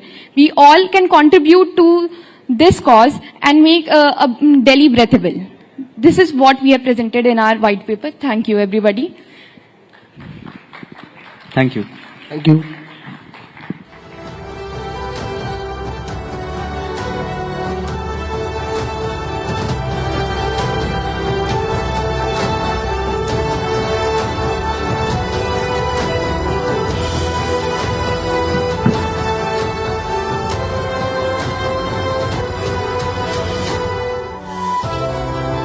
Thank you, Team IIT Delhi. Your vision and your work just tells us that our future is in safe hands. Thank you for that detailed presentation. And ladies and gentlemen, as promised earlier, the evening is only going to get better from here. Up next, it's a great honor and privilege to welcome one of India's most dynamic and influential political leaders, Sachin Pilot from the Congress Party. Mr. Pilot has made a significant mark in Indian politics, particularly in Rajasthan, where he has been a key figure in shaping the state's political landscape. Today, we have this unique opportunity to hear from him directly as we explore a range of issues that our country continues to face. The Congress Party's vision for India's future will be discussed and how leaders like him are working to address some of the most pressing issues as well, from economic reform to social justice, development and national unity. Mr. Pilot joins us virtually for a fireside chat titled Pilot's Vision, Navigating Bharat and Rajasthan's Future. And Shivani Gupta, my colleague, will be taking this conversation ahead.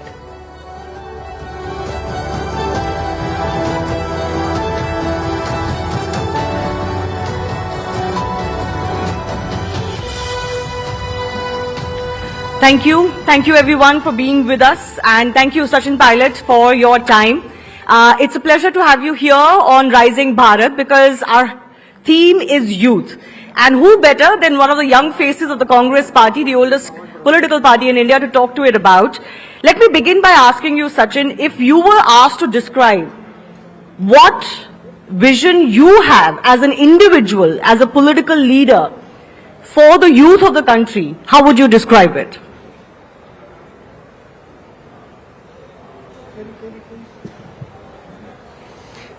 I think it's true that this country is blessed with a very young population, but it's also true that we have to work tirelessly to be able to provide opportunities, to be able to make an India that's inclusive, that growth is not the only criteria, but equitable growth is the key. And young people, educated people, really have a lot of contribution to make. And to my mind, India is a country that is made up of more than one ideology, more than one narrative. So how to get people together, how to make India a 21st century nation that can take upon the challenges that the times have brought to us. I think politically we have different views, and I think the government of the day may have tried last 10 years, but there is certainly a sense of lacking, a sense of not being included, and a sense of despair between the young people as they move forward, and the huge divide that we have between our society, rich and poor. There are many challenges, but for young people, I think there's a lot of opportunity, and we in the opposition are happy to be constructive in our role, but we certainly will make the government of the day accountable and answerable as we move on. But Sachin, I have to ask you, if you look at recent election results, not just the Lok Sabha election results, but you look at Haryana and Maharashtra, where your party was expected to do very well, but it didn't. Don't you think that your party is losing or has already lost that connect with the Indian youth?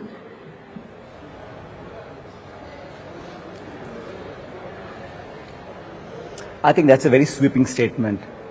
We have won elections in the past, we have lost some elections, but I don't think one or two wins or losses actually define a political party. We have a commitment to the people of India, whether we've been in government or not. Don't forget, we were in government for 10 years, and now we have been in opposition for 10 years. That's part of how Indian politics plays. But we've remained true to what we feel is our commitment. That is that we must, when I was in government with Dr. Manmohan Singh, we used to work aggressively in being able to provide jobs. I think that's something that this government has miserably failed. And I'm not trying to be critical, but the facts speak for themselves. We have the highest recorded unemployment ever. But the narrative, the media, the perception, the communication tries to hide away all those facts. And I'm not being critical for the sake of being critical. But I believe that as we move forward, India is growing. But are we growing to our potential? Are we able to punch above our weight? Are we doing justice to the tens of millions of educated young men and women who are running from corner to corner, can't find a reasonable job? And not just unemployment. I think underemployment is as much of a problem. So, when you say winning and losing elections, we have won a few states, we lost a few states. But I'm sitting here in Ahmedabad today. We have a party convention, and we once again taken upon the challenge to lock horns in the battlefield. We are ready to face any challenge. Our commitment and our resolve to be able to serve the people, to be able to connect with them, and very soon we are launching a mass contact program, door-to-door program, to make sure that more and more people are able to connect with the ideology.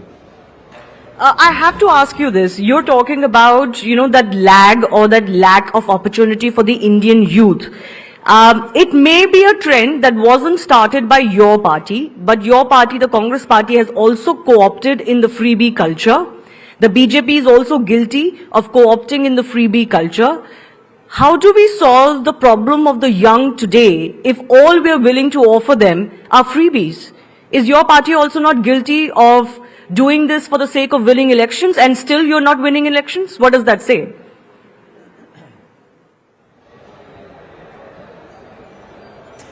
It's a very good, I'm glad you asked this question.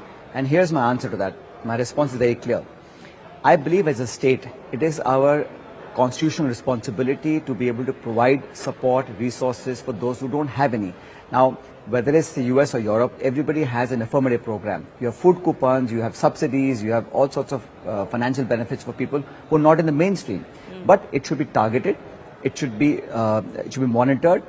One should not use that as a platform to garner votes. But once you're in government, and I have to take you back, from 2004 to 14, when we had UP 1 and 2, 145 million people were lifted from abject poverty, above the poverty line. So I'm all for supporting and targeted support of all people who need our resources, whether education, health, food subsidy, electricity. I think we owe to those people. But it can't be a race to the bottom. It can't be that I'm giving 200 units and you give 400 units. That's not how it is. And there are many political parties who don't have the governance historical record of delivery. Our party has been in power for few decades. We've been in opposition. We talk with responsibility. And I can tell you one thing, whatever election promises the Congress party makes, it's done with a thorough due diligence of what the resources are, what we can manage and what we're able to deliver. There are some people who are getting into this competitive game and are promising things which then becomes problematic post-elections. So I'm against that. But I think people who deserve the support and help of the government should get that support.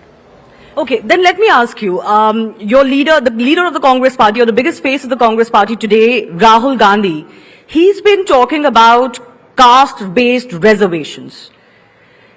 He wants to expand it beyond the 50% limit legally prescribed today.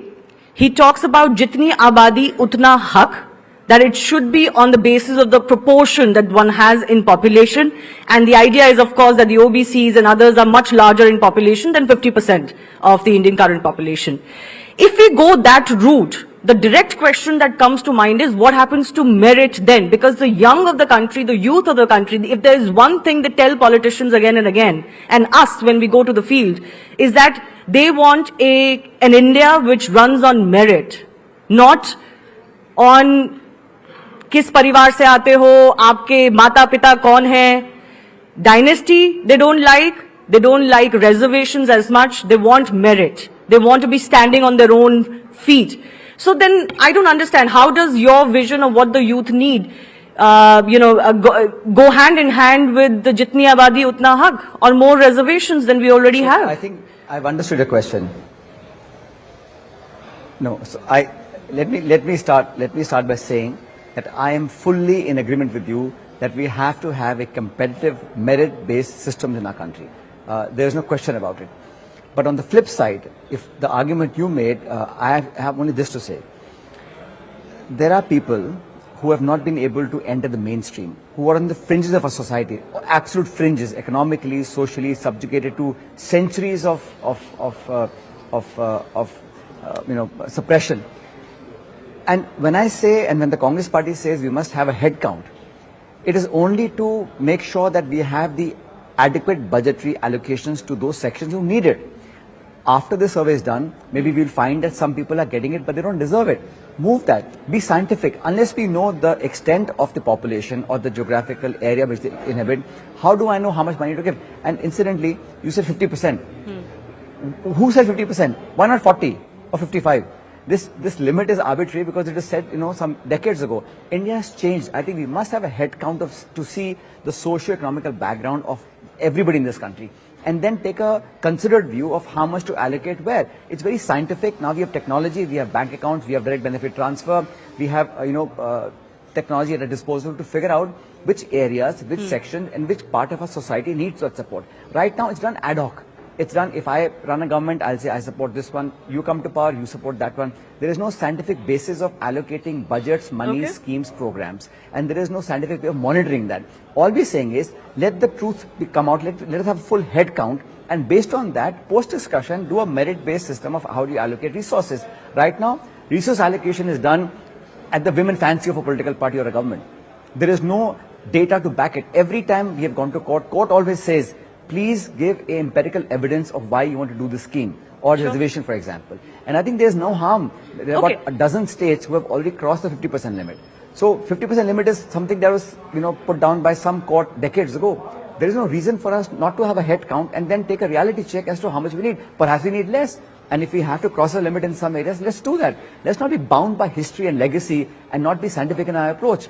So to your argument that this will kill merit, I don't believe it. I think people who have merit have enough space and they should get space, but those who have been left out in the mainstream for centuries do need a level playing field.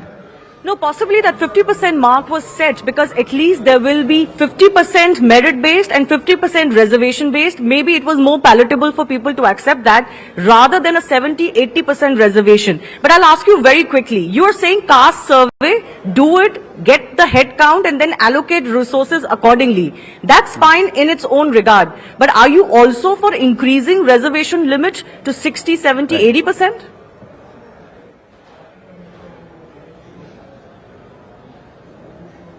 There are areas in the country where 90% population is tribals and Dalits.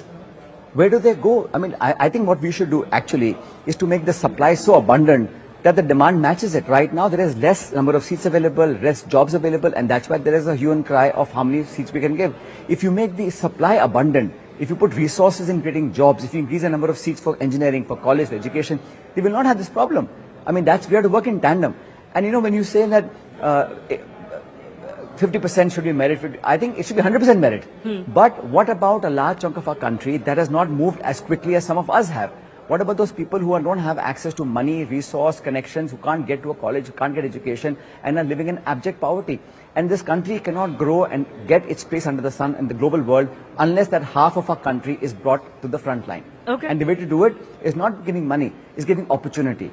And I'm asking for level playing field, but you cannot ignore those who have all access, studying in the best schools and colleges, competing with people in villages who have hardly anything. So you have to have a balance. But having a head count, how does it hurt?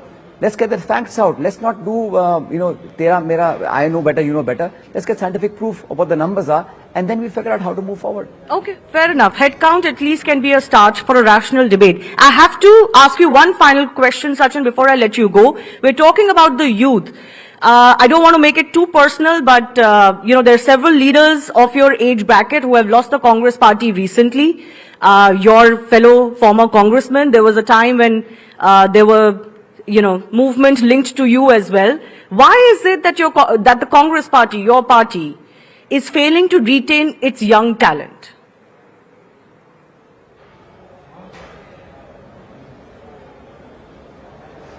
Well, I think just to add to your comment, we have lost some talent who's not very young also. We have Captain Amrinder Singh, we have Ghulam Nabi Azad, we had Ashok Chavan, and we had tons of other people. So people who are not, don't have the stomach for a fight will do what they have to do. Some people have personal compulsions, and this government of the day is using every resource at their disposal, whether it's enforcement directorate, CBI, police, income tax to subjugate. And once people cross over, suddenly they become blame-free and become the best people in the world. That's between them and the BJP. I have nothing to add. All I can say is that those who are committed for the party, who believe in the ideology and will fight till the end, those are the kind of workers we want to cultivate. And today in the session at AICC in Ahmedabad, we are giving a clarion call for this year to be the year of organization, to reach out to the blocks, to the panchayats, to a mass contact program, door-to-door campaign, to galvanize the supporters, and people need a strong opposition. We have been put in the opposition, but for 4.5 years, I can assure you that the Congress party, our workers and our leaders will be on the ground, voicing the voice of the people, raising those issues and making this government accountable. Kaun aa raha hai, kaun ja raha hai, it's part of politics. I will make no comments, but I think ultimately people are the best judge. Whether anyone makes a decision, good or bad, you and I can't make a decision. The people of India will decide whether this is right or wrong. All right. I do appreciate you joining us, Sachin Pilot. Thanks a lot for speaking here on Rising Bharat. We look forward to more stories coming in, not just for the youth that the Congress party will be connecting with, but also, of course, your state of Rajasthan as well. All the very best, and thanks a lot for joining us.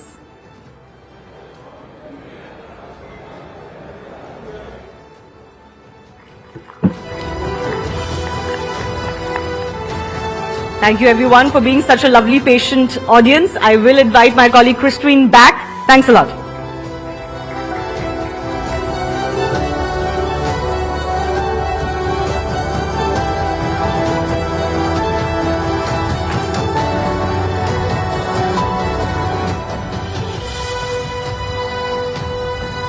Well, thank you, Mr. Pilot, if you're hearing this, for this most candid and very engaging conversation.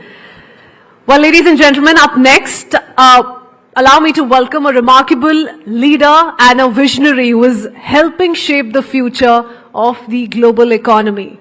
Mr. Boj Brenda, the President and CEO of World Economic Forum. As the CEO of the World Economic Forum, Mr. Brenda has played a pivotal role in bringing together leaders from business, government, academia, and civil society to address the world's most urgent issues. In this very special session, we'll explore what it means for countries, for companies, and even individuals to chart a successful economic course towards becoming global superstars.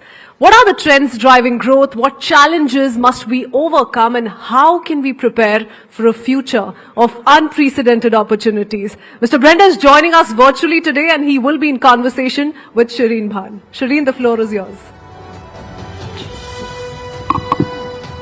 Thank you very much. Good evening, ladies and gentlemen. It's great to have you here with us at the Rising Bharat Summit.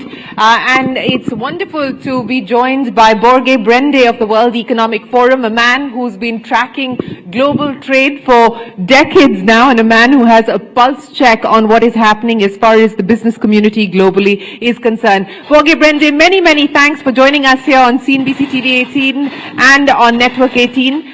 It is a pleasure to have you here with us. Unfortunately, we have you joining us virtually. We would love to have you here with us in New Delhi. But let me start by asking you, Borge, what we've seen happen, especially since the 2nd of April, with the announcement of tariffs by President Trump, reciprocal measures being taken by different countries. As someone who's tracked global trade for decades now, is this the stuff of your nightmares, Borge? Well, thank you, and I wish I was there with you in New Delhi. It is true that we are facing unprecedented times.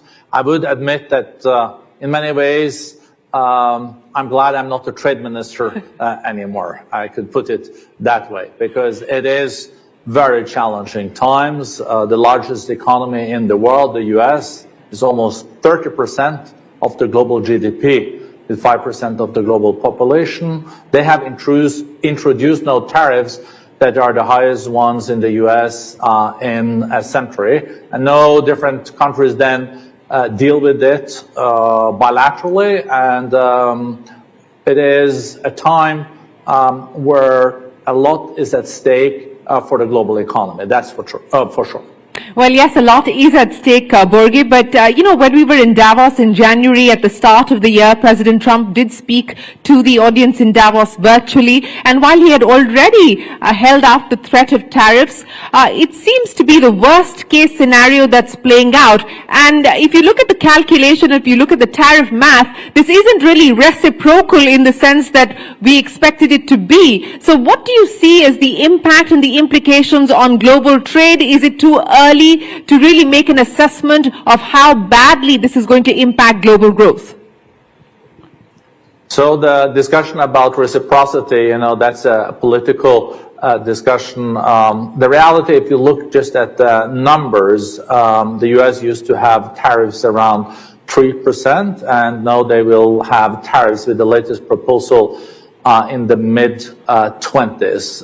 This is one of the highest, if not the highest, among all industrialized countries. So it is a major change.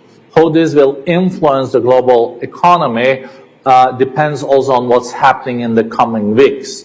We saw, for example, the stock market, the Nikkei index in Japan increased by 6% today, because there are bilateral discussions between Japan as the third largest economy in the world and US as the largest to find ways to break this impasse. So I think we know more about this in a few weeks, but of course we need all the growth that is possible, because we are not back on what was trend growth for decades. We're still lower than the trend growth, and there are so many challenges, so many jobs, so many opportunities that have to be created, especially in emerging economies and frontier markets. Yes, speaking of opportunities as well as the road ahead, I want to build a little bit more on the retaliatory action and now the possible retaliatory action on China, with President Trump threatening another 50% tariff on China, China responding saying that they will take countermeasures if the US were to go forward with that. If President Trump goes through with the threat of additional 50% tariffs on China, which would take the total tariffs on China above 100%, Borge, what will that mean? How are you reading that?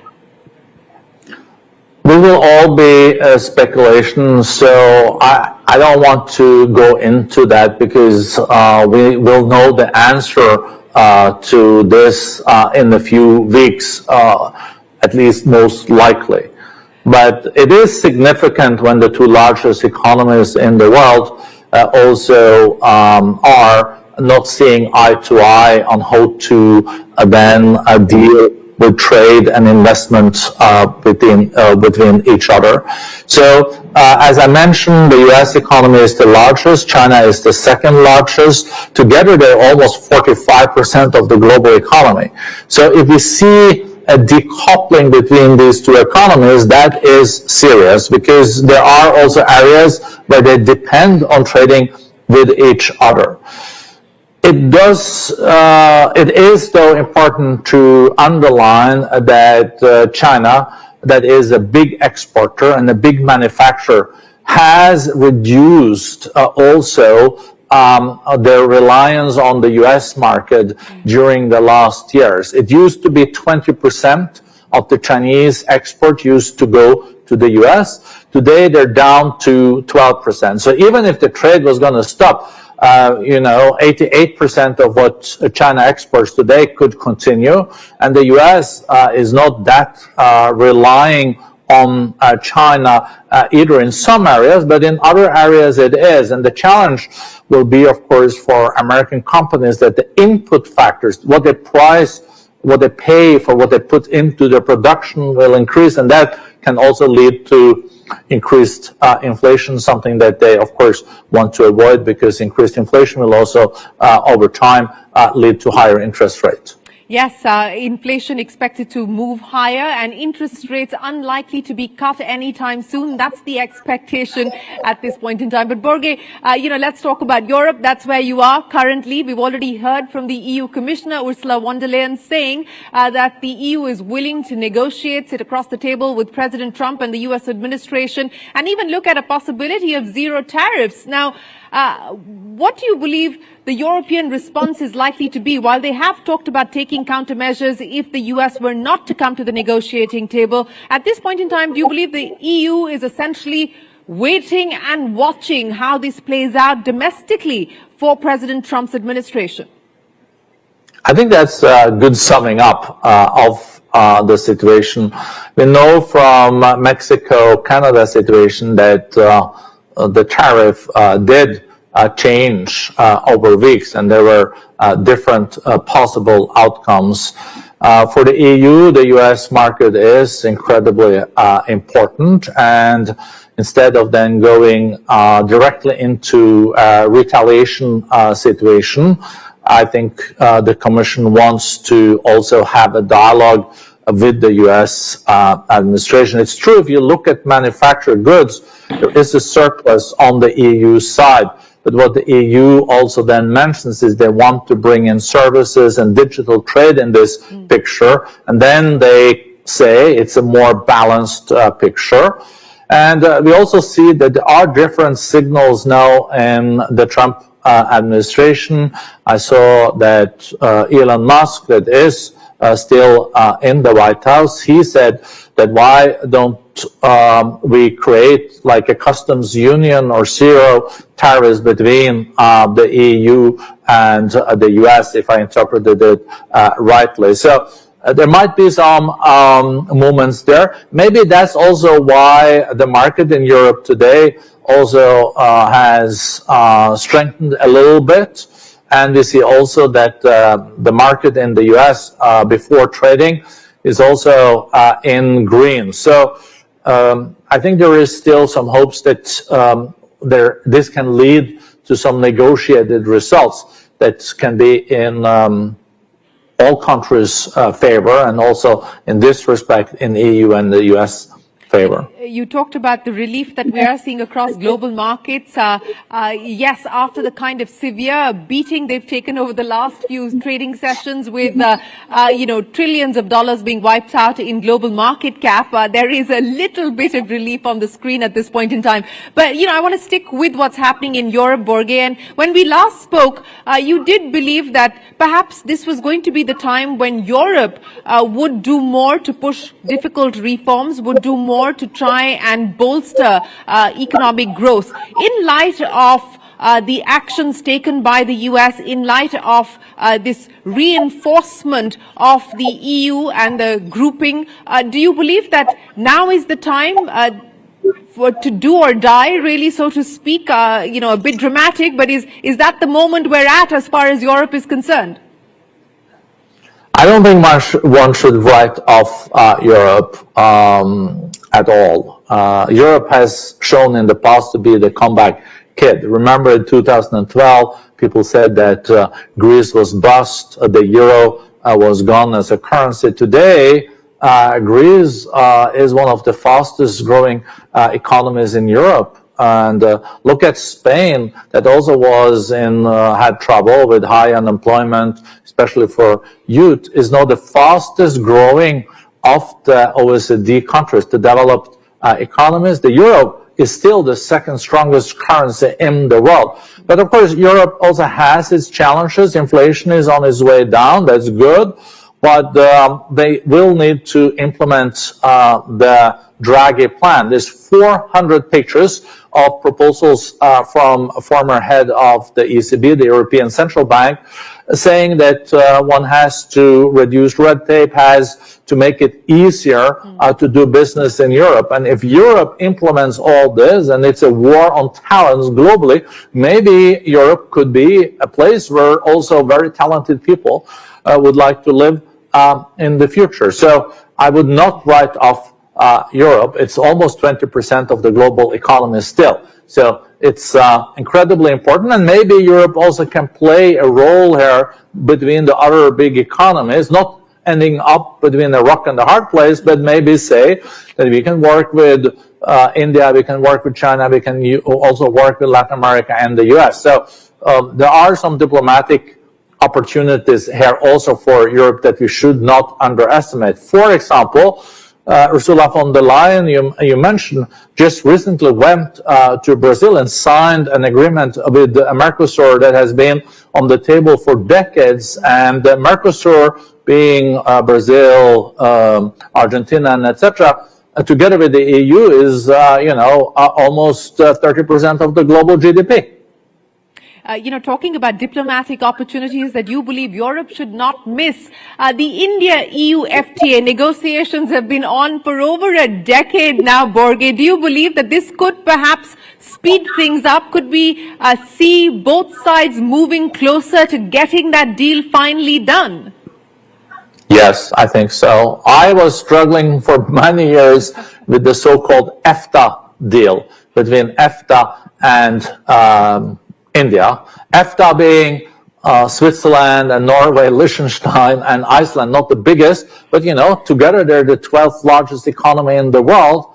And I used to say the only international organization where my country, Norway, is the superpower. But anyway, we now made a deal. EFTA did a deal with India, and we have seen that in the past when EFTA can do deals with big players, also EU follows. So I think this can be the push needed for an India and EU mega regional trade agreement that possibly can benefit both India and EU a lot. Well, since we're here at the Rising India Summit, Borge, you were talking about the India-EU FTA and the possibility of that finally getting done. But how do you see India positioned today? We are, of course, in negotiations with the US for a bilateral trade agreement. We're in talks with the UK for an FTA. We're in talks with the EU for an FTA. How do you see India's role and position, and what do you believe the approach should be from here on? The speculation, the hypothesis is that India could be a net beneficiary of this move, anti-China move. But how do you see India's position at this point in time? India is well positioned. The Indian economy is still growing much faster than most other economies. If India continues with reforms, I think easily can get 6% economic growth. If it increases the reforms, it can easily also get back to 8%. India has suddenly also become a manufacturing hub. I just looked up the numbers before this, and I saw that India is the second largest exporters of cell phones in the world. That was not the situation just 5 years ago. India has amazing talent, one of the youngest population in the world. The average age is 28% of the Indian population. More than 60% is in the age of working. A lot of other countries have not those kind of great numbers. And we know that also Prime Minister Modi has a good relationship with President Trump.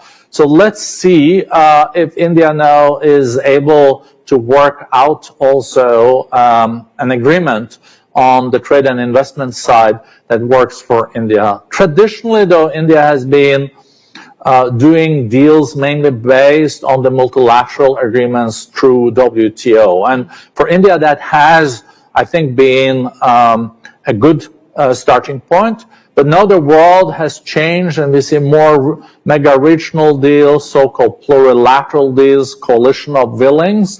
And we're seeing that India is also pivoting towards doing more mega regional deals. Of course, this is up to the Indian leadership to make this kind of assessment. But it's interesting to see that the approach is also changing in New Delhi. You talked about bilateral deals that India is looking at, and you also talked about what we have seen happen on the electronic manufacturing side. In fact, reports today suggesting that Apple may redirect some of its phone supply chain to India and make more in India on account of the tariffs imposed on China. And now, given the fact that in the region, whether it's China or Vietnam, etc., the tariffs imposed by the US are higher, do you believe in the near term India is likely to benefit from the higher tariffs in the region? That would only be speculations, but we'll also see how the tariffs develop in the coming weeks. But as I said, I think India has good relations both with the US as the largest economy in the world, and EU is the largest market in the world, the singular market. And there's also traditionally good relations there. So let's see how India maneuvers this. But there is a lot of things working now for India if the reforms do continue. It's a startup nation too. 160,000 startups, 120 unicorns. So a new unicorn like every 20 days. Of course, India is strong on services, also relatively strong on digital trade. Those two things are growing much faster than manufacturing. But now also India is making huge progress on manufacturing. 300 now sites in India producing mobile phones. This shows that when first things move fast in India, it really moves fast. Borge, I think something that has fallen off the headlines for the last few weeks, ever since tariffs took over, is what's happening with Russia and Ukraine. Now, President Trump and President Zelensky and Vladimir Putin have been in discussion. We've seen fireworks in the White House and outside of the White House as well. What's the sense that you now get on what's happening as far as Ukraine is concerned, and what's the feeling in the business community with respect to a possible resolution now?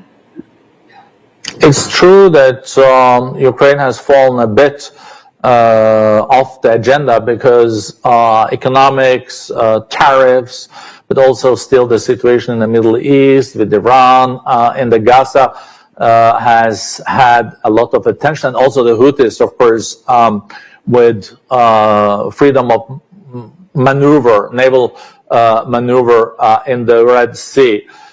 I think the latest on the battlefield ground in Ukraine is that the progress that the Russians had a few months ago has probably staled, and there is now also counterattacks from the Ukrainians. So there is still a situation where after 3 years of war, Russia has taken a little bit less than 20% of the territory of Ukraine. They still control 80% of their territory.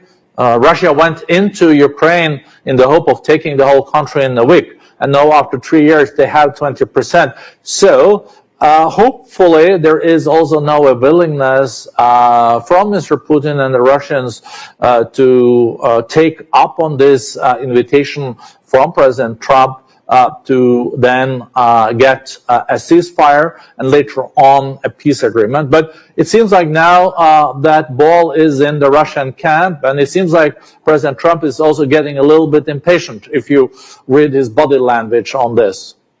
Yes, there has been some commentary coming in from President Trump that he is losing patience, but one will have to see how this plays itself out. In the context of what's happening in Ukraine, the efforts to remilitarize in Europe, and there is now a lot of talk around what that could potentially mean. We've seen different countries coming out and expressing their aspiration to remilitarize, given the fact that there is now this trust deficit between the EU and the US. What could that mean for Europe, this effort to remilitarize? It's true that Europe has, in the last decades, used far less than they used during the Cold War on the military. Some European countries even gone under 1% of GDP, but most of them are now getting closer to 2% of GDP.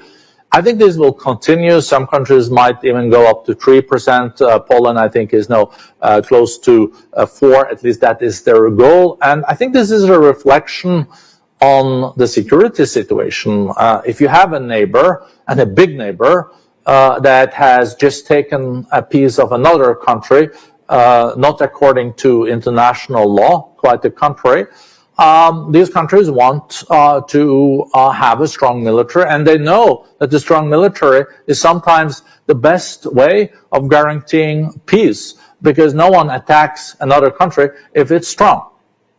So, Borge, let me end by asking you, is it the end of globalization as we've come to acknowledge and get used to over the last many decades? Is it the end of the multilateral system that we've been used to, whether it's the WTO or the WHO? How are you reading the chain of events and what this means as far as reshaping the global order is concerned? Well, thank you. It can be looked at from different angles. Still, we should remember, though, that 70% of the global trade do happen under the rules of the World Trade Organization, the WTO. And trade is still growing, at least until the last week. We have so far this year had a growth in trade around 3%. The global growth has been around 3.2. So it's not even been shrinking. So we're trading more with each other now than at any other time in history. But with the new tariffs, it can represent also something new. And it's true that trade is not growing as fast as it used to do in decades. Trade used to be the engine behind growth. Now the growth is also coming also from other areas. I would say that we are not seeing a de-globalization, but I say that we are seeing a re-globalization or a different globalization than in the past. There is more nearshoring, producing closer to where the products are consumed, to put it that way. There's also some friendshoring going on, that some countries say, oh, we want to then buy from the countries that we perceive as our friends. So there is also this age of nationalism. So there are countries, especially the big ones, that said, oh, this we want to produce at home due to security reasons. What we have to hope, though, is that not this end in a total decoupling, because a decoupling and disintegration of global trade will lead to contraction of the global economy. And the least thing we need now is a recession, because there is no ammunition to fight a new recession, because the countries are more indebted now than since at any other time since 1945. So let's hope that we'll continue to trade. The trade might be looking different or some adjustments, but let's not lose the baby with the bathwater. That would be my last appeal. Well, let's not lose the baby with the bath water. Let's ensure that trade continues, and let's also ensure that the world doesn't head back into contraction. It's been a difficult time through COVID, and we don't want to go right back there. Borge Brende, it's been an absolute pleasure. Thank you very, very much for joining us here at the Rising Bharat Summit. Appreciate your time. We look forward to seeing you here in India, and we hope to be able to discuss how these events of the last few days are going to shape global growth and the global economy. Always a pleasure. Many thanks for joining us. Ladies and gentlemen, big round of applause for Borge Brende of the World Economic Forum. Thank you. Thank you so much for such a powerful session.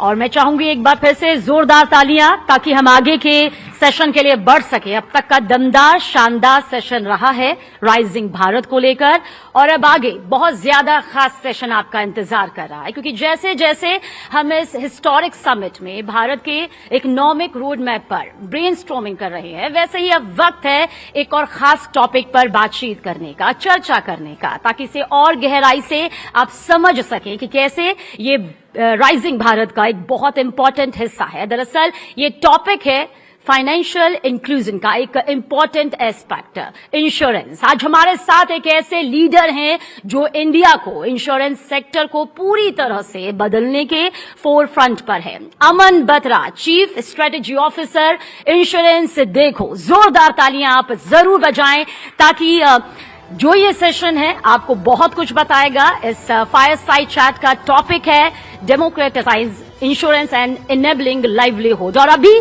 का जो ये वक्त है, ये जो समय है, बिल्कुल परफेक्ट है, क्योंकि एक ऐसे देश में जहां डाइवर्सिटी और स्केल इतना बड़ा है, इंश्योरेंस का एक्सेस सिर्फ लिमिटेड लोगों तक ही होता है। लेकिन अमन बत्रा और उनकी शानदार टीम, दमदार टीम, इंश्योरेंस देखो के जरिए ये पूरा नैरेटिव बहुत तेजी के साथ और शानदार तरीके से बदल रहे हैं। जी हां, ऐसे इंश्योरेंस प्रोडक्ट्स वो बना रहे हैं जो ज्यादा एक्सेसिबल, अफोर्डेबल और रेलेवेंट है, और हमारे आपके लिए नहीं, बल्कि भारत के हर एक नागरिक के लिए। अब हम सुनेंगे, जानेंगे, देखेंगे उनकी सोच को कि कैसे इंश्योरेंस भारत के फ्यूचर को ट्रांसफॉर्म कर सकता है और करोड़ों करोड़ों लोगों की जिंदगी को यह अपलिफ्ट भी कर सकता है। अमन बत्रा से बातचीत करने के लिए मैं स्टेज पर बुलाना चाहूंगी चंद्रा श्रीकांत को, ताकि एक और दमदार सेशन का हिस्सा आप सभी बन सके।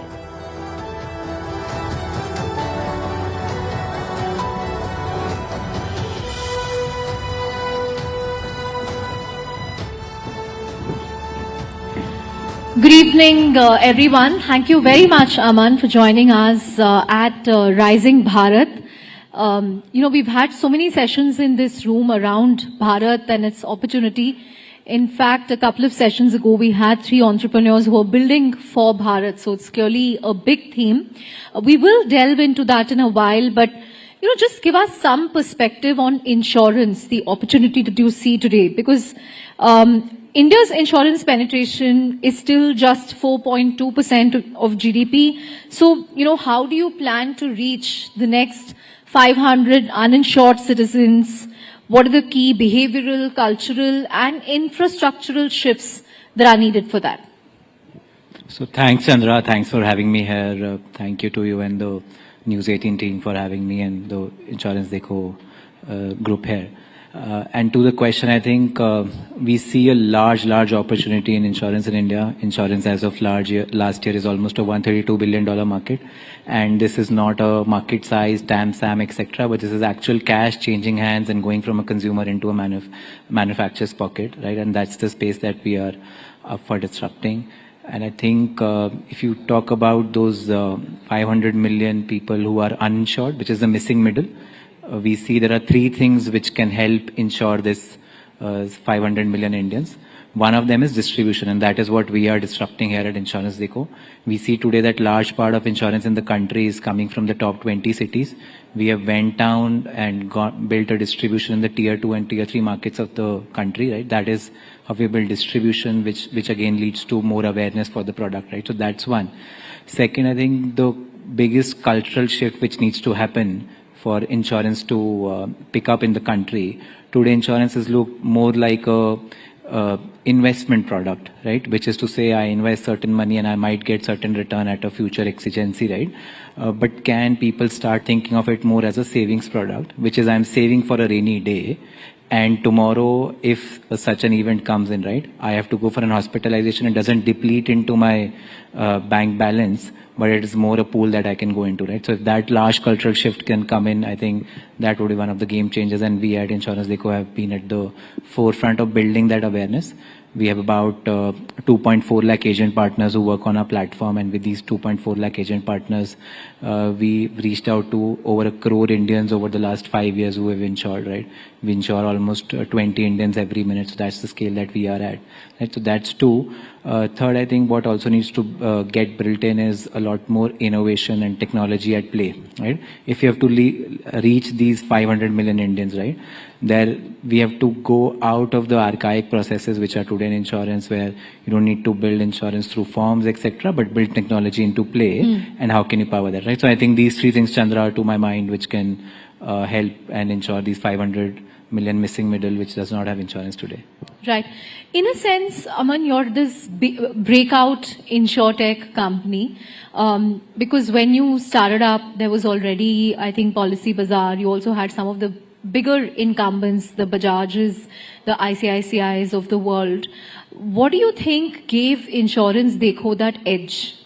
That, you know, you could still come up trumps in a category that had incumbents, it had startups, it had innovators. Correct. Thanks, Chandra. Great question. So I think, yes, you're right. When we started, we were the 6th player in the market, right? Today, we are the first and foremost by size. And I think three things which have again come and helped us. One is just our approach on GTM, right? As I was mentioning earlier, we saw that the tier 1 market is saturated, right? There is a lot of distributors, manufacturers which are already there. The penetration in the next phase of growth needs to come from tier 2, tier 3 markets, and these are under-tapped, underserved, right? So that's where we went out of. Today, 90% of our agent partners, almost a similar amount of our top line, comes from the tier 2, tier 3 markets. A good 50% comes from tier 3 and beyond, right? So this was a greenfield area, right? We could go in there and build a distribution. The second key thing that we did was, when we were entering into these markets, what we understood was that there was no steady set of insurance agents who existed, right? They were also there in the tier 1 markets.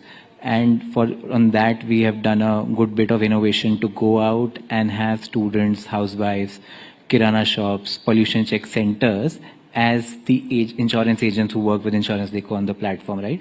And with these specific personas of insurance agents, there is an imminent trust with the end customer, right? Customers, they go to the same kirana shop, the same pollution check center, petrol pump every month, every week at a regular frequency, and there's already an imminent trust, right? And insurance, the biggest thing in insurance is trust, right? So we could piggyback on that insurance to go and distribute a product like insurance. Third has been disrupting different parts of the insurance value chain through technology, right? And say when we were entering into the market, I joined the organization 5 years back. At that point of time, just to onboard an insurance agent would take us 5 days, multiple emails, etc. But the tech product team could bring in digitization thanks to the government and different bodies for bringing in India's tag, where onboarding has become much more easier. Today, if insurance agents has to get onboarded, they can get onboarded in 60 seconds flat. Second, what we also saw was that, say, a large amount of trust that we build with insurance agents who are the micro influencers to get customers on the platform, right? That is our ability to pay them their commission on time and accurately, right? Earlier these used to be done over Excel, but now today what we can do is we have something called the Anytime Commission. Any of our insurance agents who source insurance policies or platform can come in and withdraw their commission in real time. So it's almost an ATM equivalent. So technology coming at play and bringing a trust, right? But a large part of the disruption has also happened around claims and servicing, right? That is also how trust gets built for the existing customer. They come back to renew the policy. They also go in their friends and family circle and give us a lot of referral, right? So those are some of the plays, Chandra, that we have done on this focus. Right. Aman, in the previous session, we had entrepreneurs who I said were building for Bharat. They are getting those users to pay for their services. How did you go about doing that? Because you said that, we decided that tier 1 was saturated, so we went after tier 2 and now we are going after tier 3. But insurance at some level is still an expense. I mean, one can argue that, okay, it's an investment, but you don't see the tangible benefits immediately. So, I mean, mentally, it's still an expense that you have to do every year. So how did you sort of go about convincing people, what was in it for them? Are people willing to pay for this in the Bharat market? Correct, Chandra. So I think one of the biggest tailwinds that we have seen is COVID, right? When COVID, folks saw that they have health to insurance was spend key. some out of pocket on health insurance, right? In a market like ours, where 98% of the expenditure on health is out of pocket, right? Insurance covers only a limited 2% of it, right? So I think that gave us a lot of headwind.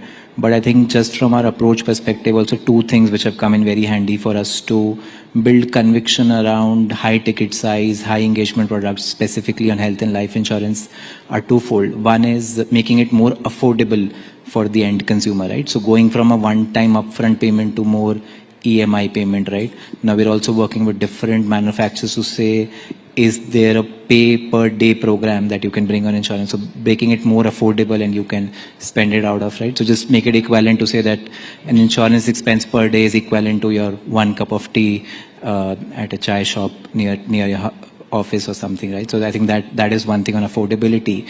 The second is case study, right? And in the markets like tier 2, tier 3 that we have gone to, right? Just convincing and building awareness with case studies, and a case in point is, hypothetically speaking, Aman is a consumer, right, who took health insurance, went through a certain instance, right, where they had to expense about 10 lakhs, which was say almost 3x, 4x of their annual salary, and insurance could come and help them, right? Similarly, people who were invested into products like savings product on insurance side, which is for a future event, to send their kids to college, to help them plan for a future event that they have, right? When these case studies go around in the community of influence, right, they help bring in a lot of trust, right? Because there is someone actually on ground who's benefiting from this, right? And those hyper-local case studies have been something which have been very helpful for us to build conviction around some of these large products and then also drive awareness. Right. In terms of the opportunities that you see going forward, Aman, again, you've leveraged technology to map your customers, what their needs are, what their needs could be going forward. I'm sure you've built an analytics engine to gauge that. So what opportunities do you see beyond insurance? What can you cross-sell, upsell in the future? Thanks, Chandra. So I think, yes, with distributors like us and tech-first distributors, right, I think the first and foremost mode that we've been able to build is having access to a lot of data, right?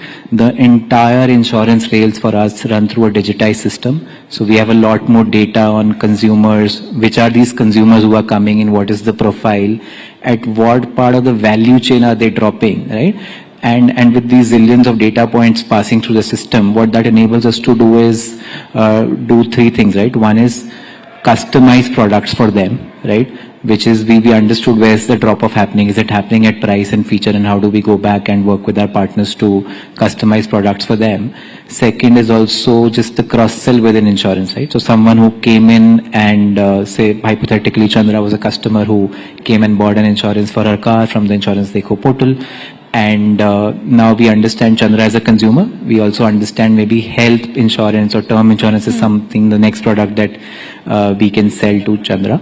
The third, which we are also now doing small pilots around, and we'll see whatever is regulatory possible also in a space like ours, which is to say, again, with these end consumers, are there also scope for getting and expanding into other financial products, right? But there is a lot of richness of data which enables us to do all of this. Right. Like any fintech, one of your most important stakeholders is the regulator. And the IRDAI has been very busy in the last 3 years. What does this mean for insurance Dekho? Did it perhaps, slow down the growth that you would have otherwise seen because you had to comply to many of these new regulations and rules? Chandra, I think the regulator, and I think in the last 3 years, number of regulations which have come in, and all of them have been very helpful. One, to build more trust amongst the consumers, right? Second is also to enable and democratize a lot of distributors like us. And some of them, case in point, are just like around expense of management, which allows accounting to be done in a more transparent manner, but then also just other things around simplifying claims, making manufacturers and distributors more accountable to paying out claims in real time, right? So in all of that, there have been a good slew of changes. We have seen the industry taking some time to adjust to these changes, right? So these we see just as maybe near-term hiccups, right? But all these regulations, if you just look from a mid to long term, are much more beneficial, right? These have been game changers, net, if I have to say so. Right. Give us a sense of the competitive landscape. I mean, you have Insurance Dekho, you have listed players like PB Fintech, then you have the likes of Acco, Turtlemint, etc. Now there are reports about you and the Renew deal, which will value the combined entity at $1 billion. Again, what will this merger or what will this acquisition mean for Insurance Dekho to assert its dominance in this space? So Chandra, not at liberty to share anything which is still not in the public domain and not authorized to comment on this. But I think net, we see the space is ripe for disruption, right? I think there are a number of tech-first players which are out there in the market. Consolidation, if and when that happens amongst any players, gives benefit of scale, right?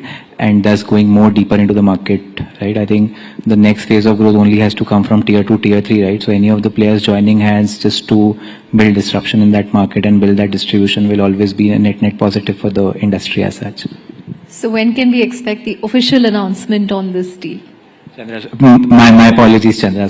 not at the liberty to comment on that. Right. In a recent interview with Moneycontrol, you mentioned that, your IPO is at least 18 months away. So given that IPO timeline stretching into early FY27, does this reflect caution around market readiness or a need to build more scale before facing public shareholders? Correct, Chandra. So I think that's the public position, right? I think IPO is at least 18 months away for us. There is already a large amount of scale that we have built, right? The company is already at north of 4,000 crores of premium that we did in FY25. At that scale and size, though we're a distributor, but if you just stack rankings against the general insurers, right? And the PSUs aside, on the private side, we'll be the 11th or the 12th largest player.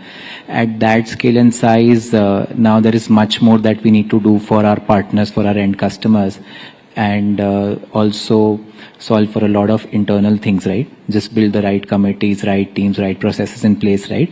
Which can hold a steady after a public market, right? So those are the things which the team is committed to building over the next 12 months and doing an IPO listing post that. Right.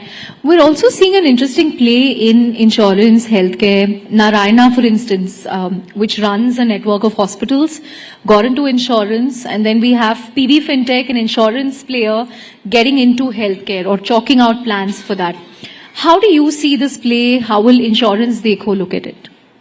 Correct, Chandra. So I think that again a step in the positive direction, right? I'll just share a case in point for us. We had started with auto insurance as the first product at Insurance Dekho. We understood that, say, these 20 Indians that we insure every minute, they also need a lot of support and hand-holding through the claims process, right? So we went out and partnered with the preferred network garages, right? So which is a consumer, if they bought a policy through the Insurance Dekho portal, right? We provide them a superior experience through the garages that we have partnered with, right? Where they're able to jump the queue, get priority on service, get a number of add-on benefits, warranties, guarantees around the service that has been provided to them. And that, I think, has helped us, one, renew a lot of these customers, but then again, these customers have gone out, they built a very positive word of mouth in their network of influence, which has brought in a lot more consumers to us, right? So anything like this, where distributors like us are also getting into pseudo-fulfillment of sorts, right, always helps build customer trust, right, and thus just increasing the entire penetration in the industry as such. Right. So what are your moonshots over the next 18 months apart from an IPO? So Chandra, I think one thing which I and the entire team internally is focused is with the advent of Gen AI, right?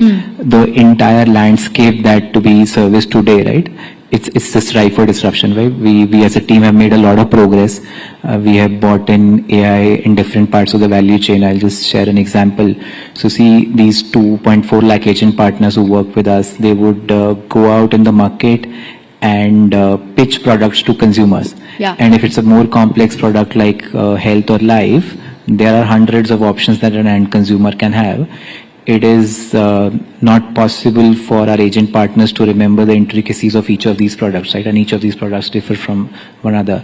But our tech product team got together to build a ChatGPT enabled chatbot for our agent partners. And say when they're going and meeting customers, they're able to put all these queries into the bot and get a response in real time. While they might have to call someone at the corporate office, look into the application, do other steps to find that answer. And now with that, what is also happening is there is a lot more data that is coming back into the system, which is enabling us to nudge these partners on how to pitch the products to end customers, right? So one, it is leading to a very transparent process from a sales perspective, but then also helping drive conversion for our agent partners, right? So while our agent partners would go and meet 10 customers and convert 3 of them, now that conversions numbers are jumping almost by 20-25% as we have started bringing AI-enabled chatbots into the system, and that's just this beginning, right? There are other parts around renewal nudges, etc., where another AI has been able to help us build voice bots around this and put smart nudges, right? Which is again a benefit, right? Both in providing a superior experience to end customers, but then also driving scale for players like us. Right. So just to follow up to that, do you see the need to kind of resize your engineering team because of AI? Because there's this whole trend around vibe coding and, a lot of code writing is getting automated. So are you seeing engineering teams getting restructured because of that? So Chandra, not about... You mentioned the customer support angle, the sales angle, the chatbot. But how is this impacting your engineering teams? Correct, Chandra. So just on the tech teams, I think, and we closely work with them, which is to say that just with the different tools which are now available with the advent of ChatGPT, it has made all our tech developers more productive, right? So if we are able to churn out hypothetically 100 things in a month, it has led us to achieving about 150, 180, right? So just making more productive and thus again helping us provide a superior experience to end partners, customers that way, right? So it's just coming in and helping us deliver on that vision of insurance for all by 2047. Right. On that note, I think we are out of time. Thank you very much, Aman. Look forward to all your moonshots in terms of expanding the scope of Insurance Dekho. And of course, you hitting Dalal Street, giving company to the likes of PB Fintech, Digit and the others. Luckily, among all the IPOing startups, the insurance category is still, doing well. So we'll hope to see Insurance Dekho make that cut. But thank you very much. A huge round of applause for Aman Bhatt. Thanks for having me. और बहुत ही inspiring रहा ये सुनना कि आखिर कैसे insurance देखो ने सारे बैरियर्स को तोड़कर इंश्योरेंस को भारत के कोने कोने तक पहुंचाया और ये इतना आसान नहीं था, लेकिन इस टीम ने इसे आसान किया। Empowering families and individuals to secure their futures. आइए अब हम इस शाम के फाइनल फेज में आ गए हैं, जिसमें अब तक आपने हमारा साथ दिया है, आगे भी इसी तरह से साथ दीजिए, क्योंकि एंटरटेनमेंट की दुनिया से हमारे पास एक बहुत ही खास मेहमान यानी कि गेस्ट है, जिन्होंने अपनी पावरफुल एंट्री प्यार का पंचनामा से धमाका किया। सबको याद है स्वीटी जो टीटू और सोनू के बीच आ गई थी, और तू झूठी मैं मक्कार में अपनी कैमियो से सभी का दिल इन्होंने जीत लिया था। तो चलिए जोरदार तालियों के साथ वेलकम करते हैं नुसरत भरूचा का। नुसरत हमसे शेयर करेंगी अपने इंडस्ट्रीज के एक्सपीरियंसेस, उनके चैलेंजेस और सफर की कुछ बहुत ही खास बातें। और साथ ही मैं स्टेज पर बुलाना चाहूंगी रुबिका लियाकत को, जो इस दमदार सेशन को what moved in the needle to make you want to do that? Because when you look at what it is, we had a lot of resources, we still have a lot of resources. And so the whole goal of how do you want to serve the world? Because as part of finding yourself, you find that you can't just be successful alone. You really have to. आप सबको प्यार भरा नमस्कार। Rising Bharat, और इस rising Bharat के मंच पर हमारे साथ बहुत ही खूबसूरत, बहुत ही समझदार, बहुत ही ज़ई एक्ट्रेस मौजूद हैं, जिन्होंने अलग अलग फिल्मों में काम किया है। और राइजिंग भारत का आज की तारीख में मैं इनको उभरता हुआ चेहरा इसलिए कह सकती हूं क्योंकि ऐसी ऐसी फिल्में जहां पर कोई और लीड नहीं, लीड भारतीय नारी है। और ये बताते हुए कि मुझे किसी और की आवश्यकता नहीं है, बस दुआएं करते रहिए। बहुत बहुत स्वागत है नुसरत आपका।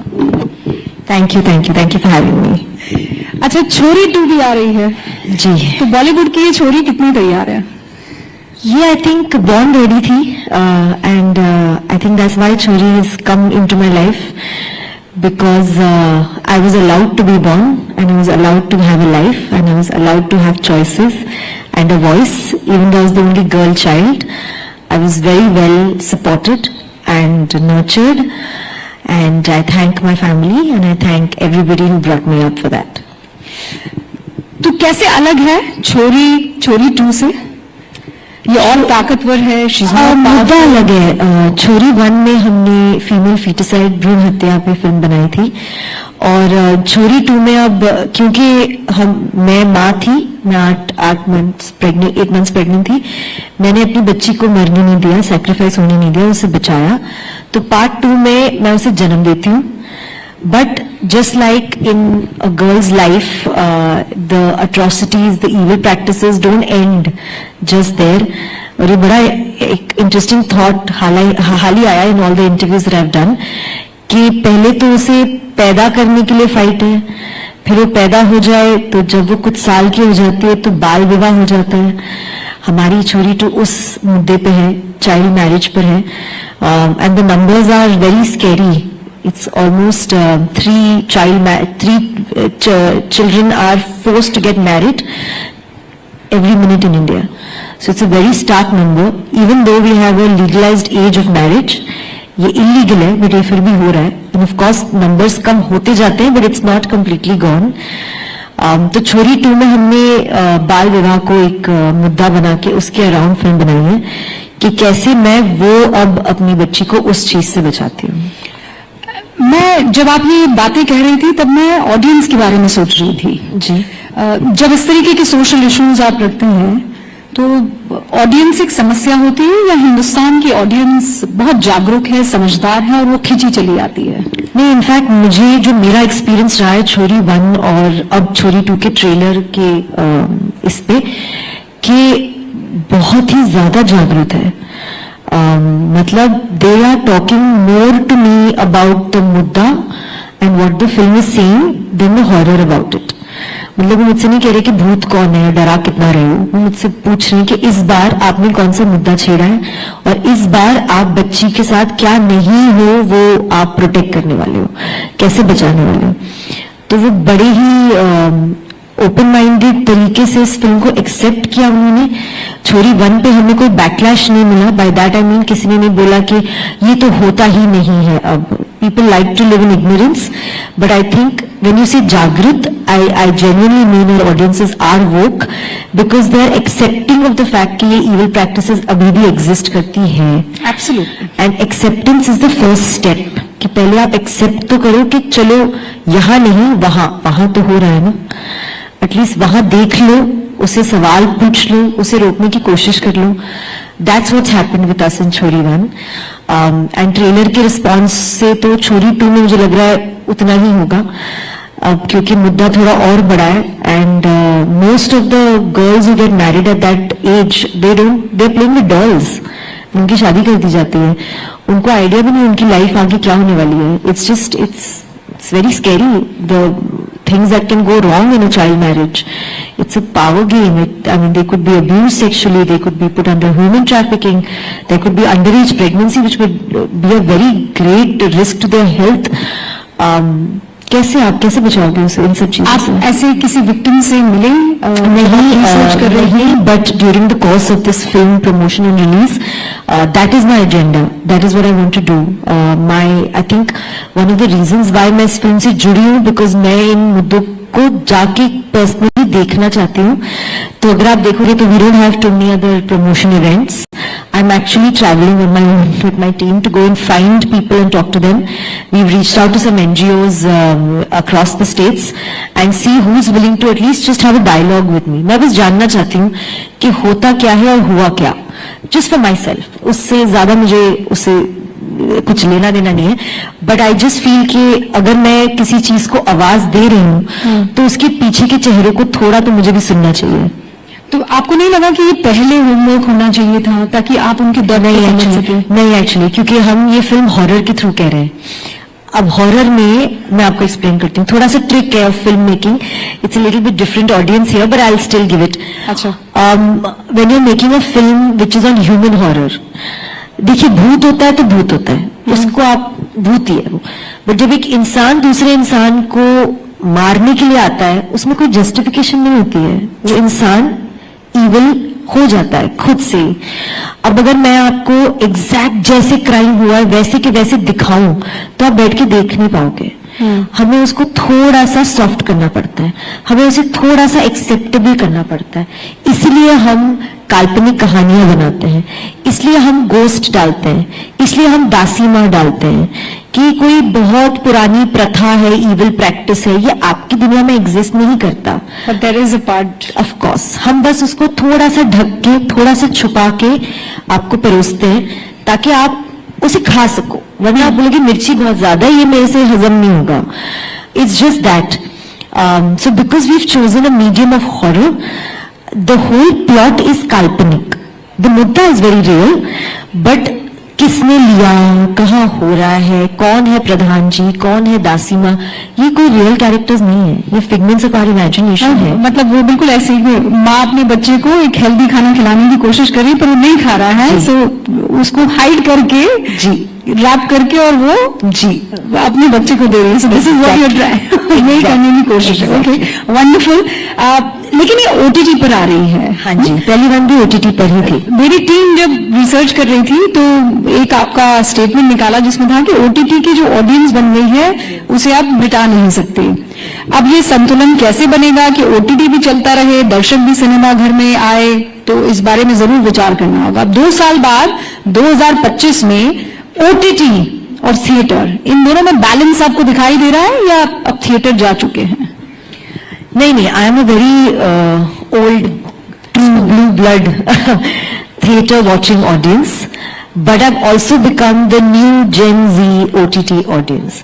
तो अगर a person like me can consume both content, and अगर मेरे हाउसहोल्ड में दोनों कंटेंट को एग्जिस्ट कर सकता है तो वो कहीं भी कर सकता है। तो आपके घर में क्या पसंद करते हैं ज्यादा? OTT, theatre? दोनों जाते हैं बाहर? हाँ जी, बस एक ही कंडीशन है, पिक्चर जो थिएटर में लगी है उसका ट्रेलर, उसका कंटेंट थोड़ा पसंद आना चाहिए। अभी वो चीटिंग तो अलाउड नहीं है। आप ये नहीं कह सकते कि पिक्चर खराब बनी है तो भी आप थिएटर में जाके पैसे खर्च करके देखो, वो तो मैं भी नहीं करूं। So it's very simple. It has to be a good product. It has to be something that audiences would want to come and watch and get entertained and go back saying, मजा आया यार, well spent money. पैसे यार hard earned money है. मैं खुद ना spend करूँ मेरे पैसे ऐसे किसी waste of इसमें. तो why not? I think it's our responsibility to give them good content for them to spend money on. जहां तक OTT की बात है, मैंने 2018 में कहा था, जब सोनू की चिट्ठी को स्वीटी रिलीज हुई थी, और हमें फर्स्ट OTT प्लेटफॉर्म पे द बेस्ट बज क्रिएटर अवार्ड मिला था IWM पे. मैंने तब स्टेज पे कहा था that this is going to be the future. All actors, writers, directors are waiting for, because फिल्मों में फिर भी कुछ चीजें आप नहीं कर सकते थे, थिएटर में कुछ चीजें आप नहीं कर सकते थे, क्योंकि आप एक फिल्म देखने फिल्म ऑडियंस के साथ आते थे, and you had to be slightly more responsible of what you are putting out there. But in OTT you have an option of switching that off or turning it off or having settings where your kids are not watching it. It's pretty challenging, huh? It is challenging, but now मेहनत तो करनी पड़ेगी ना. मतलब if you want to shield your kids from certain things, you got to put those settings on, ना. Can't just say चलो कुछ नहीं होता, ऐसे नहीं होता. अच्छा, ये जो मेहनत वाली आप बात कर रही हैं, इससे मुझे एक बहुत ही फेवरेट है बॉलीवुड की, जब भी चर्चा होती है तो मीडिया में इसका जिक्र होता ही है, नेपोटिज्म का, है ना. तो उसे आप कैसे देखती हैं? नेपो किड्स जो हैं उनको मेहनत नहीं करनी पड़ती, बड़े आराम से उनको सब कुछ थाली में मिल जाता है. नुसरत भरूचा वो हैं जिनको अचानक नहीं ले आया गया है. शी इज वर्क्ड हार्ड और उसने अपनी जगह बनाई है, अपना मुकाम हासिल किया है अलग अलग तरीके से. तो आपको क्या लगता है कि ये इम्बैलेंस है? देखिए, मेरा ना इस पे थॉट, आप शायद विश्वास नहीं करोगे, बट इस पे मेरा बड़ा बैलेंस्ड और बड़ा रियलिस्टिक थॉट है. अब तक सब पे बैलेंस्ड ही रहा है? नहीं नहीं नहीं नहीं, इस पे एक्चुअली बिगनिंग से रहा. आप इस पे भी मेरे इंटरव्यूज पिकअप करके कोट्स ढूंढ सकते हैं अपनी टीम से चेक करके. I am very sure of it. But I tell you, I know that there is this whole term of nepo kids going on, but ऐसा नहीं है कि उन पे रिस्पॉन्सिबिलिटीज नहीं है, ऐसा नहीं है कि उन पे प्रेशर्स नहीं है. अगर मेरे पापा या मेरी मम्मी का बड़ा नाम होता तो मैं बहुत स्ट्रेस्ड होती. मैं आधा नहीं, पूरा काम जो मैं कर रही हूँ, जैसे आपने कहा कि मैंने वो रोल्स किए जो पहले किसी ने किए नहीं है, क्योंकि मुझे डर नहीं है. मुझे किसी चीज का खोने का, किसी धब्बे का लगने का या अपने लेगेसी के नाम को फॉरवर्ड ले जाने का डर नहीं है, बैगेज नहीं है. So I feel like they have their own pressures, they have their own expectations and the shoes to fill. But the imbalance is, and I'll be honest and tell you, even that, of course, they have more opportunities than I do. And let's be realistic about that, that's there. But why not? आज एक doctor के बेटे को ज्यादा doctor की ही field में opportunities मिलेगी ना. एक बिजनेसमैन के बेटे को उसी के बाप के बिजनेस में अपॉर्चुनिटीज मिलेगी ना. मतलब वो तो नहीं कहेगा बेटा चलो मैं आपको बेदखल करता हूँ, जाओ ठोकरे खाओ और फिर डॉक्टर में तो उसे MBBS पढ़ाई करके आगे बढ़ना. तो अभी वो तो has to be conscious choice. अब आप टैलेंट पे आ गए, मैं अपॉर्चुनिटीज की बात करूं. पर यहाँ पर तो ये है कि डॉक्टर के लिए आपको पढ़ाई करनी पड़ेगी, MBBS का एग्जाम पास करना होगा, उसके बाद जाकर उसको मौका मिलेगा. करेक्ट. पर जब मैं नेपो किड की बात करती हूँ, वो आप भी समझती है, उसमें भाई साहब डॉक्टर बना दिया है, अब जा तू इलाज कर. Correct. But the failure is still the same darling. उसने एक्टिंग क्लास कर ली, उसने डांसिंग क्लास कर ली, बट अगर आके वो परफॉर्म नहीं कर पाया तो as an audience we should reject it. हम उसे क्यों मौका दे? और ऐसा हो रहा है क्या? ऑडियंस रिजेक्ट कर रही है? ऑफकोर्स कर रही है. जो उनको पसंद नहीं आ रहा है वो नहीं है. But at the same time आपके पास एक आलिया भट्ट है, आपके पास एक रणबीर कपूर है. You can't deny it. Talent is talent. उसके आगे फिर आप वो कहाँ किस लीनियत से आते हैं वो याद नहीं रहता, उनका टैलेंट याद रहता है. नुसरत को किस तरीके के चैलेंजेस का सामना करना पड़ा है? आई मीन, एक औरत होने के नाते डिफरेंट चैलेंज होते हैं, इंडस्ट्री के बाहर आती हैं, बाहर से आती हैं, वो एक अलग चैलेंज होता है, या नहीं आप ये टैलेंट वाला जो है कि भाई टैलेंट है तो चल जाएगा, कोई स्ट्रगल नहीं है? Challenges है. Being an outsider has its cons, it has its pros also. But chalo, I'll not be balanced on this question. I'll give you that. I'll tell you the cons of it. She is being a sport now. No, I'll tell you, I'm a very realistic person. ये दिखता नहीं है मेरे roles से, और मतलब it looks like I'm a fun, happy girl, which I am. But my thoughts are very rounded. They're very wholesome. I don't live in any delusion. I don't live in resentment. I don't live in bitterment. I don't. I am not bitter that इसको ये picture क्यों मिली और मुझे क्यों नहीं मिली. बहुत आसान है बोलना है इसको ये पिक्चर मिली because of blah blah blah. But एक बार खुद पे उंगली डाल के देखो, मुझे ये नहीं मिली क्योंकि करना जरूरी है. So I live in my reality. I live in the fact कि okay, this is why maybe I didn't get it. Why she got it is not my problem. I do not want to engage my mind and my energy there. It's not worth it. But I am coming back to my question. Yes. The cons of being an outsider is you don't have familiarity, you don't have support, you don't have anybody guiding you. मतलब मैं एक stage पे आऊंगी, मुझे किसी ने नहीं बोला चलना कैसे है, देखना कैसे, किसको हाय बोलना है, एग्जैक्ट तरीका क्या है. मैं 4 बार गिरूंगी और खुद सीखूंगी. ये जो गिरना सीखना है ये मेरा जर्नी है. And do I wish there was somebody sitting at home watching my interviews and watching what I say and my father, my mother or my aunt telling me, बेटा ये तूने सही नहीं बोला, अगली बार इसका ध्यान रखना. That's teaching, ना? Why not? I would like to go home to a film family where they are watching my films from their own experiences and lending some knowledge to me, imparting some sort of like an environment for me to grow in, जो मेरे पास नहीं है, जो मुझे खुद से create करना पड़ता है. That I feel is a con for me. और फिल्मों को लेकर मंजी, फिल्में जब मिलती है तो उसमें भी किसी तरह का ऐसा बंटवारा होता है कि नहीं, आउटसाइड नहीं, उसको ये टाइप की फिल्म तो जल्दी मिल जाएगी, नहीं बड़े बैनर की फिल्म. अभी देखो मैंने तो ये भी सुना है कि पोस्टर पे आप सही नहीं दिखते हो, एक पोस्टर वैल्यू बनाने के लिए हम किसी और को कास्ट करेंगे. मैंने तो ये भी सुना है कि इसके फॉलोअर्स ज्यादा है तो इसको कास्ट करेंगे, एंड वो किसी फिल्म बैकग्राउंड से नहीं आती है. अब बताओ, द फैक्ट दैट एक फॉलोअर्स की जो भी हो, जिसका भी उसका प्रोफेशन है, आई विल नॉट से दैट, उसको ज्यादा कास्टिंग के ऑप्शंस मिलते हैं, ये तो रिडिकुलस बात होगी ना. So I am saying I am not just fighting the film and the opportunities of people who have this battle. There is another battle going on all together. Now followers is a battle. How do I tell me what do I say there? मैं क्या बोलूं कि sir ठीक है मेरे followers उस लड़की से कम है बट मेरा टैलेंट तो ज्यादा है. अरे ये तो बहुत इंटरेस्टिंग है. कैसे बोलूं मैं? नुसरत फिल्म नहीं मिलेगी क्यों भाई, फॉलोअर्स कम है. टैलेंट बाद में देखा जाएगा. Very interesting. तो भाई एक तो नेपोटिज्म हो गया, फिर अभी सोशल मीडिया का अलग मसला आ गया. एंड सोशल मीडिया में Nusrat being a woman I can understand. आपको पता होगा वो रश्मिका मंदाना वाला केस, AI वाला, ये डराता है. कभी ऐसा हुआ है कि आपको लगा हो कि बाप रे ये तो किसी भी हद तक जा सकती है? हाँ जी एकदम. It's very scary and that's what I was saying. I said it's unreal कि women at different ages they keep having something or the other to deal with. वो खत्म ही नहीं होता. But when it comes to deepfake AI, it's a world I don't understand. I wasn't born into it. I have not studied into it. जब मेरी पढ़ाई चल रही थी तो तब हम लिटरली किताबों से पढ़ते थे और कंप्यूटर इतना ही मिलता था करने के लिए. इनकी त्वचा से इनकी उम्र का पता ही नहीं चल रहा है. Actually better है. Let's not go there guys. ऐसे थोड़ी हो. जब मैं पढ़ती थी तब किताबें थी, मत कहिए ऐसा भाई. अच्छा फिर भी मान लिया. Okay. But no, it's very scary. And if you ask me कि मुझे क्या लगता है, I have no idea. अगर मेरे साथ ऐसा कुछ हुआ तो I have no set course of steps or action to take to be able to deal with it.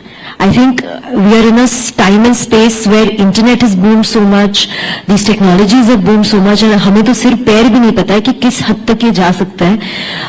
In a situation like this, I feel, if you personally ask me, I would want to rely on cybercrime, on people to help me to understand it, to stop it, to find the culprit.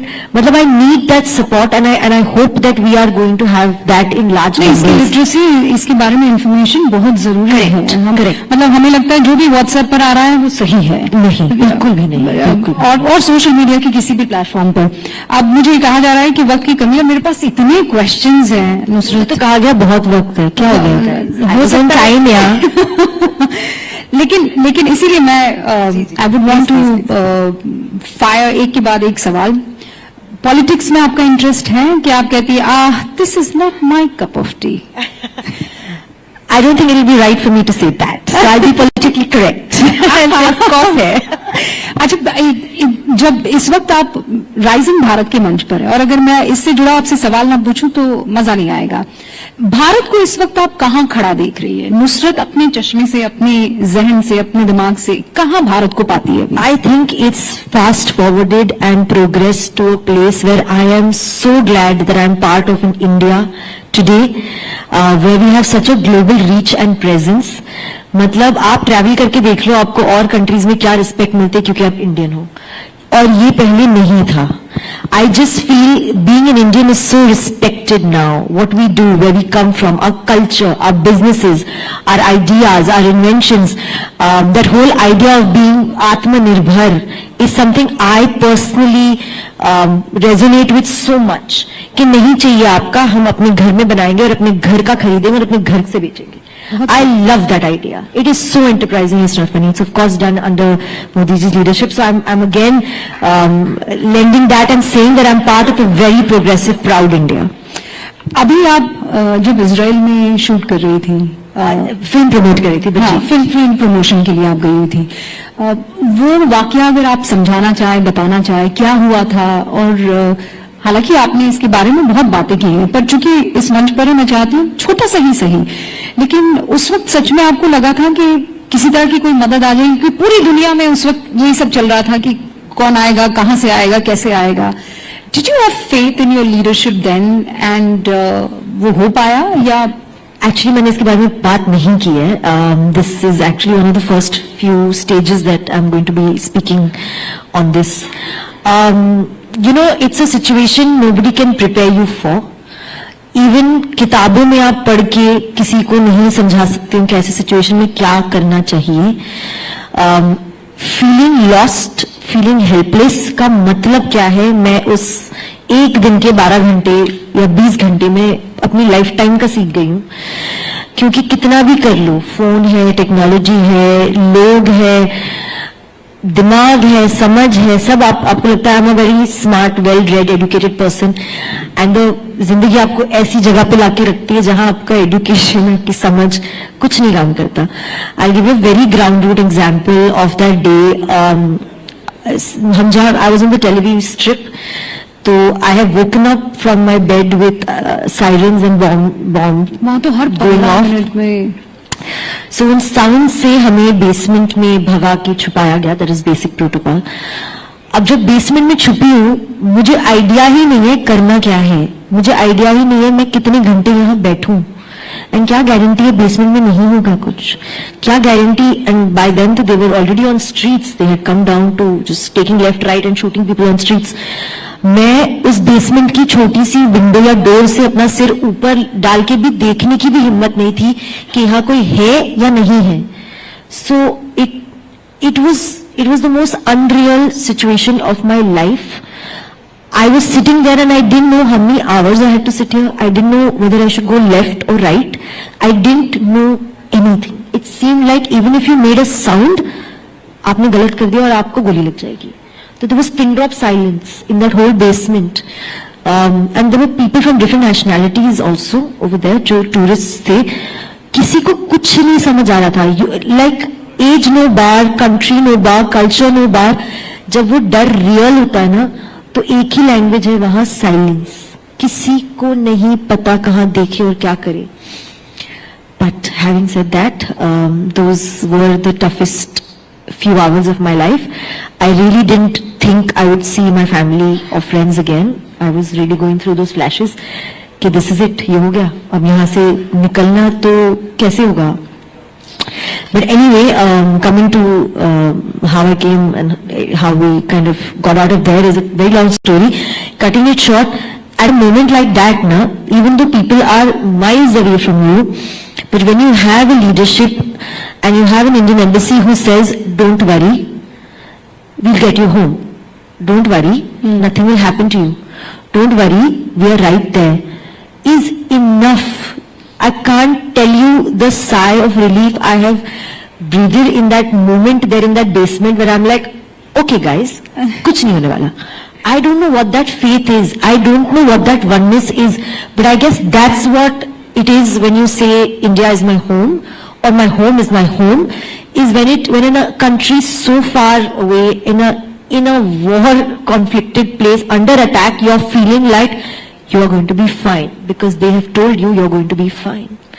It's a belief and faith that I didn't think in my lifetime I would be able to experience, but I have. It's almost like ये भी तुम जानते नहीं हो मेरा बाप कौन है. हाँ जी, हाँ जी, हाँ जी. जब तक नहीं होता तब तक नहीं जानता. Okay, moving forward, एक बहुत ही महत्वपूर्ण सवाल इसलिए भी क्योंकि आप कह रहे हैं कि हिंदुस्तान में जब आप रहते हैं तो वो एक फख्र की बात अलग होती है, लेकिन देयर आर मेनी पॉलिटिशियंस, आप प्रैक्टिसिंग मुस्लिम हैं जी, आपने गणपति पूजा की थी, आप बहुत बैकलैश झेलना पड़ गया था जी, है ना। कई बार ये कहते हैं, मैं चाहती थी कि इन दोनों सवालों को अलग अलग पूछूं, पर मैं इसे क्लब कर रही हूं कि मुसलमानों के लिए हिंदुस्तान अभी मुफीद नहीं है। करंट गवर्नमेंट मुसलमानों के लिए इस तरीके का माहौल क्रिएट कर रही है, चाहे वो सीए हो, 370 हो, चाहे वो अब वक्फ में जो चेंजेस लाए हो। Nusrat as a Muslim, practising Muslim, क्या फील करती है? Yeah, you know, for me, I'm again whole enough, grounded enough, intelligent enough to keep one out of the other. My faith in my belief in my God is mine. And my understanding of how a country is run and how people are being governed is completely different. मैं उन दोनों को नहीं mix कर सकती, personally नहीं कर सकती, which is why I am a devout practicing Muslim also, and I am equally going to wherever I get called दिल से to my मंदिर and I do my pujas. आज Tuesday है guys, मैंने already बाहर बोल रखा है, हनुमान जी के मंदिर जाके ही घर जाना है, क्योंकि religion मेरा faith है, जो मेरा फेथ एक ऑलमाइटी पे, एक फोर्स ऑफ नेचर पे है ऊपर, और people who run the government and people who run positions of power are managing a lot of other people and are dealing with a lot of practical issues for which I have only elected them and trusted them and voted for them. For me, those are two separate things. Separate है, practice them. लेकिन because you're very daring, तो मैं ये सवाल आपसे कर सकती हूँ, आपको लगता है कि ये like I said, I'm very wholesome, not daring guys. आपको ये लगता है कि ये गवर्नमेंट जो है वो बायस्ड है टुवर्ड्स एनी रिलीजन, और जैसा बार बार आरोप लगाया जाता है, देखिए मैं समझ गई हूँ कि पक्ष और विपक्ष ये लड़ाइयां चलती रहती है। मैंने जैसे मैंने कहा, आई am not in the government, I am not the पक्ष एंड विपक्ष, तो उनके जो रीजंस है और उनके जो आरोप है वो बेटर जाने। मुझे अपनी जिंदगी बतानी है, मुझे अपनी जिंदगी जीनी है, and I live with clarity, this is mine and this is not mine, that is very tense. अपने को उस गली में जाना ही नहीं, गली हमारी यही नहीं ओके, गली पार करते हुए घर है, वहां पहुंच गई बस है, और अभी तो बहुत आगे आपको जाना है। अब मैं दोबारा आपको जो है कुछ ट्रिकी सवाल पूछने वाली हूँ, this is going to be rapid fire, ठीक है? और I always fail in this guys, ये गलत बात है। सो लेट्स स्टार्ट, ठीक है? एक जोरदार ताली बजा दीजिए ताकि जल्दी से हमें रैपिड फायर की शक्ति मिले। ऑलराइट, नुसरत की फेवरेट एक्ट्रेस कौन है, दीपिका पादुकोण या कंगना? ऑप्शन 2 ये चूज करना है। बट एक सेकेंड, ऑप्शन क्यों है? ये क्या बात हुई? अरे, do you know how many actresses there are? I've done over how many years? It's not fair to give me a choice between two. आधा पॉइंट किसी को ज्यादा मिल जाता है, आधा कम मिल जाता है, ऐसे ही होता है ना यार। मेरी all time favourite actress Smita Patil ji है, क्योंकि I saw very little of her and I loved her. चुनाव क्यों नहीं लड़ लेती हैं? इतना पॉलिटिकली करेक्ट आंसर कौन देता है? मैं कह रही हूँ दीपिका और कंगना, जिंदगी लड़ने बस उतना काफी है, चुनाव तक नहीं जा सकती। स्मिता पाटिल, ओके, अंडरस्टूड, लेकिन दीपिका और कंगना दोनों में से किसकी एक्टिंग ज्यादा पसंद है नुसरत? अगर मुझे दोनों में से चूज ही करना पड़ा तो as an actor I will not choose either but choose both. बड़े बदमाश थे ना छोरी। Favourite politician, Narendra Modi, Rahul Gandhi?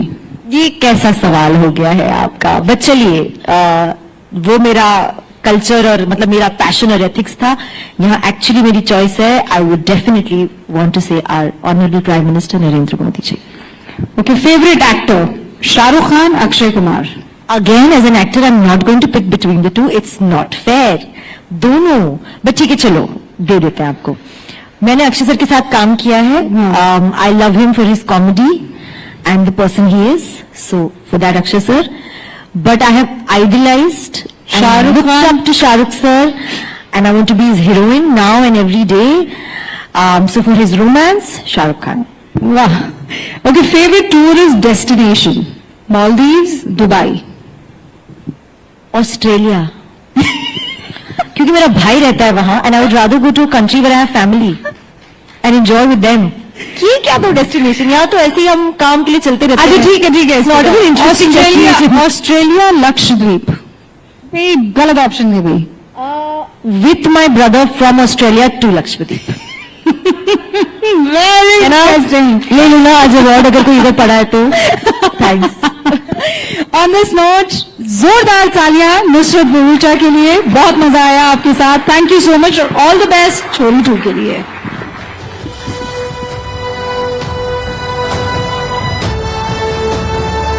और जैसा कि हमने कहा था काफी इंटरेस्टिंग रहने वाला ये सेशन, लेकिन क्या जबरदस्त सेशन था with the talented and inspiring Nusrat. चलिए अब हम चलते हैं आज के फाइनल और सबसे ज्यादा एंटिसिपेटेड सेशन की तरफ, जो title beyond the mic unfiltered and unscripted with Raj Shamani. और ये सेशन होगा रॉ, रियल और बिल्कुल अनफिल्टर्ड। जी हाँ, Raj Shamani a dynamic entrepreneur, content creator and speaker हमारे साथ है अपनी कमाल की बेहतरीन जर्नी शेयर करने के लिए। एक सक्सेसफुल बिजनेस बिल्ड करने से लेकर लाइफ के जो हाइज होते हैं, लोज होते हैं, उनको हैंडल करने तक राज की कहानी फ्रेश, बोल्ड और झकझोर देने वाली है। जी आज के जमाने में जहां परफेक्शन को ज्यादा वैल्यू मिलती है, राज हमें याद दिलाते हैं कि असली पावर आखिर क्या होती है उन अनएडिटेड रियल मोमेंट्स में। ये सेशन सिर्फ सक्सेस स्टोरीज आपको नहीं बताएगा, बल्कि उन लेसन से भी आपको रूबरू करवाएगा, फेलियर्स और उन सच्चाइयों को एक्सप्लोर करेगा जो वास्तविक सफलता को डिफाइन करते हैं। हम चाहेंगे जोरदार तालियों के साथ आप राज शमानी का स्वागत करें। He will be in conversation with Sonal Mehrotra Kapoor.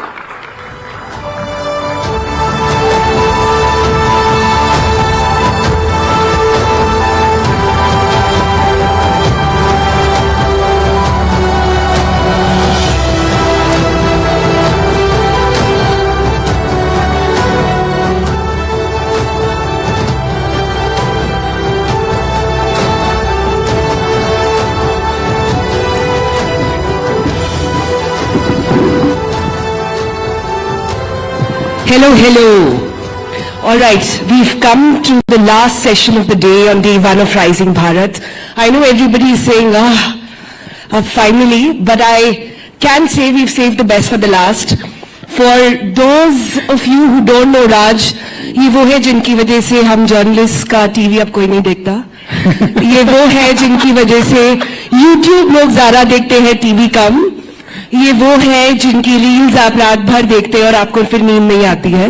और ये वो है जो हम journalist, and I think I speak that for the fraternity over here आज, जो चप्पलें घिस कर गए, इलेक्शंस कवर करे, फाइनली एडिटर बने और एक बड़े किसी पॉलिटिशियन का या किसी सेलिब्रिटी का इंटरव्यू लिया। और इनको देखिए, अपनी उम्र बताइए पहले राजा।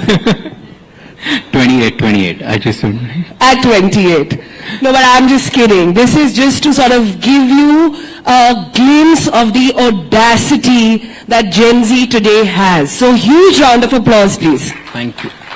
Actually, 2 corrections करने मुझे इसमें.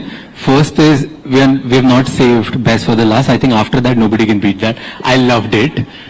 And second is जर्नलिस्ट का काम हम लोग देखते हैं और हम वही सोशल मीडिया पे बताते हैं। So I don't think journalist are like you हट रहे हैं, हम देख रहे हैं उनका content. Reel it right now, tag me now. But Raj, how does it feel to be on the other side now? I love it. I was waiting for it. I worked because I could be interviewed by you one day. Okay. So we have lots of interesting bits to talk about, very little time, but let me start by this. You have built a very massive digital presence. You have captured the minds of young India. If today, looking back at Gen Z across different spectrum of India, not just the ones who stay in metros like ours, if there is one quality that you want to talk about today, what would that be? So first is, I don't talk to people who are in metro. I talk to people who come from cities like mine. I come from Indore, and मेरे जो चप्पल घिसे थे वो इंदौर के आसपास के गांव में घिसी थी। तो मैं वहां पे जाके माल बेचता था, डिटर्जेंट बेचता था 10,000 रुपए के लिए, 15,000 रुपए के लिए। So I know that India for 8-10 years I've done that. From there to now today in Delhi, Bombay, Bangalore, whatever you want to say, I think one quality in Gen Z is stagnant is people think that we are lazy, but I think we are way more, like, we work way harder than anyone else. It's just we only work for people we believe in. We don't work for everybody. Is that what Gen Z thinks, or is that the truth? I think that's the truth. You talk to all the Gen Zs, you talk to young people, they are way more ambitious. Their ambition starts when I was talking to my elders, like वो तो शायद अभी भी वैसे dream नहीं करते हैं. And like a 12-year-old I talk to, alpha if I talk to, they talk about that ambition. So I think everybody is ambitious, but they only want to work for things and people they believe in. That's a very key point. Yeah, but Gen Z also, because you've talked about something positive, let me sort of get in a balancing voice here, taking inspiration from Nusrat. It's been all about balancing it out, right, guys? So, the downside then is what is often talked about Gen Z is that they want things instant. They want things now. They are impatient. And that they will not remain consistent to see something through. I have a mixed feeling of this. I've met people who want everything very fast, and I think that's a very good thing.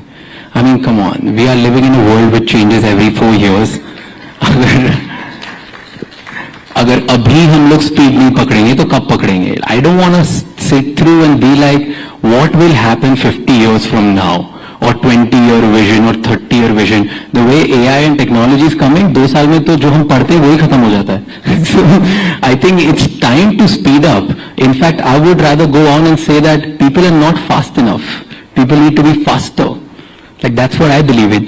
But on the second point, just because speed is celebrated and incentivized a lot of people are not able to stick through even one thing.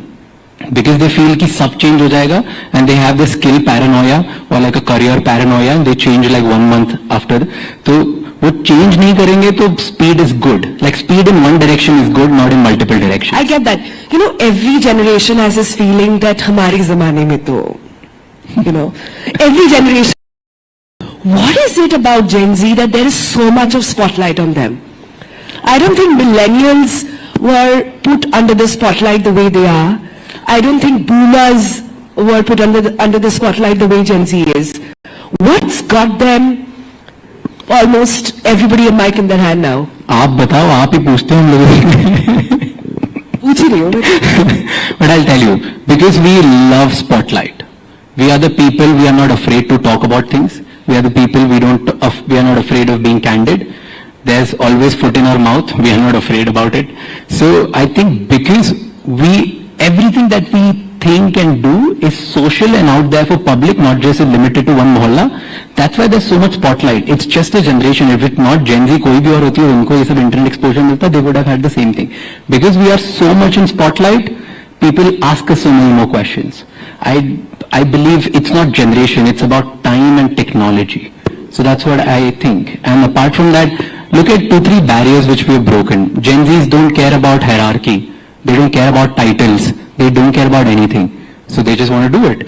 कुछ भी किसी भी title पे they are credible enough, influential enough कि वो सब पे बात करते हैं. Doesn't matter 13-year-old can talk about the senior most head of state or no, but they still want to do it. Because hierarchy उनके लिए कोई exist ही नहीं करती. Earlier hierarchy was existed.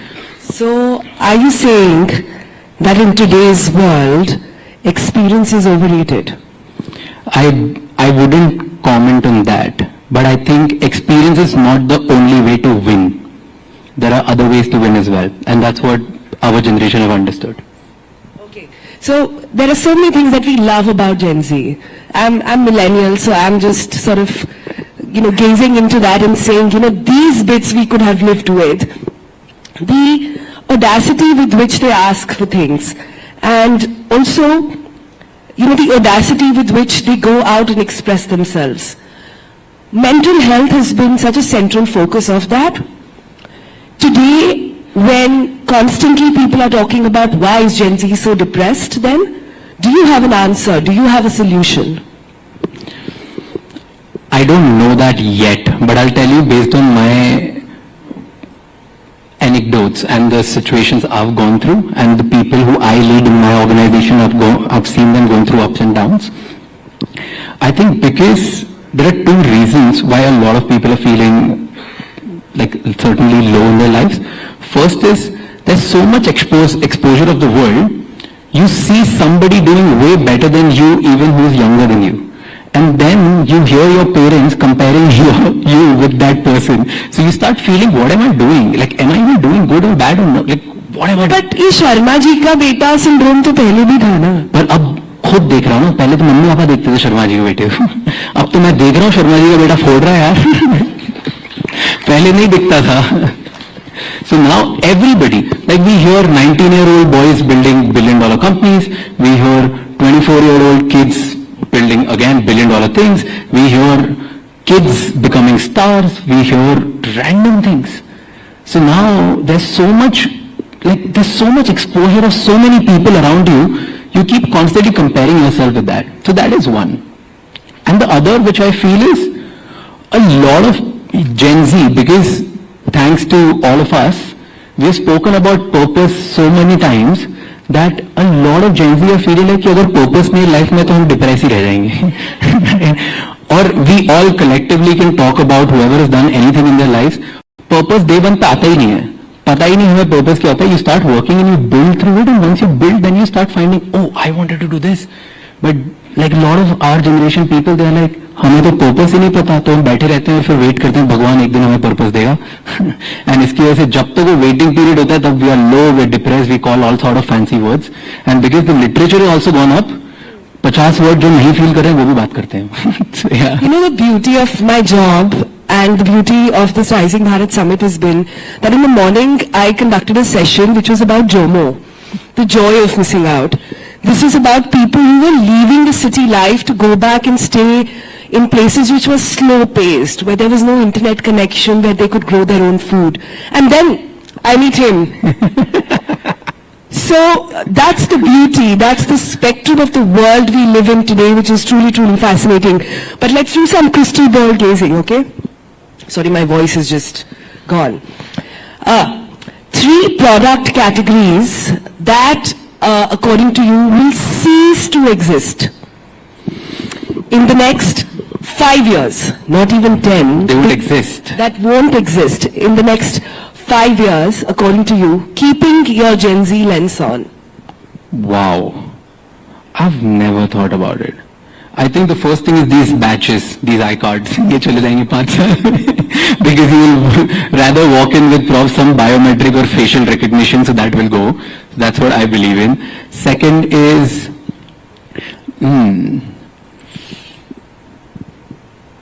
I actually don't know. I don't know about anything else. I can't think of it. You take the first one to Prime Minister SPG. I'm sure he would be very thrilled to listen to what Rachivani has to say. Let me give you an easier one. 3 leadership traits that you think will not exist for Gen Z. 3 leadership traits that will not exist. Titles, they won't exist in few years. No title at all. No titles at all. In my company, right, there are a bunch of people. Everybody's position is building at the rate figuring out. There's no other position. From a senior most C-suite person to an intern, everybody's building at figuring out. There's no other title. And I've seen this getting practice in multiple organizations in all of my friends' companies, even in the companies where there are like 600 people. So titles won't exist. That is what I believe in. Second, I also believe in people with Gen Z. They'll start saying sorry and apologizing and just being accountable for their actions way more than previous generation. Because we reward authenticity way more than anything else. Perfected craft itna nahi chalta jitna authenticity chalti. That's the second. And third, I believe the most important thing which Gen Z will bring is building an influence on an individual level. We won't be waiting for someone else or a community leader to go out and speak for us. Everybody will be speaking for themselves. So that is a trend which I see, and this is what Gen Z leadership is all about. Interesting. No titles. Very fascinating world, very fascinating. I'm thinking newsroom that would be. But let's move on now and get some quick answers out of him. What's the one Gen Z trait you've personally had to unlearn? This, everything I want today. And now you do what instead? I want everything today, but I want the same thing which I probably will be able to achieve in 10 years. And now I'm like cognizant of the fact that the thing that I want in 10 years, I'll be able to get it even if I work every day with the same work ethic. Not bad, not bad. Okay. One thing that Raj Shimani does to stay relevant in this fast-paced, algo-changing everyday world. I have never focused on trends or views ever in my life. So I've stayed focused on one thing, that's value. I genuinely want to learn from people who come on my podcast or wherever I meet them. That's it. I think that's the only thing I'll focus on, and that's what keeps you real and relevant forever. You're learning and you're teaching people. I don't think that's going out of fashion ever. Okay, let's get a little personal and understand you. What is something about Raj that's not Gen Z at all? Wow. I think I'm too Gen Z, but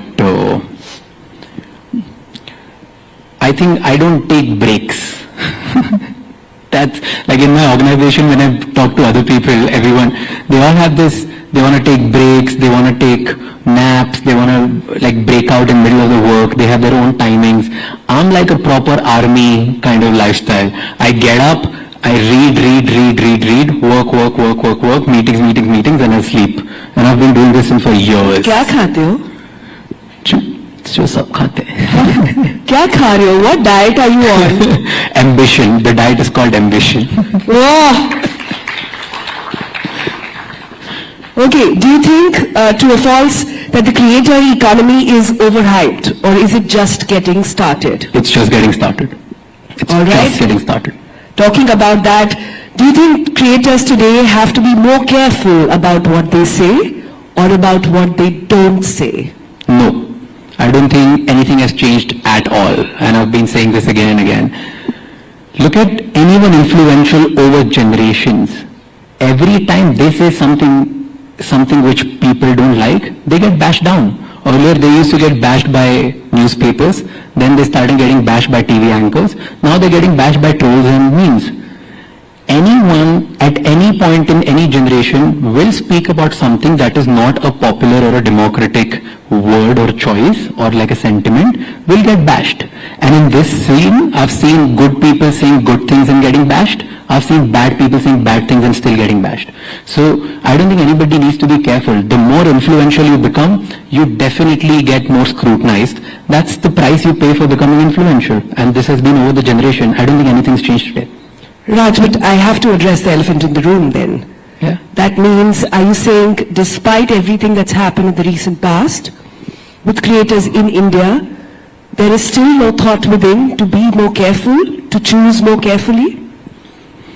See, the more influential then you become, whether you're a creator, an anchor, a politician, or an entrepreneur, or a star, whenever the eyeballs are on you, you will get scrutinized. Now at every generation, every 5 years, the sentiment of the generation and the people who are the masses, that sentiment changes. Sometimes it favors a certain religion, sometimes it favors a certain personality, sometimes it favors a certain country, sometimes it favors some certain kind of political party. But I don't think it has changed. It was always there. If it was not creator, it would have been someone else years ago. Okay, that's powerful. That's interesting. Let's move on and make you wear your entrepreneur hat for a minute, okay? Okay. Is the future of branding going to be built by influencers or CMOs?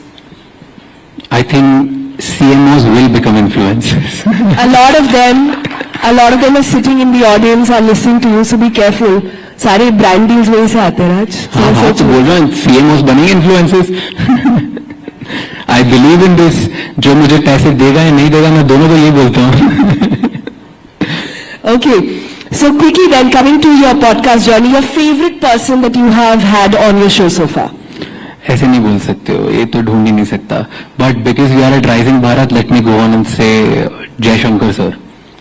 Dr. Jai Shankar. I think, I'll tell you an anecdote, I've never shared this with someone. Right? So there's a protocol that you have to share questions and things with him before you actually go out and do anything. I went there and he entered. He was feeling nice and we started speaking about Indore because he was there. And I said, sir, ये questions लिख के दिए हैं, ये नहीं पूछूंगा चलेगा, कुछ भी पूछ लूं. He took the paper and like, अरे कुछ भी पूछ ले यार. And to me that was very bold by someone at that authority. One word here and there would have costed him so many things or me so many things, but he was so candid. And later I thought कि वो cut कराएंगे अब. मैंने कुछ भी cut नहीं करा. Never bothered, never saw anything. They were like, go ahead and do it. So I think I love those kind of leaders who are bold and candid and ready for everything. Actually, that's true. A lot of people who've interviewed Dr. Jaishankar will agree to it, that he's one of the most honest, the most transparent people you can come across and doesn't mince his words. So you're absolutely bang on about that. But one person you've perhaps regretted doing a podcast with? No comments. There you go. Nusrat's absolutely right. For those of you who couldn't hear, Nusrat said, come on, you're Gen Z, daro mat. Muh khol ke bolo. I don't have anyone I regret because everybody I've chased a lot to be on my podcast and it puts so much effort for me to get it. Just because I don't like somebody or somebody who's not come out as good as I thought to be, I don't want to embarrass my team who has put in so much effort to get them. So I don't regret anyone. I enjoy everybody. Very good answer. I'm learning from you. Very good answer. But tell me, if one podcast you could redo, then you feel like ये फिर से कर सकते थे. तो बहुत सारी list है ऐसे. तो आप बताओ कौन सी एरिया में जाना है? पॉलिटिशियन, एंटरप्रेन्योर, कितने हर जगह रीडू. एक सबका बता दो. Entrepreneur, I think I want to redo Sanjeev Goenka. I think there was so much more to talk to, but I didn't end up talking to him because he had to leave, had to go somewhere, some emergency. So I think I would redo him again. Politician, I think Nitin Gadkari sir, I would redo. And the only reason is I wanted to go way deeper than what came out in the podcast, and I think he was open and I didn't go, so that's my inability to do that. So now I think I'm more learning. He's in the other hall speaking right now, so maybe we can try that out. It will happen. It will happen, I know. That's second. And artist, I think Honey Singh I would do again. We would absolutely love that. Okay, this one is interesting. One person you still want to do a podcast with, or Prime Minister mat bolna, it doesn't go down well as you have seen.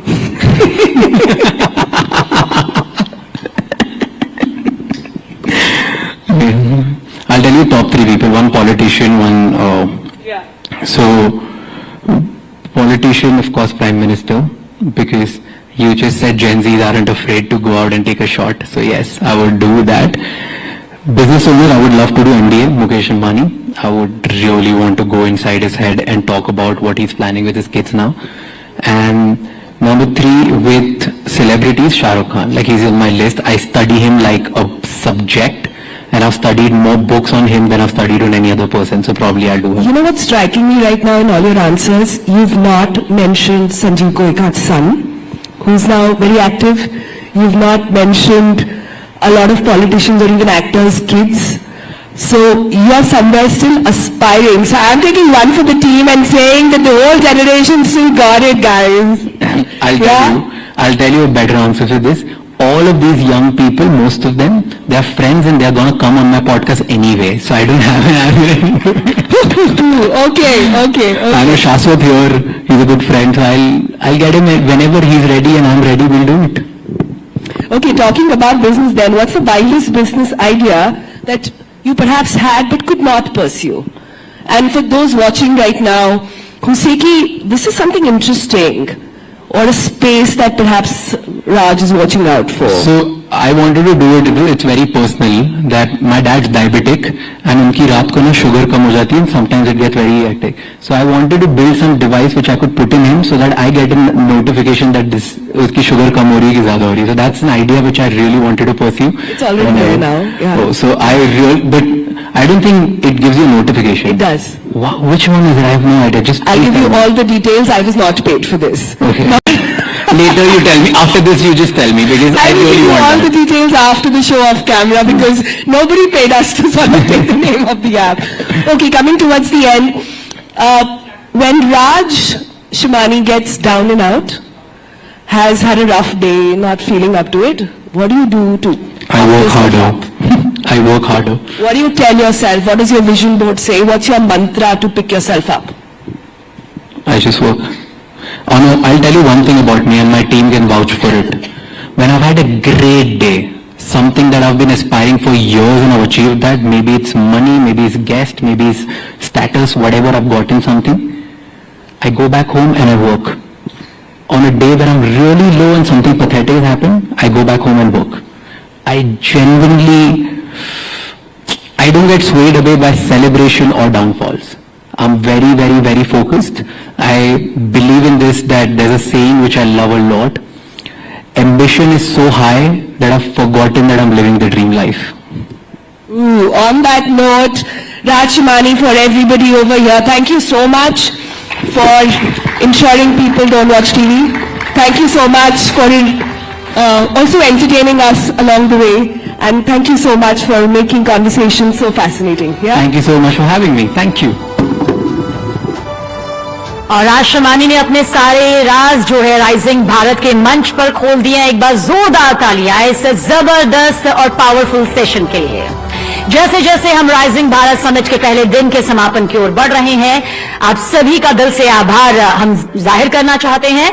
आज के इस कमाल के संवाद में आप सभी ने हिस्सा लिया, उसके लिए बहुत बहुत शुक्रिया।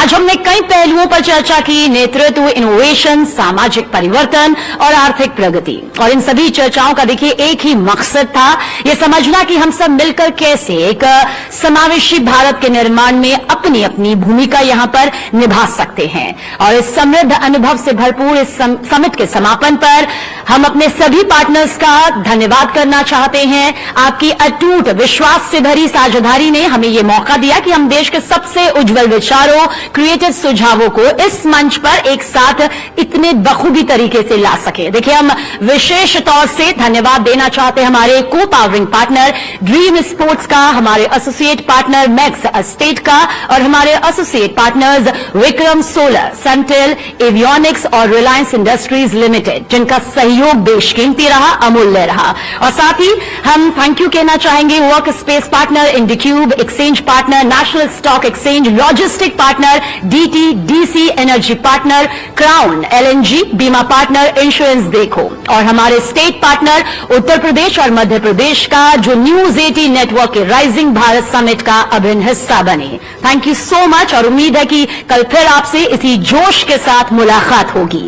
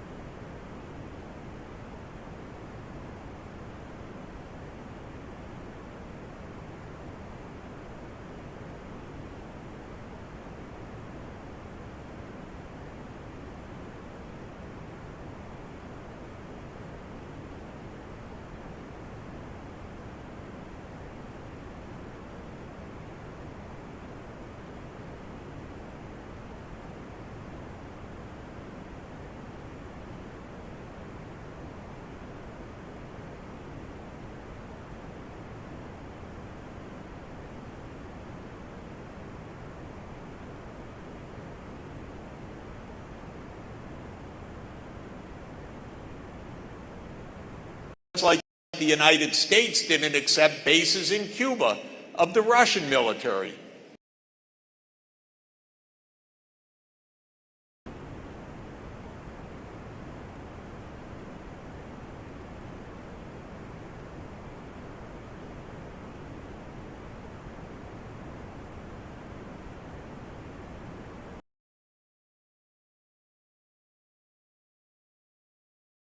जी ये मैंने गैंगस्टर बनाया। जी मैंने ये आपके channel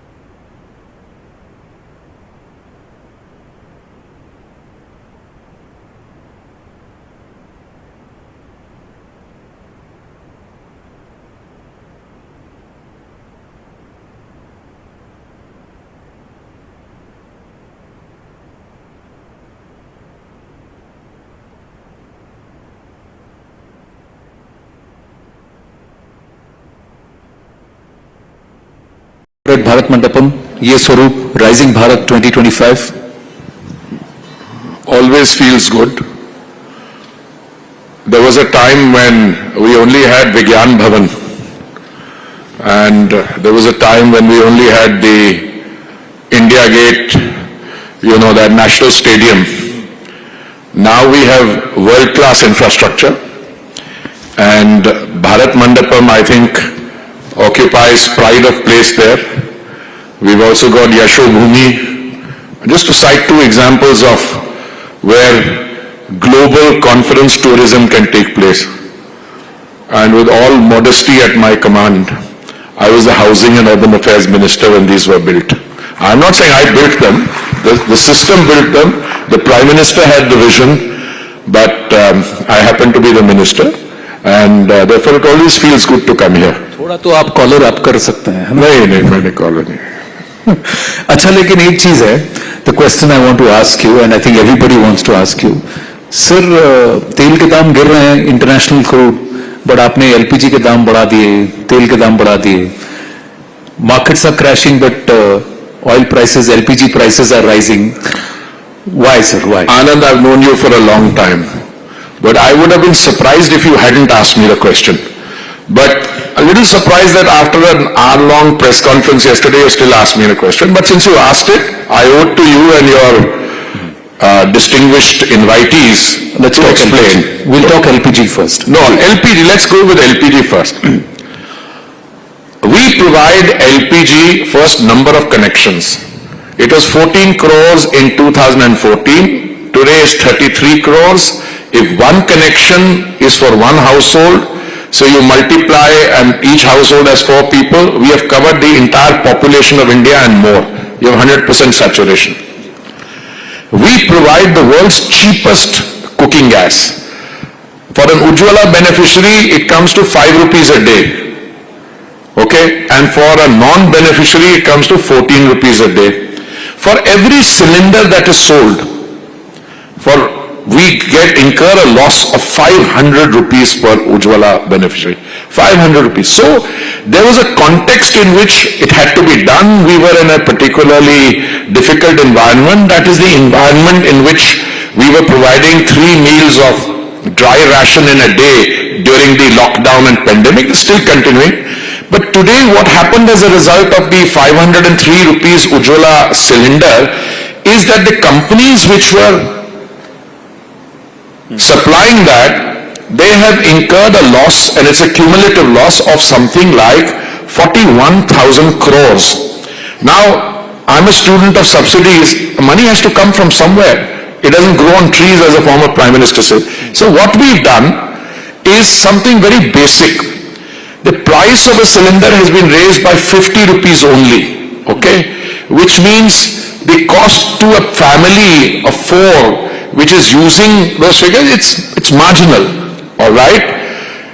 But we have also raised the excise duty on petrol and diesel by 2 rupees. Now there was a big halla yesterday when they saw the finance ministry notification here. We clarified that dam at the petrol retail point will not go up, it will remain the same. What we'll do is we'll collect some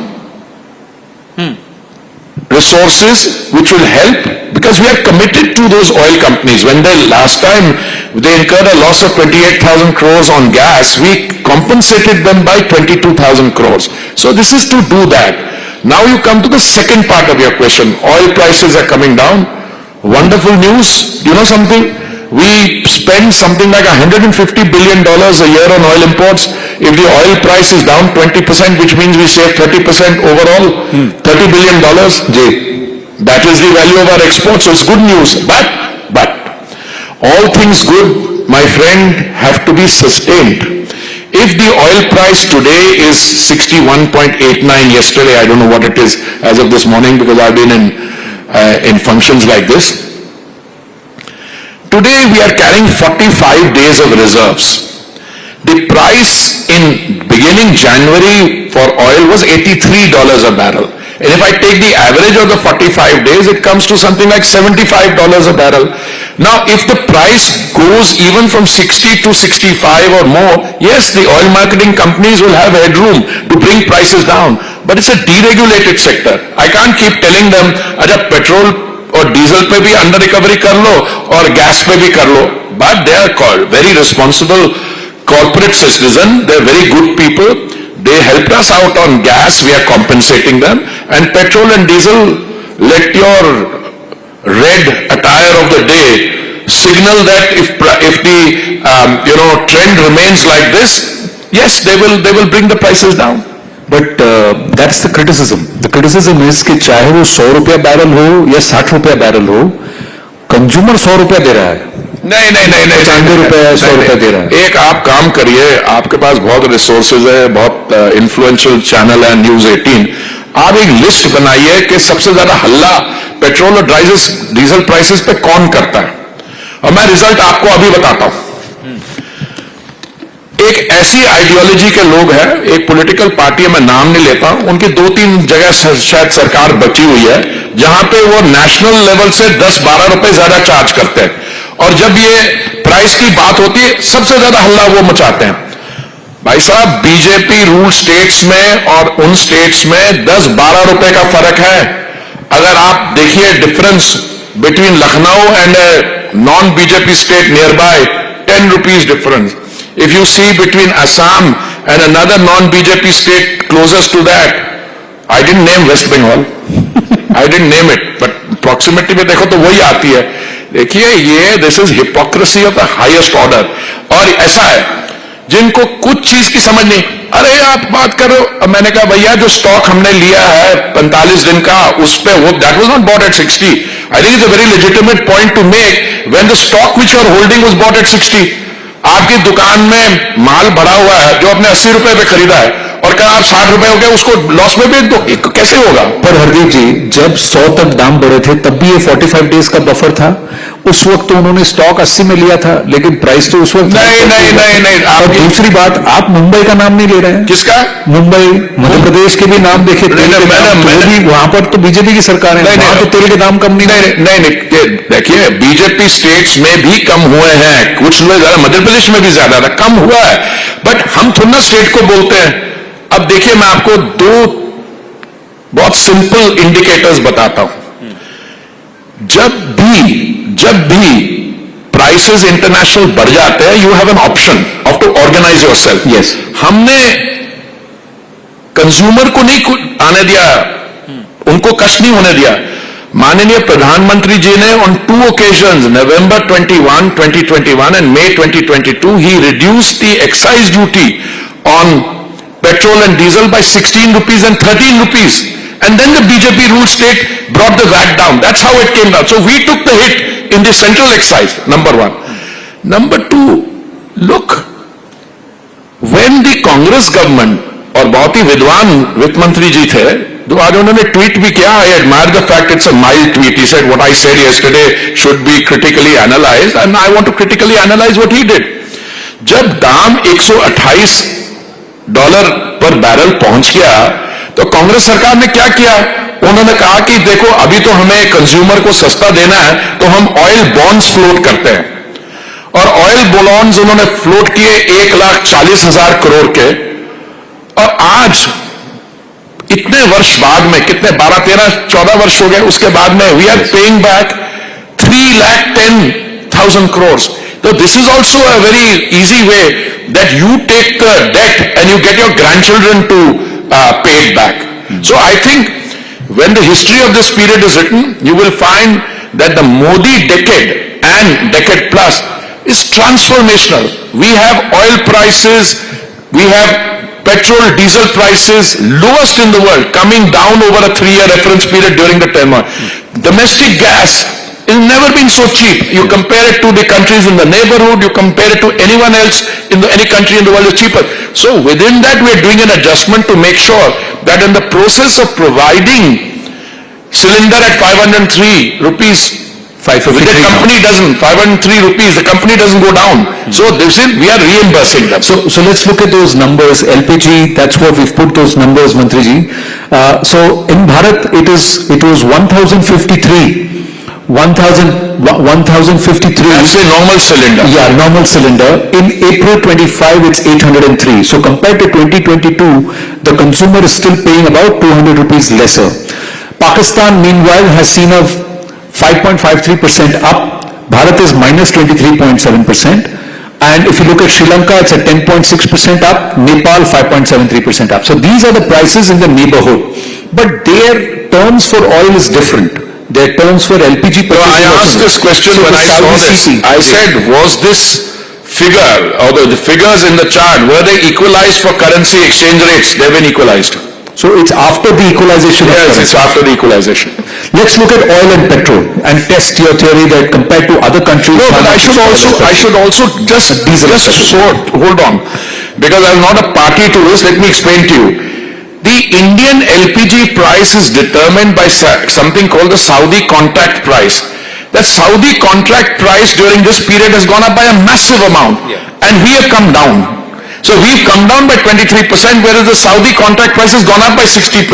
This is the beauty of this thing. I don't know whether you have a figure like that, but you please go ahead to the next chart. We'll look at it. Yeah. No, I have the chart here of the Saudi CP, and this is what we've not put it up there, but that's what you're saying. So the Saudi CP at this point, you're saying the actual, there is a difference at 803 and at 1028 and 609. So the Saudi contract price, that's the base price, because bulk of the gas is procured from there, and that's where it's benchmarked. So you're saying, but the consumer will only think कि 50 रुपए बढ़ा दिए.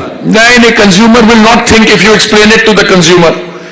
By nowhere in the world does the consumer say that the economic utilities should not be viable.